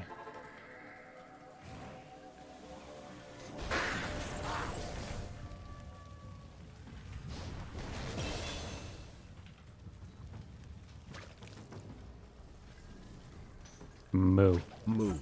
Thank you, Emroy. Thank you, Mathrium.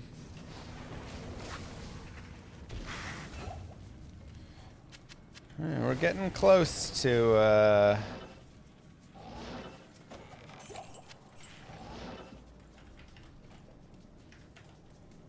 Bind Demon.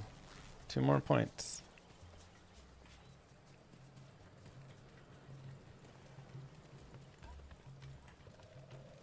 Impossible. A bone golem replacing fire golem. I like the fire golem though. He just needs some tuning. All the golems do, except the clay golem, really. We see an update to Lamuggy. I mean, might just be best to take Lamuggy down. Like, what do we need it for now? They gave us a chronicle and a currency tab and materials tab and like all this stuff. I can't.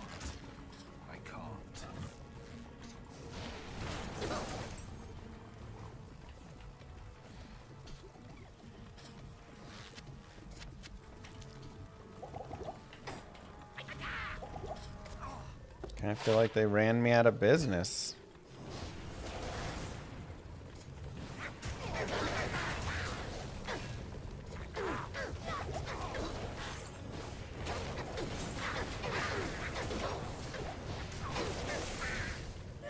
Would be cool to store stuff in the Chronicle.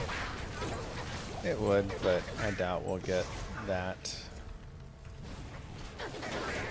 That's not really at all how the coding of it was built, so they'd have to like overhaul it, and that seems like if they were going to do something like that, it would be a while. You will not, Califin. Thanks, Grady.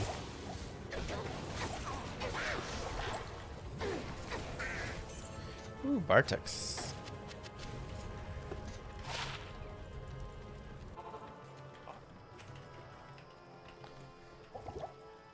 What's my favorite area to farm? I love Flare Jungle farming. All the little dudes just blowing up all over the place. I'm a sucker for it.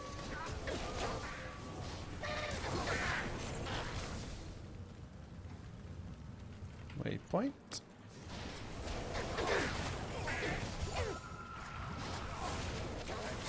Fools far less. I'm sure someone in that backwater will value this.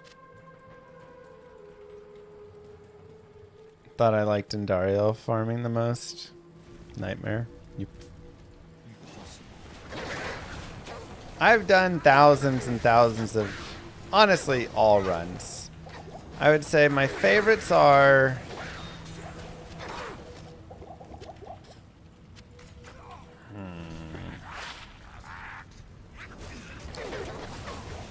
ooh, a Monarch Shield. Like a spirit?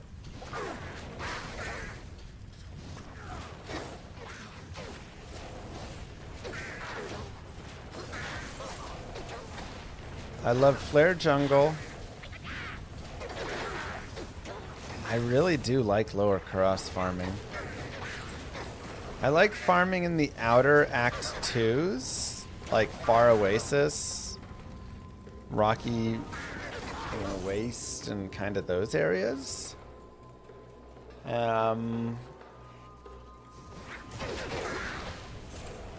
Sometimes I like farming in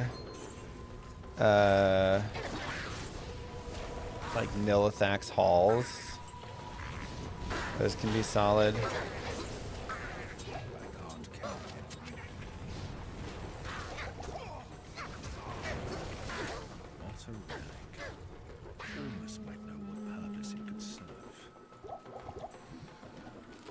I don't really love like Arcane. Pindle's okay. Mephisto and Endariel are medium for me. I probably like Mephisto a little more than Endario farming, but maybe that's just because I've done so much Endario farming lately.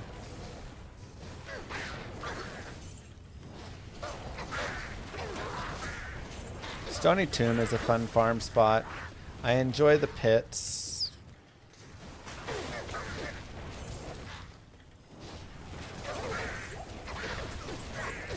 Almost.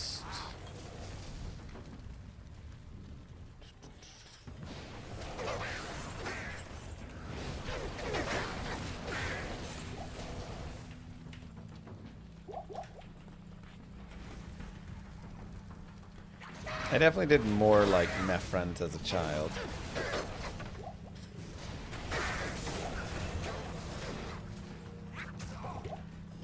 That was like the main thing I did as a kid, I feel like, when I was farming.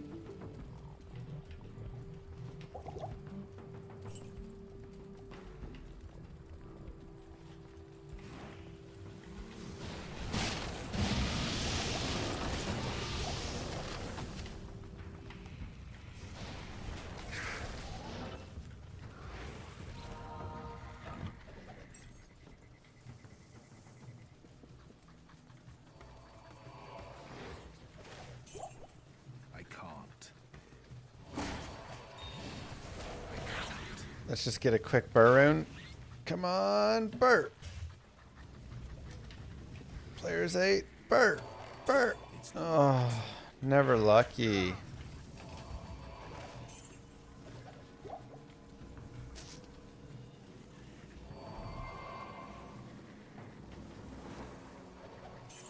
Countess farming can be fun. I haven't done enough Countess farming in my life. Impossible. I mean, I do it all day, every day with speed runs and everything like that, and maybe that's why. But I mean, like high end, just like crazy high end, super fast, level 95, like Countess farming. You know, 10,000 Countess runs or something.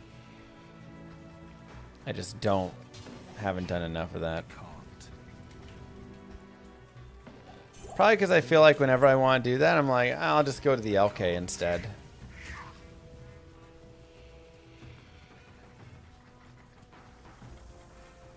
Like, you do get a lot of keys, which is nice.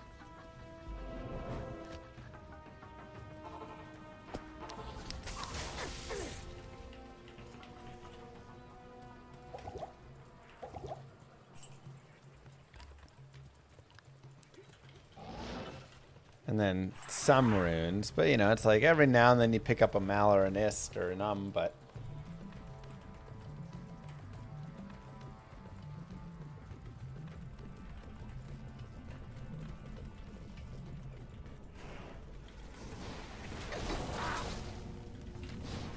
I think the biggest issue is I don't really play a lot of lightning characters. And those tend to be like a Nova Sorceress and stuff. That's going to be generally your best, like, lightning Countess killer. But I tend to favor fire and cold damage. So I think that ends up ultimately being one of the main reasons why.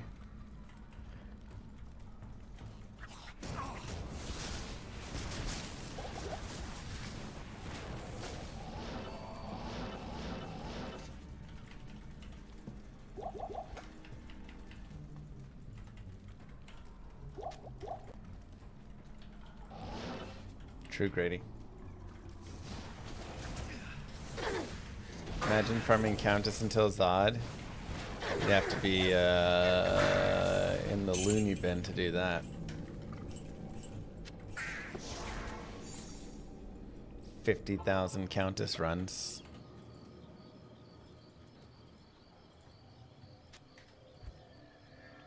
Oh, she knows I think that.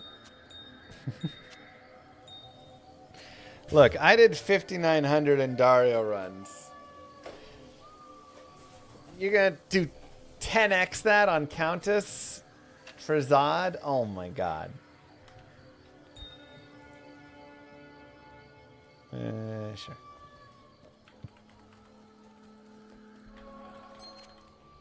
Like, go do cow runs or something, please.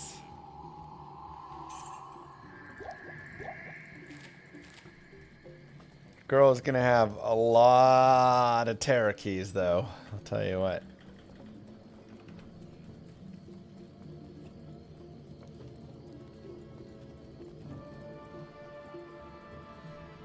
Moo Girl did at least half. Moo Girl did about probably like 600 runs, I'd say. What can I do for you? Start boosting up strength.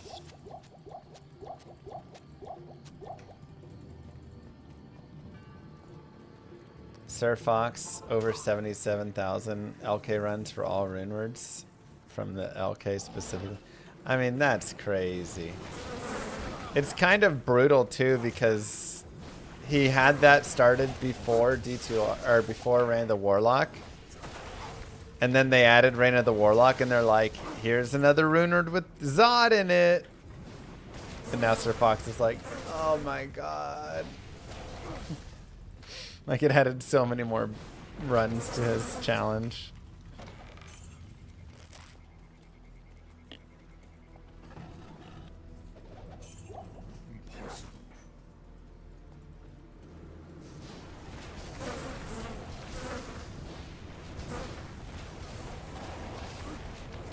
There's 3 Zods needed now. Breath of the Dying, Obsession, and now Void. Hiring Farm is your least favorite part of this game? Honestly, even though I don't love what Runewords have done to the game overall, Runeward Farm is probably my favorite part of the game. So I can't. and just like high rune farming.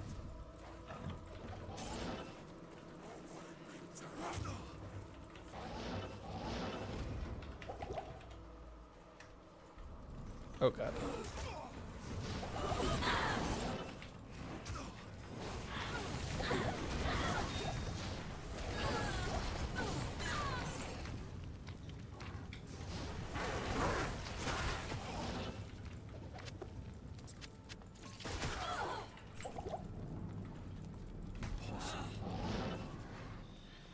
Phew.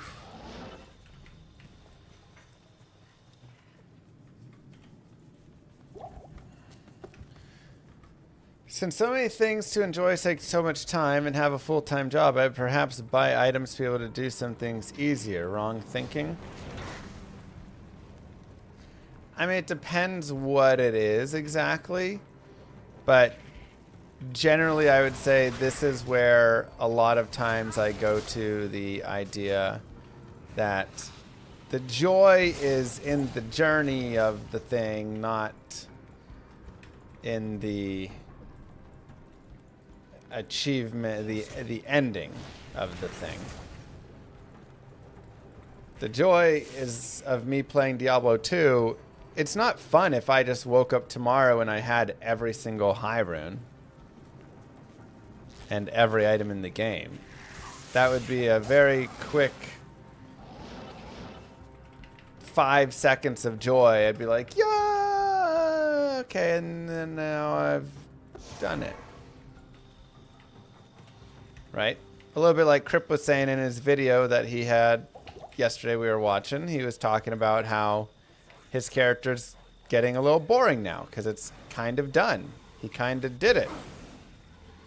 He made his character and it's level 98 and it has all the things. He found everything. He's doing SSF and he found all the stuff for it. And now he's like,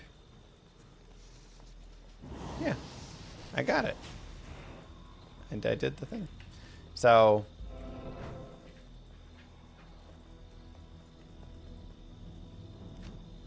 if you just are going to jump to the very end, okay, you go feel powerful really quick for a little bit.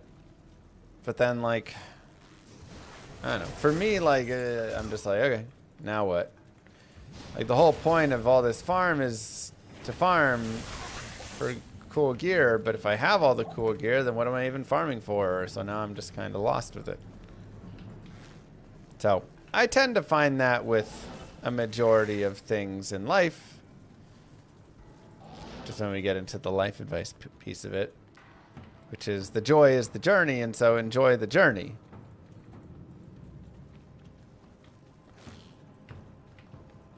If you think, I want to be a successful streamer, and then you start streaming, and you're not having fun streaming to 5 people, then, like, Jesus. That was so awkward. I couldn't tell where I was, where the thing was. Then, like, you don't want to be a successful streamer. You just want to be successful. You don't want to be a streamer. Moo.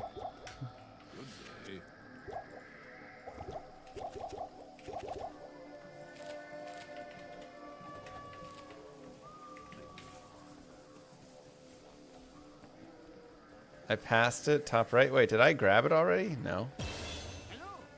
I mean, it should be top right, but I'm assuming it's in the middle, but maybe I just completely whiffed on it.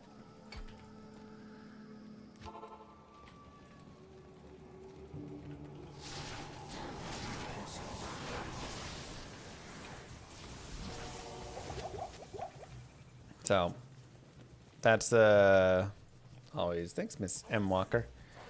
That's always my, no, it ain't there. It's in the middle for sure. My words of advice to peeps.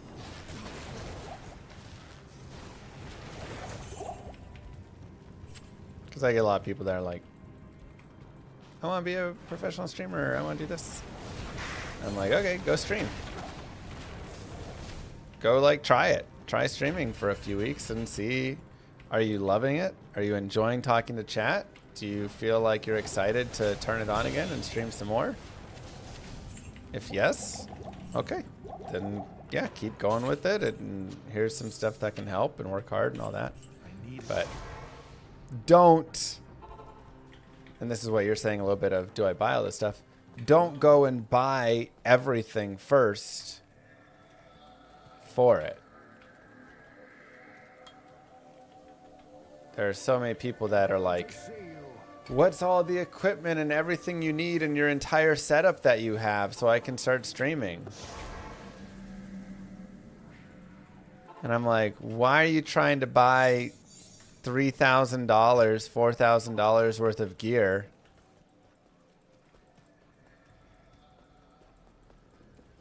when you don't even know if you like it yet?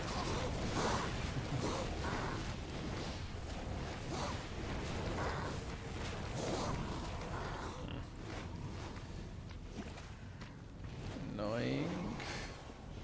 Impossible. Is anybody not fire immune here? Okay, I can maybe break you. I just need to do a little bit of damage.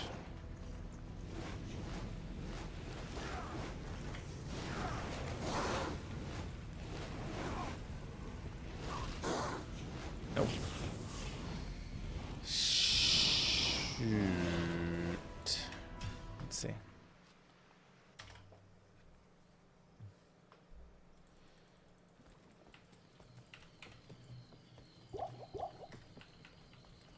Greetings.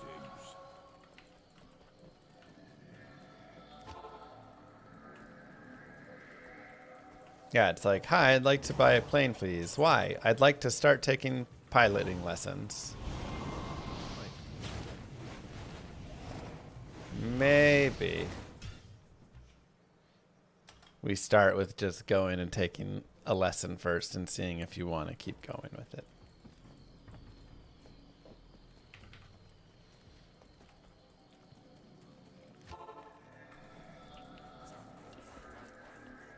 If you want to start learning golf, honestly, you probably don't even need to buy some clubs to start out. You could go just like borrow the clubs at the place.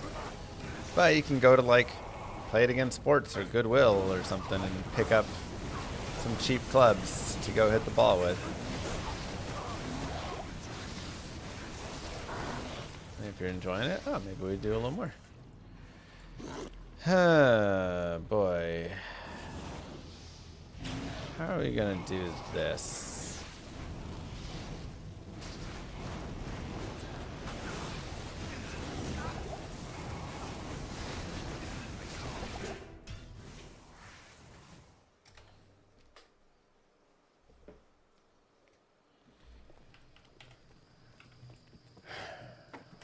Okay, here's what we're gonna do. We're gonna bring them out. We're gonna get a demon bound.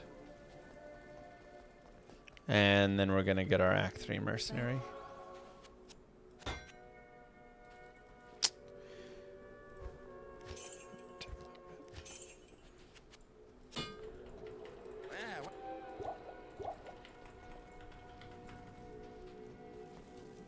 So let's go bind a demon from the cold plains. Sure. These creatures of darkness shall yield to me, or perish.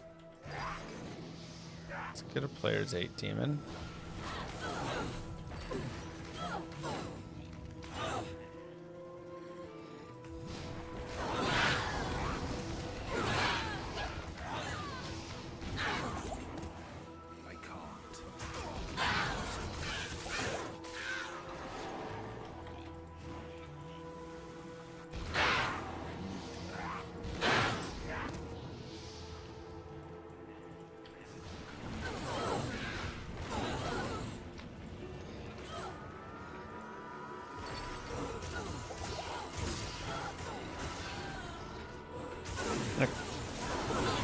Here we go.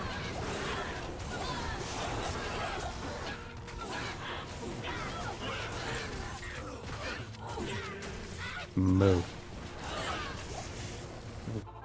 Thanks, Greenleaf. Appreciate that.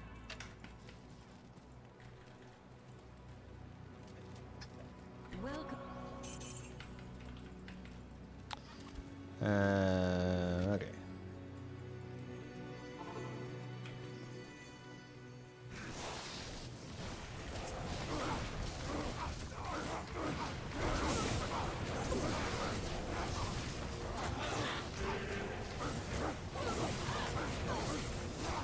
Dang, why is this zealot so... Oh my god, I'm on player's 8. Nope. Restart. Couldn't you bind the council directly? Well, you have to deal damage to the council first, and I don't do any damage currently.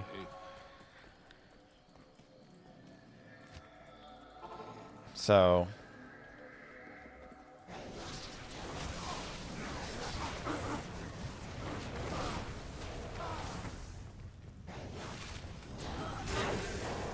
that's what we're working on.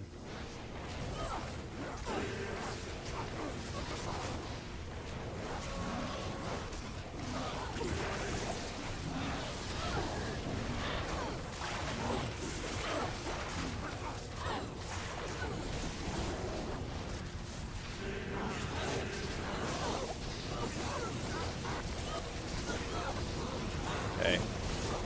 We're kind of actually doing a little damage here.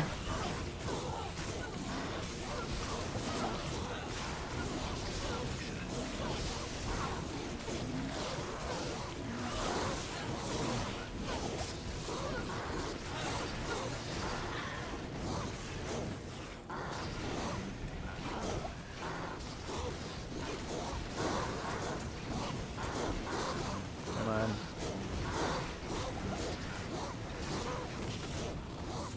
Nice. We got enough.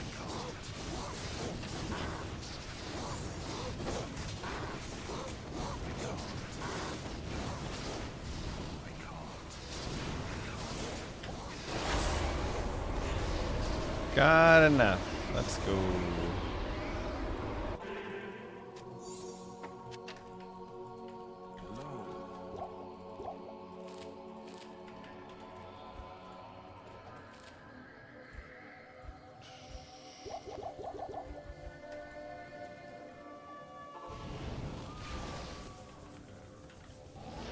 All right.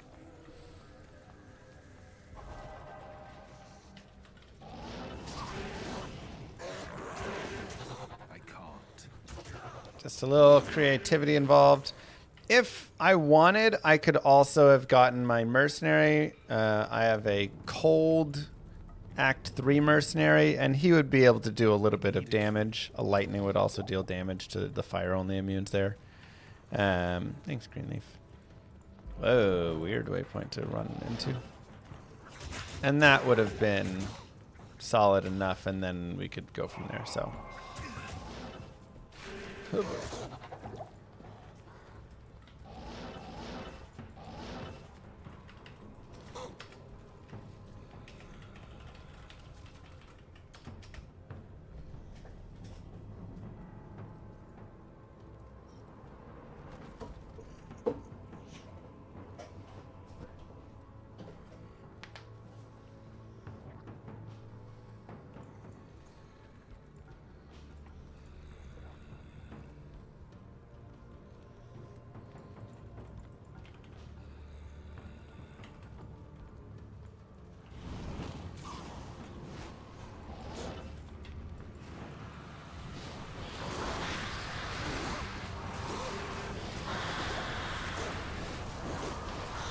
At this point, we also could go and try and farm like a conviction or a demon if we wanted from Travancore. That could be interesting.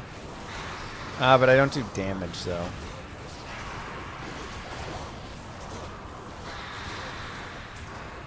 Could honestly just run around the cold plains before we head to the chaos. Something like that.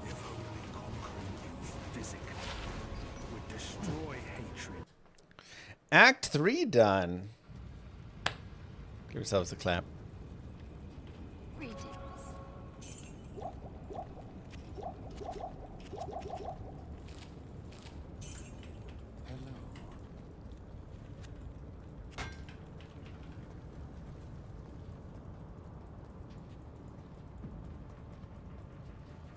Nice, Bob.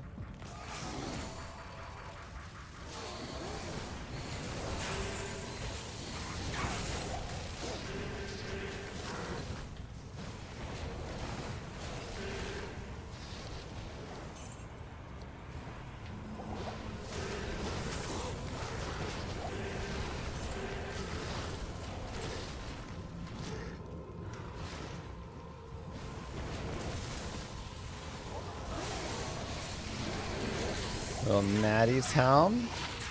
Nice. 18 all res.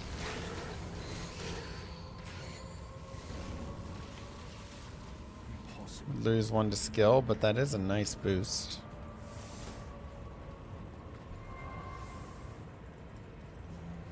Best PvE Warlock. I mean, Echoing Strike currently. I wanna build this guy up and see how he can do. No souls, no souls, no souls, no souls.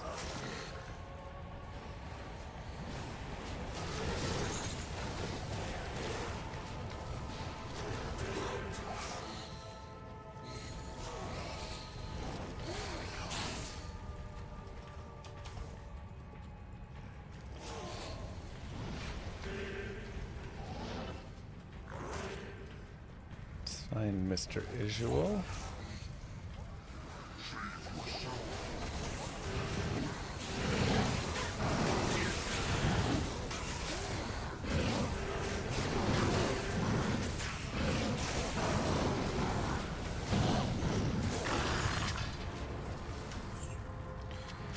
Just grailing out here on this character now all of a sudden.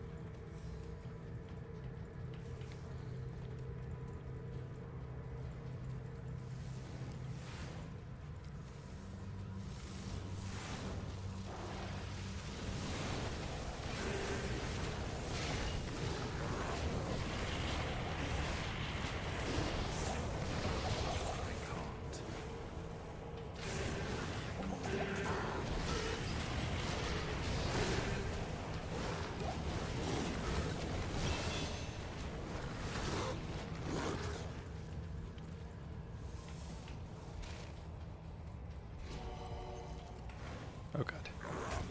The invisible bolts.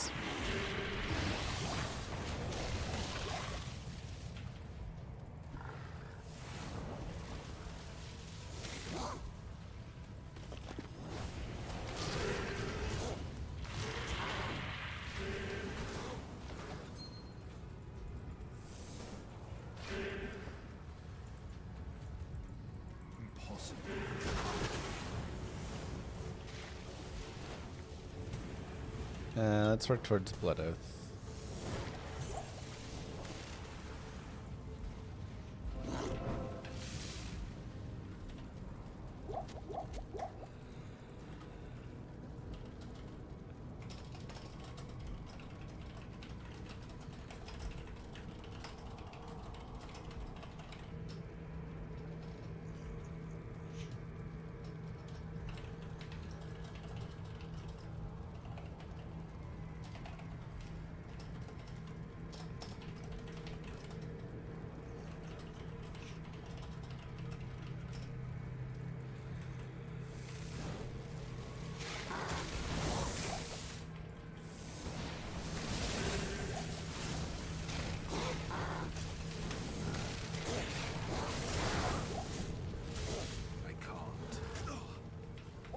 Where's Warren at? Oh, you know, we can go get Hephaestus. He's just a free, you don't have to damage him at all.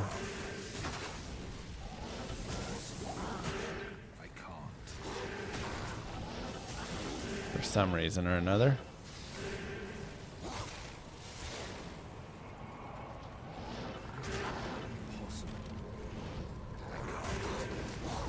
Yeah, yesterday was rough.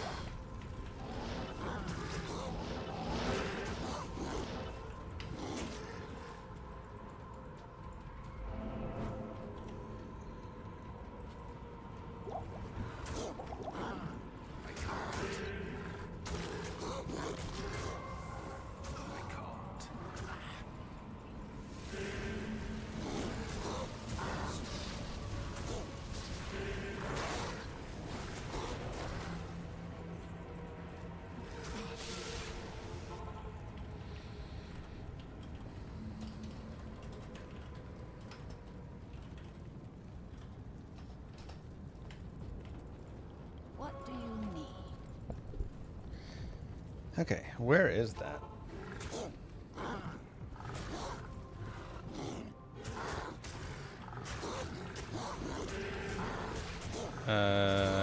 Right at the start.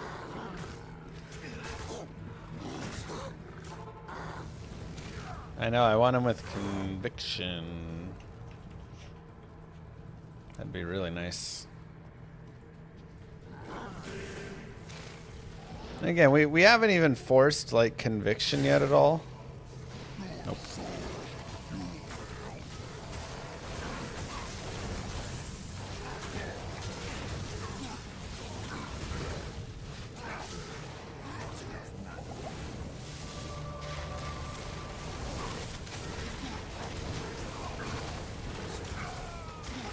Oops. I was reading.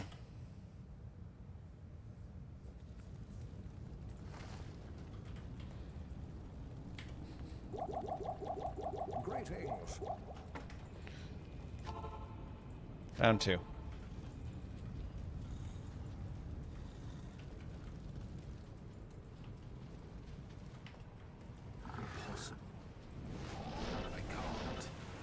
Come on.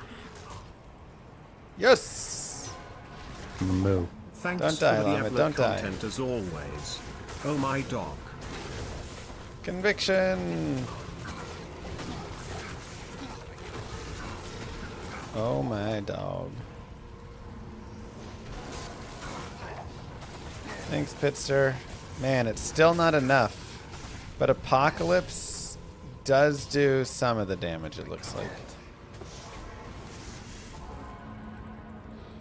Appreciate that.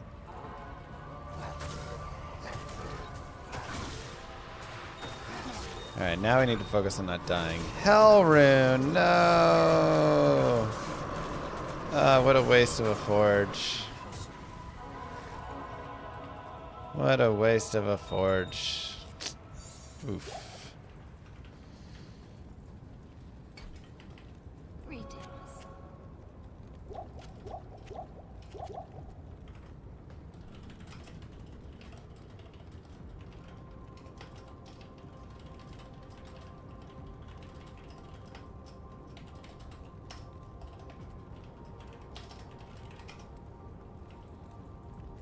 do you need?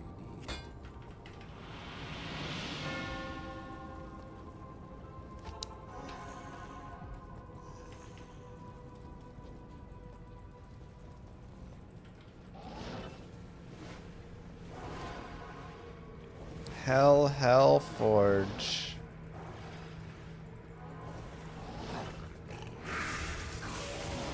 Oh, sad.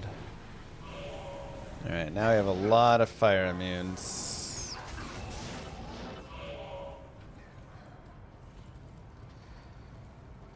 Let's try and see if we can break them all with... Oh, nice. We can break all of the Doom Knights. Dang, we still can't break the Demon Lords, though. Or the Venom Lords.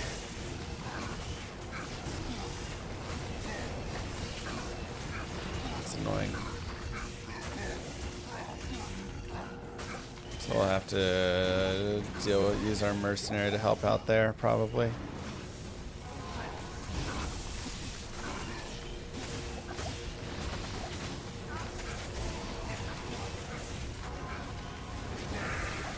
But it's nice it breaks the other stuff at least.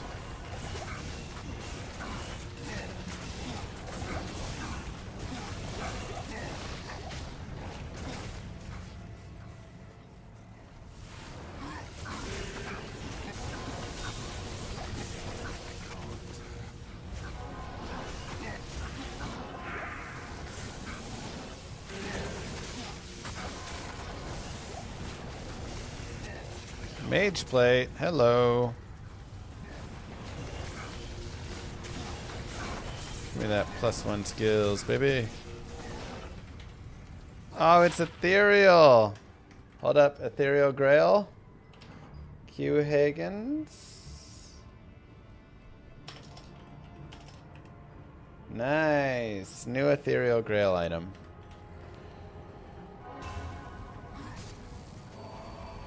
We take those. Oh, this is a lot of stuff.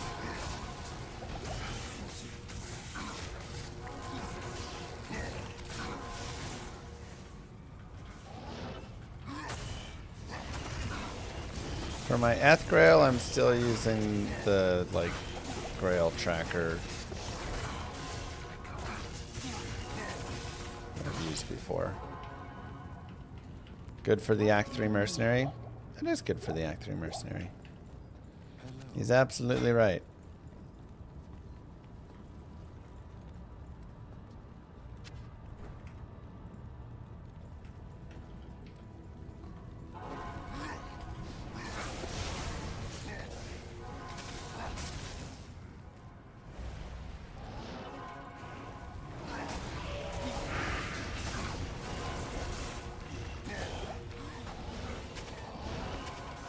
Jesus.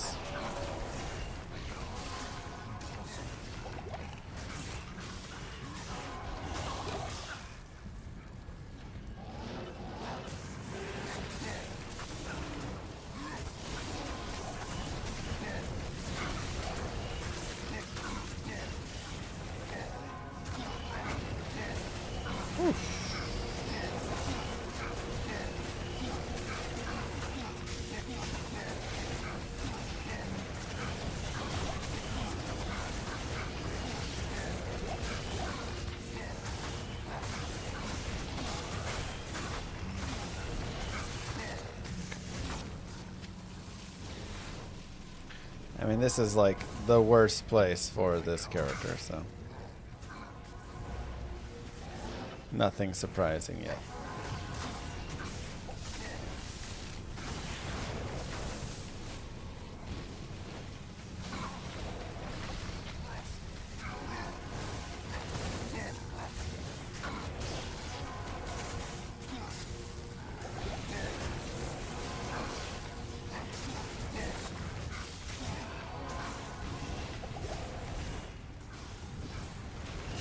Immune to physical too. Shoot.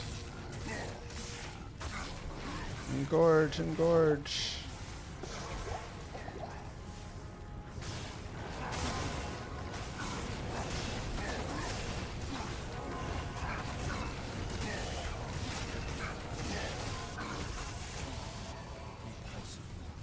I feel like there's maybe some damage that's coming out from Apocalypse here.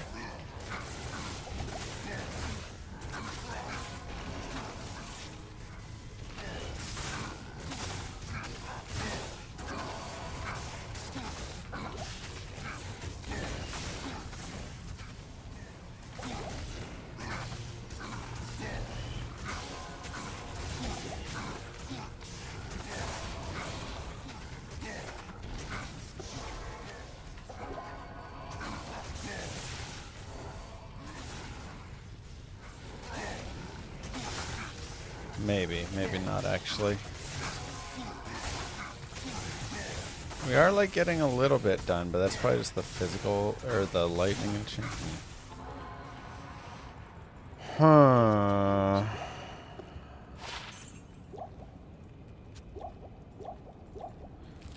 Okay, so what we need to do is probably just separate off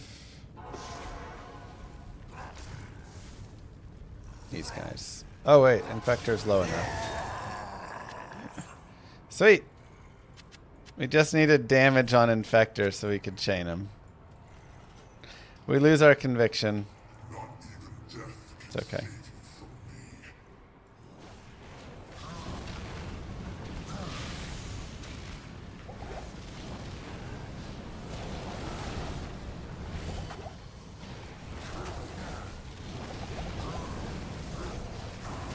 Moo. Can't wait to see how this build handles cows.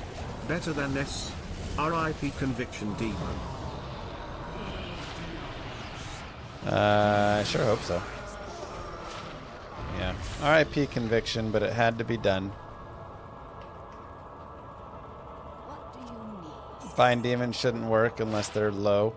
I completely agree, actually. You can kind of cheese Bind Demon a little too easily. I think the level of your bind demon should have like a large effect on if you can, like what % life they need to be at.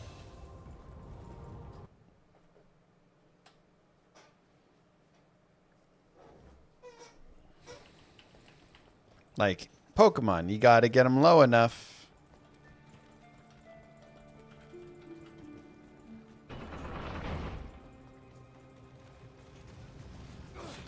This is all hell could marshal forth. Let us begin.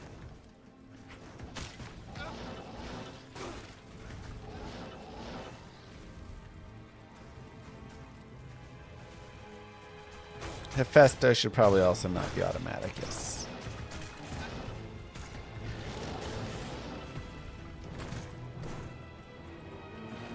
Badge level and ball quality. But doesn't it also matter the life of the mob you're trying to catch?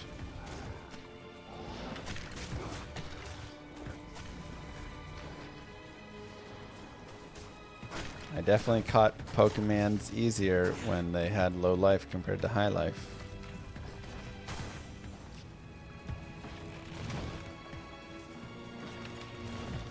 Only if your badge level is low. Okay. So it has some effect in some instances.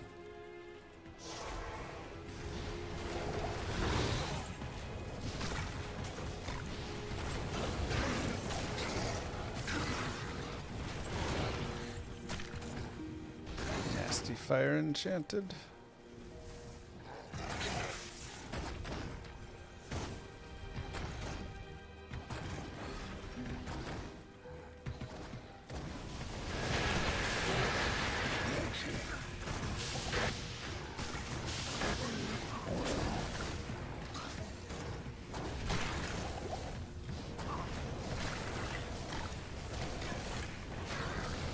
Good, Shank is just running away.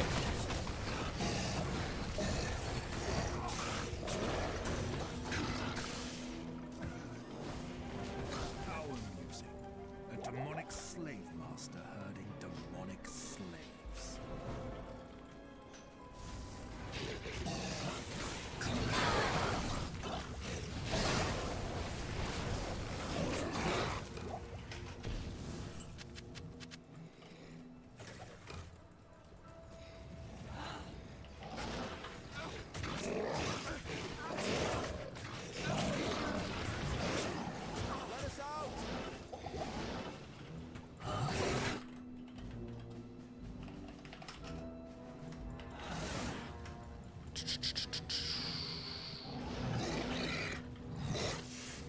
That's out. Ow. Ow.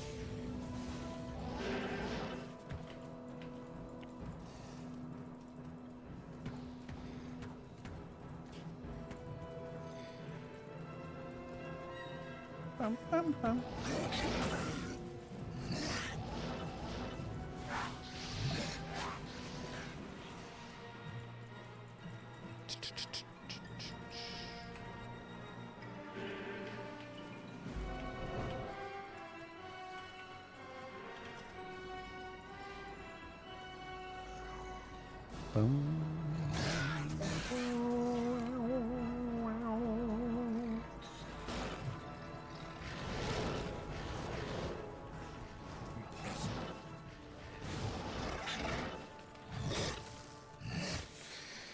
What aura should a hammered in mercenary have? I mean, it doesn't really matter. If you get like a might aura for him, then his attacks are stronger. If you get a holy freeze aura, then it's a little safer.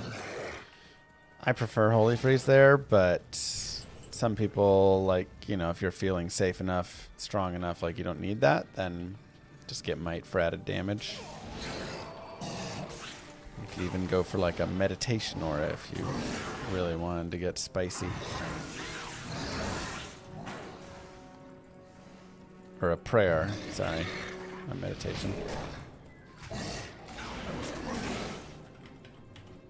You know, that one.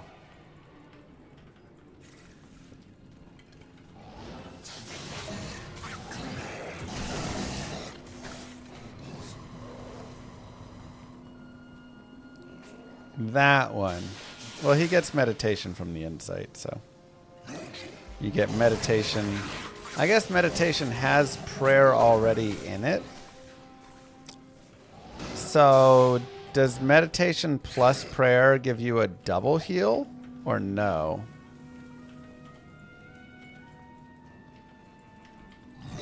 It does? Oh, okay. Nice.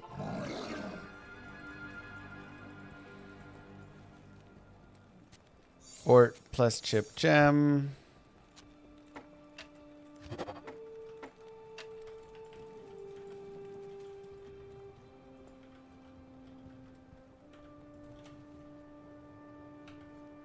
On the wrong staff.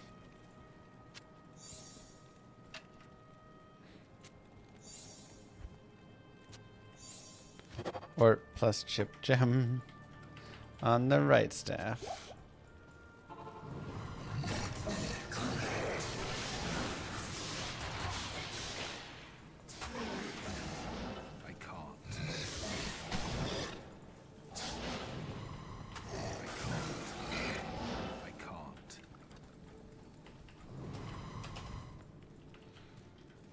Level 66, not shabby.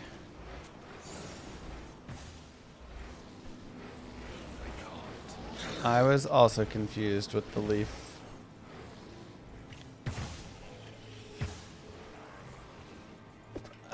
Two maps is worth a lot, Yamaha. It's really good to go get, just because load times are too rough otherwise.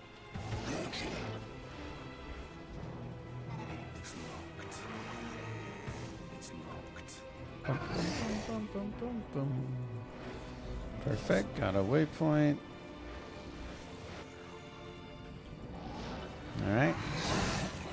Let's go, buddy. Let's go.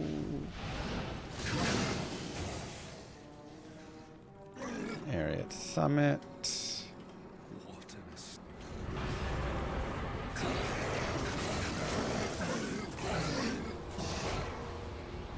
No fire enchants, please.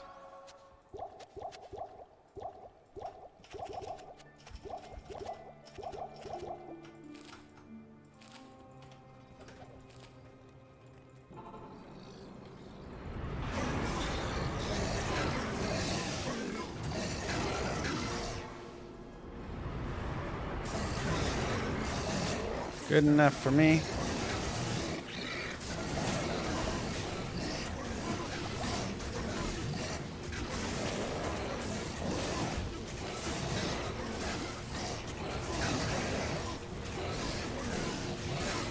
Wait, why is he not broken? Oh, mana burn? That's fire enchanted.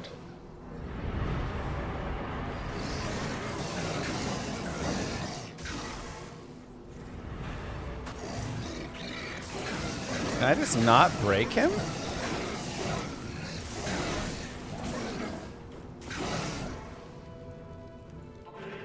Really? How may I be of help?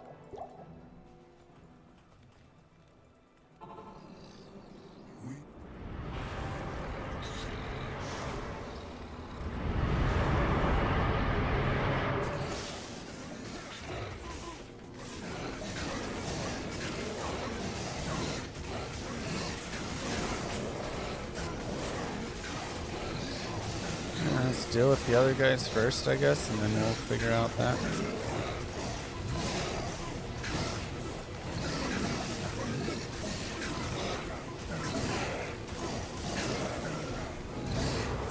Could always bring in a cold mercenary, I guess, if really needed.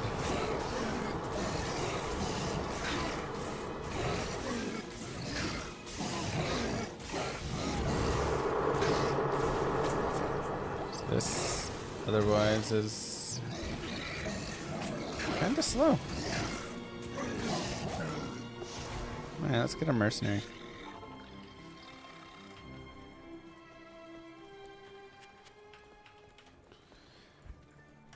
An Erdar would also probably do well, but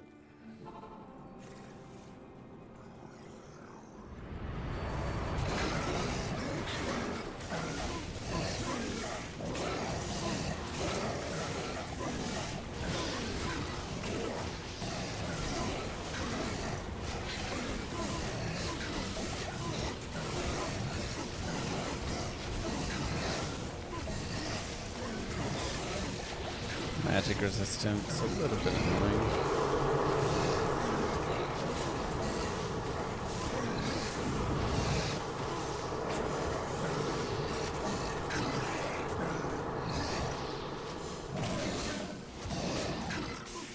He has cannot be frozen gear on as well.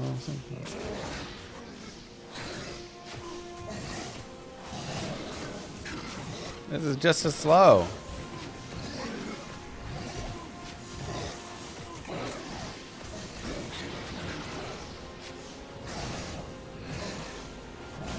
Good Lord, mercenary, I thought you were gonna do something. Why do you do so little damage? Do better. Take my gear and do better.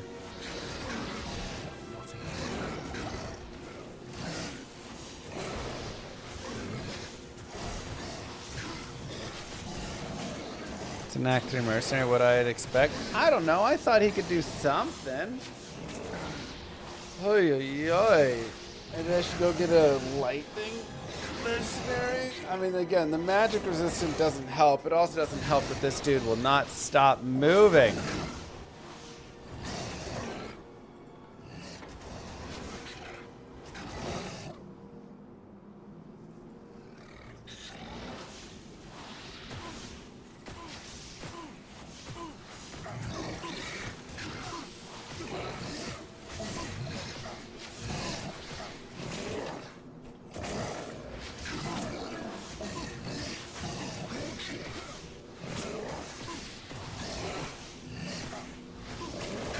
I should have got an Act 2 mercenary with a big ol' weapon.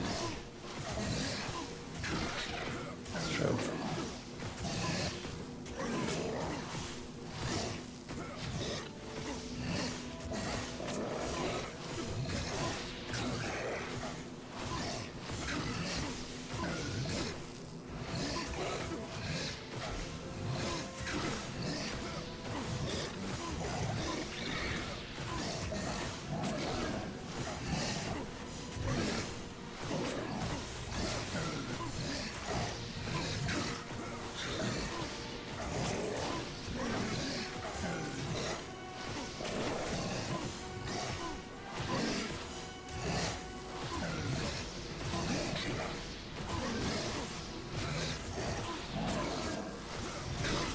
I mean, I guess we could just throw sigils up. He does a little bit of damage.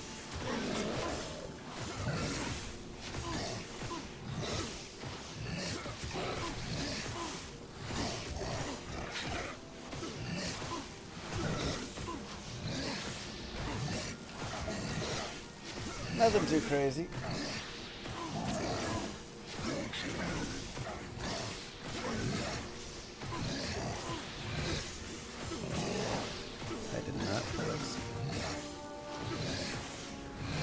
But we're doing good enough here.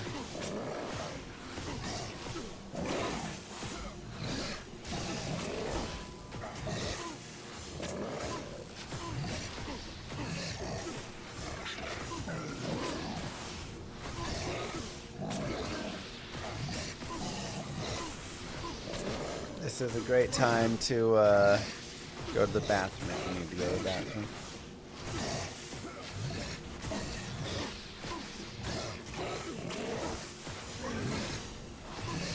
Minute Mephisto kill. Oh my god, for what build?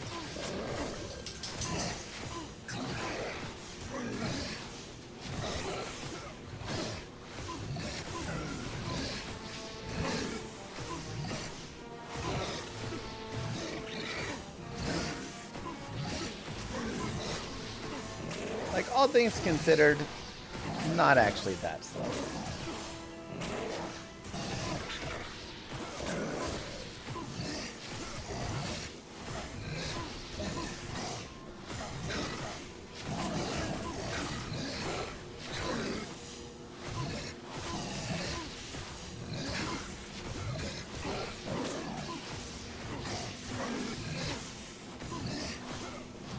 There are much slower ancients.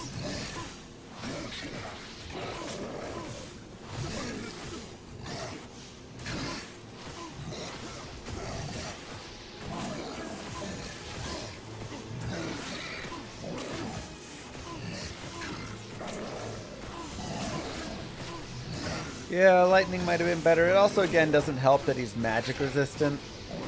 That's a large problem with it. Easy. And nowhere to put these skills. Maybe just in demonic mastery.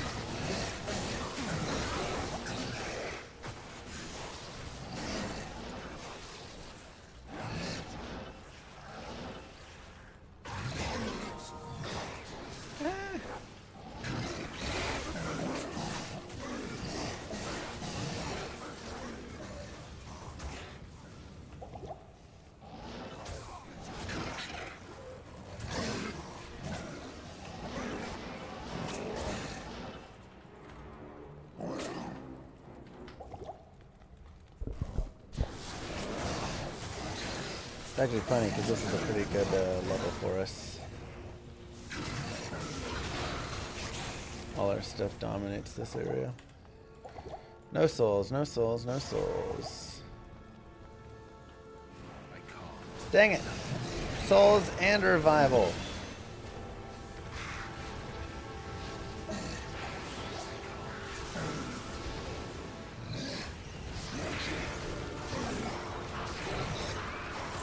Demon crossbow.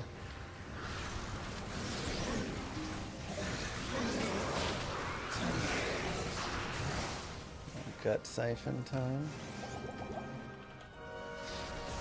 Oh god.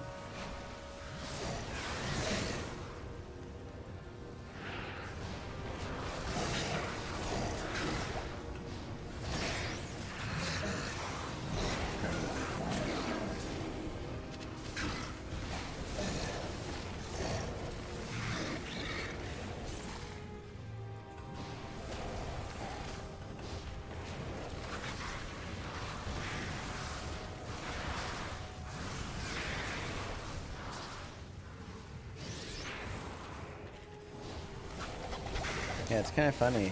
Level like 65, you just like run out of places to put skills on this build. So again, I guess it is just demonic mastery.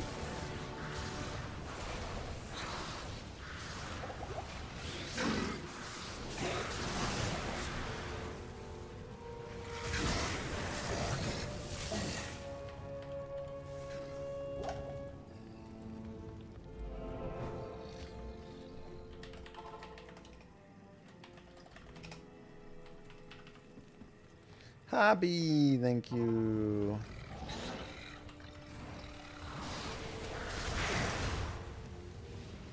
Whoa, what? Oh, it's down below.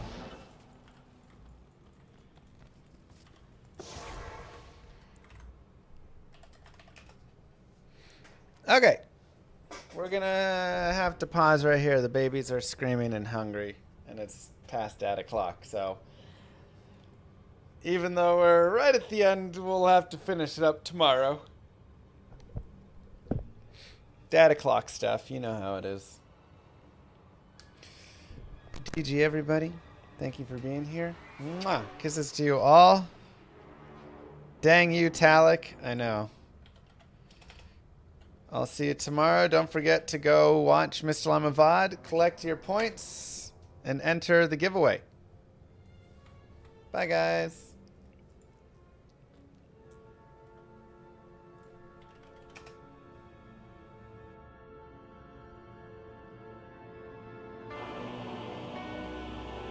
Many moons have passed since I left the town of Tristram behind me.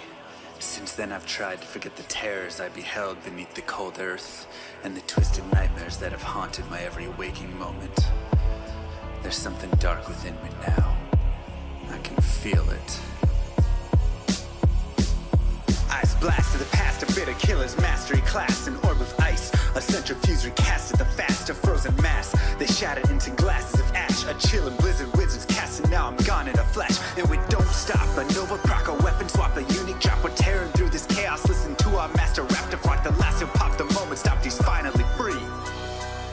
Not even death can save me from me. Holy bolt, holy shield, holy freeze. I might smite the Lord of Terror onto his knees. I'll set free the beast within just to watch him bleed. Pure concentration, no salvation, just to restore peace and bring order to the world. The desecration from my sword, he start a war. I'll massacre the core foundation of the law. This ain't no soul in search of answers, just a hero with a T. And by the time I finish slaying, there won't be Diablo 3.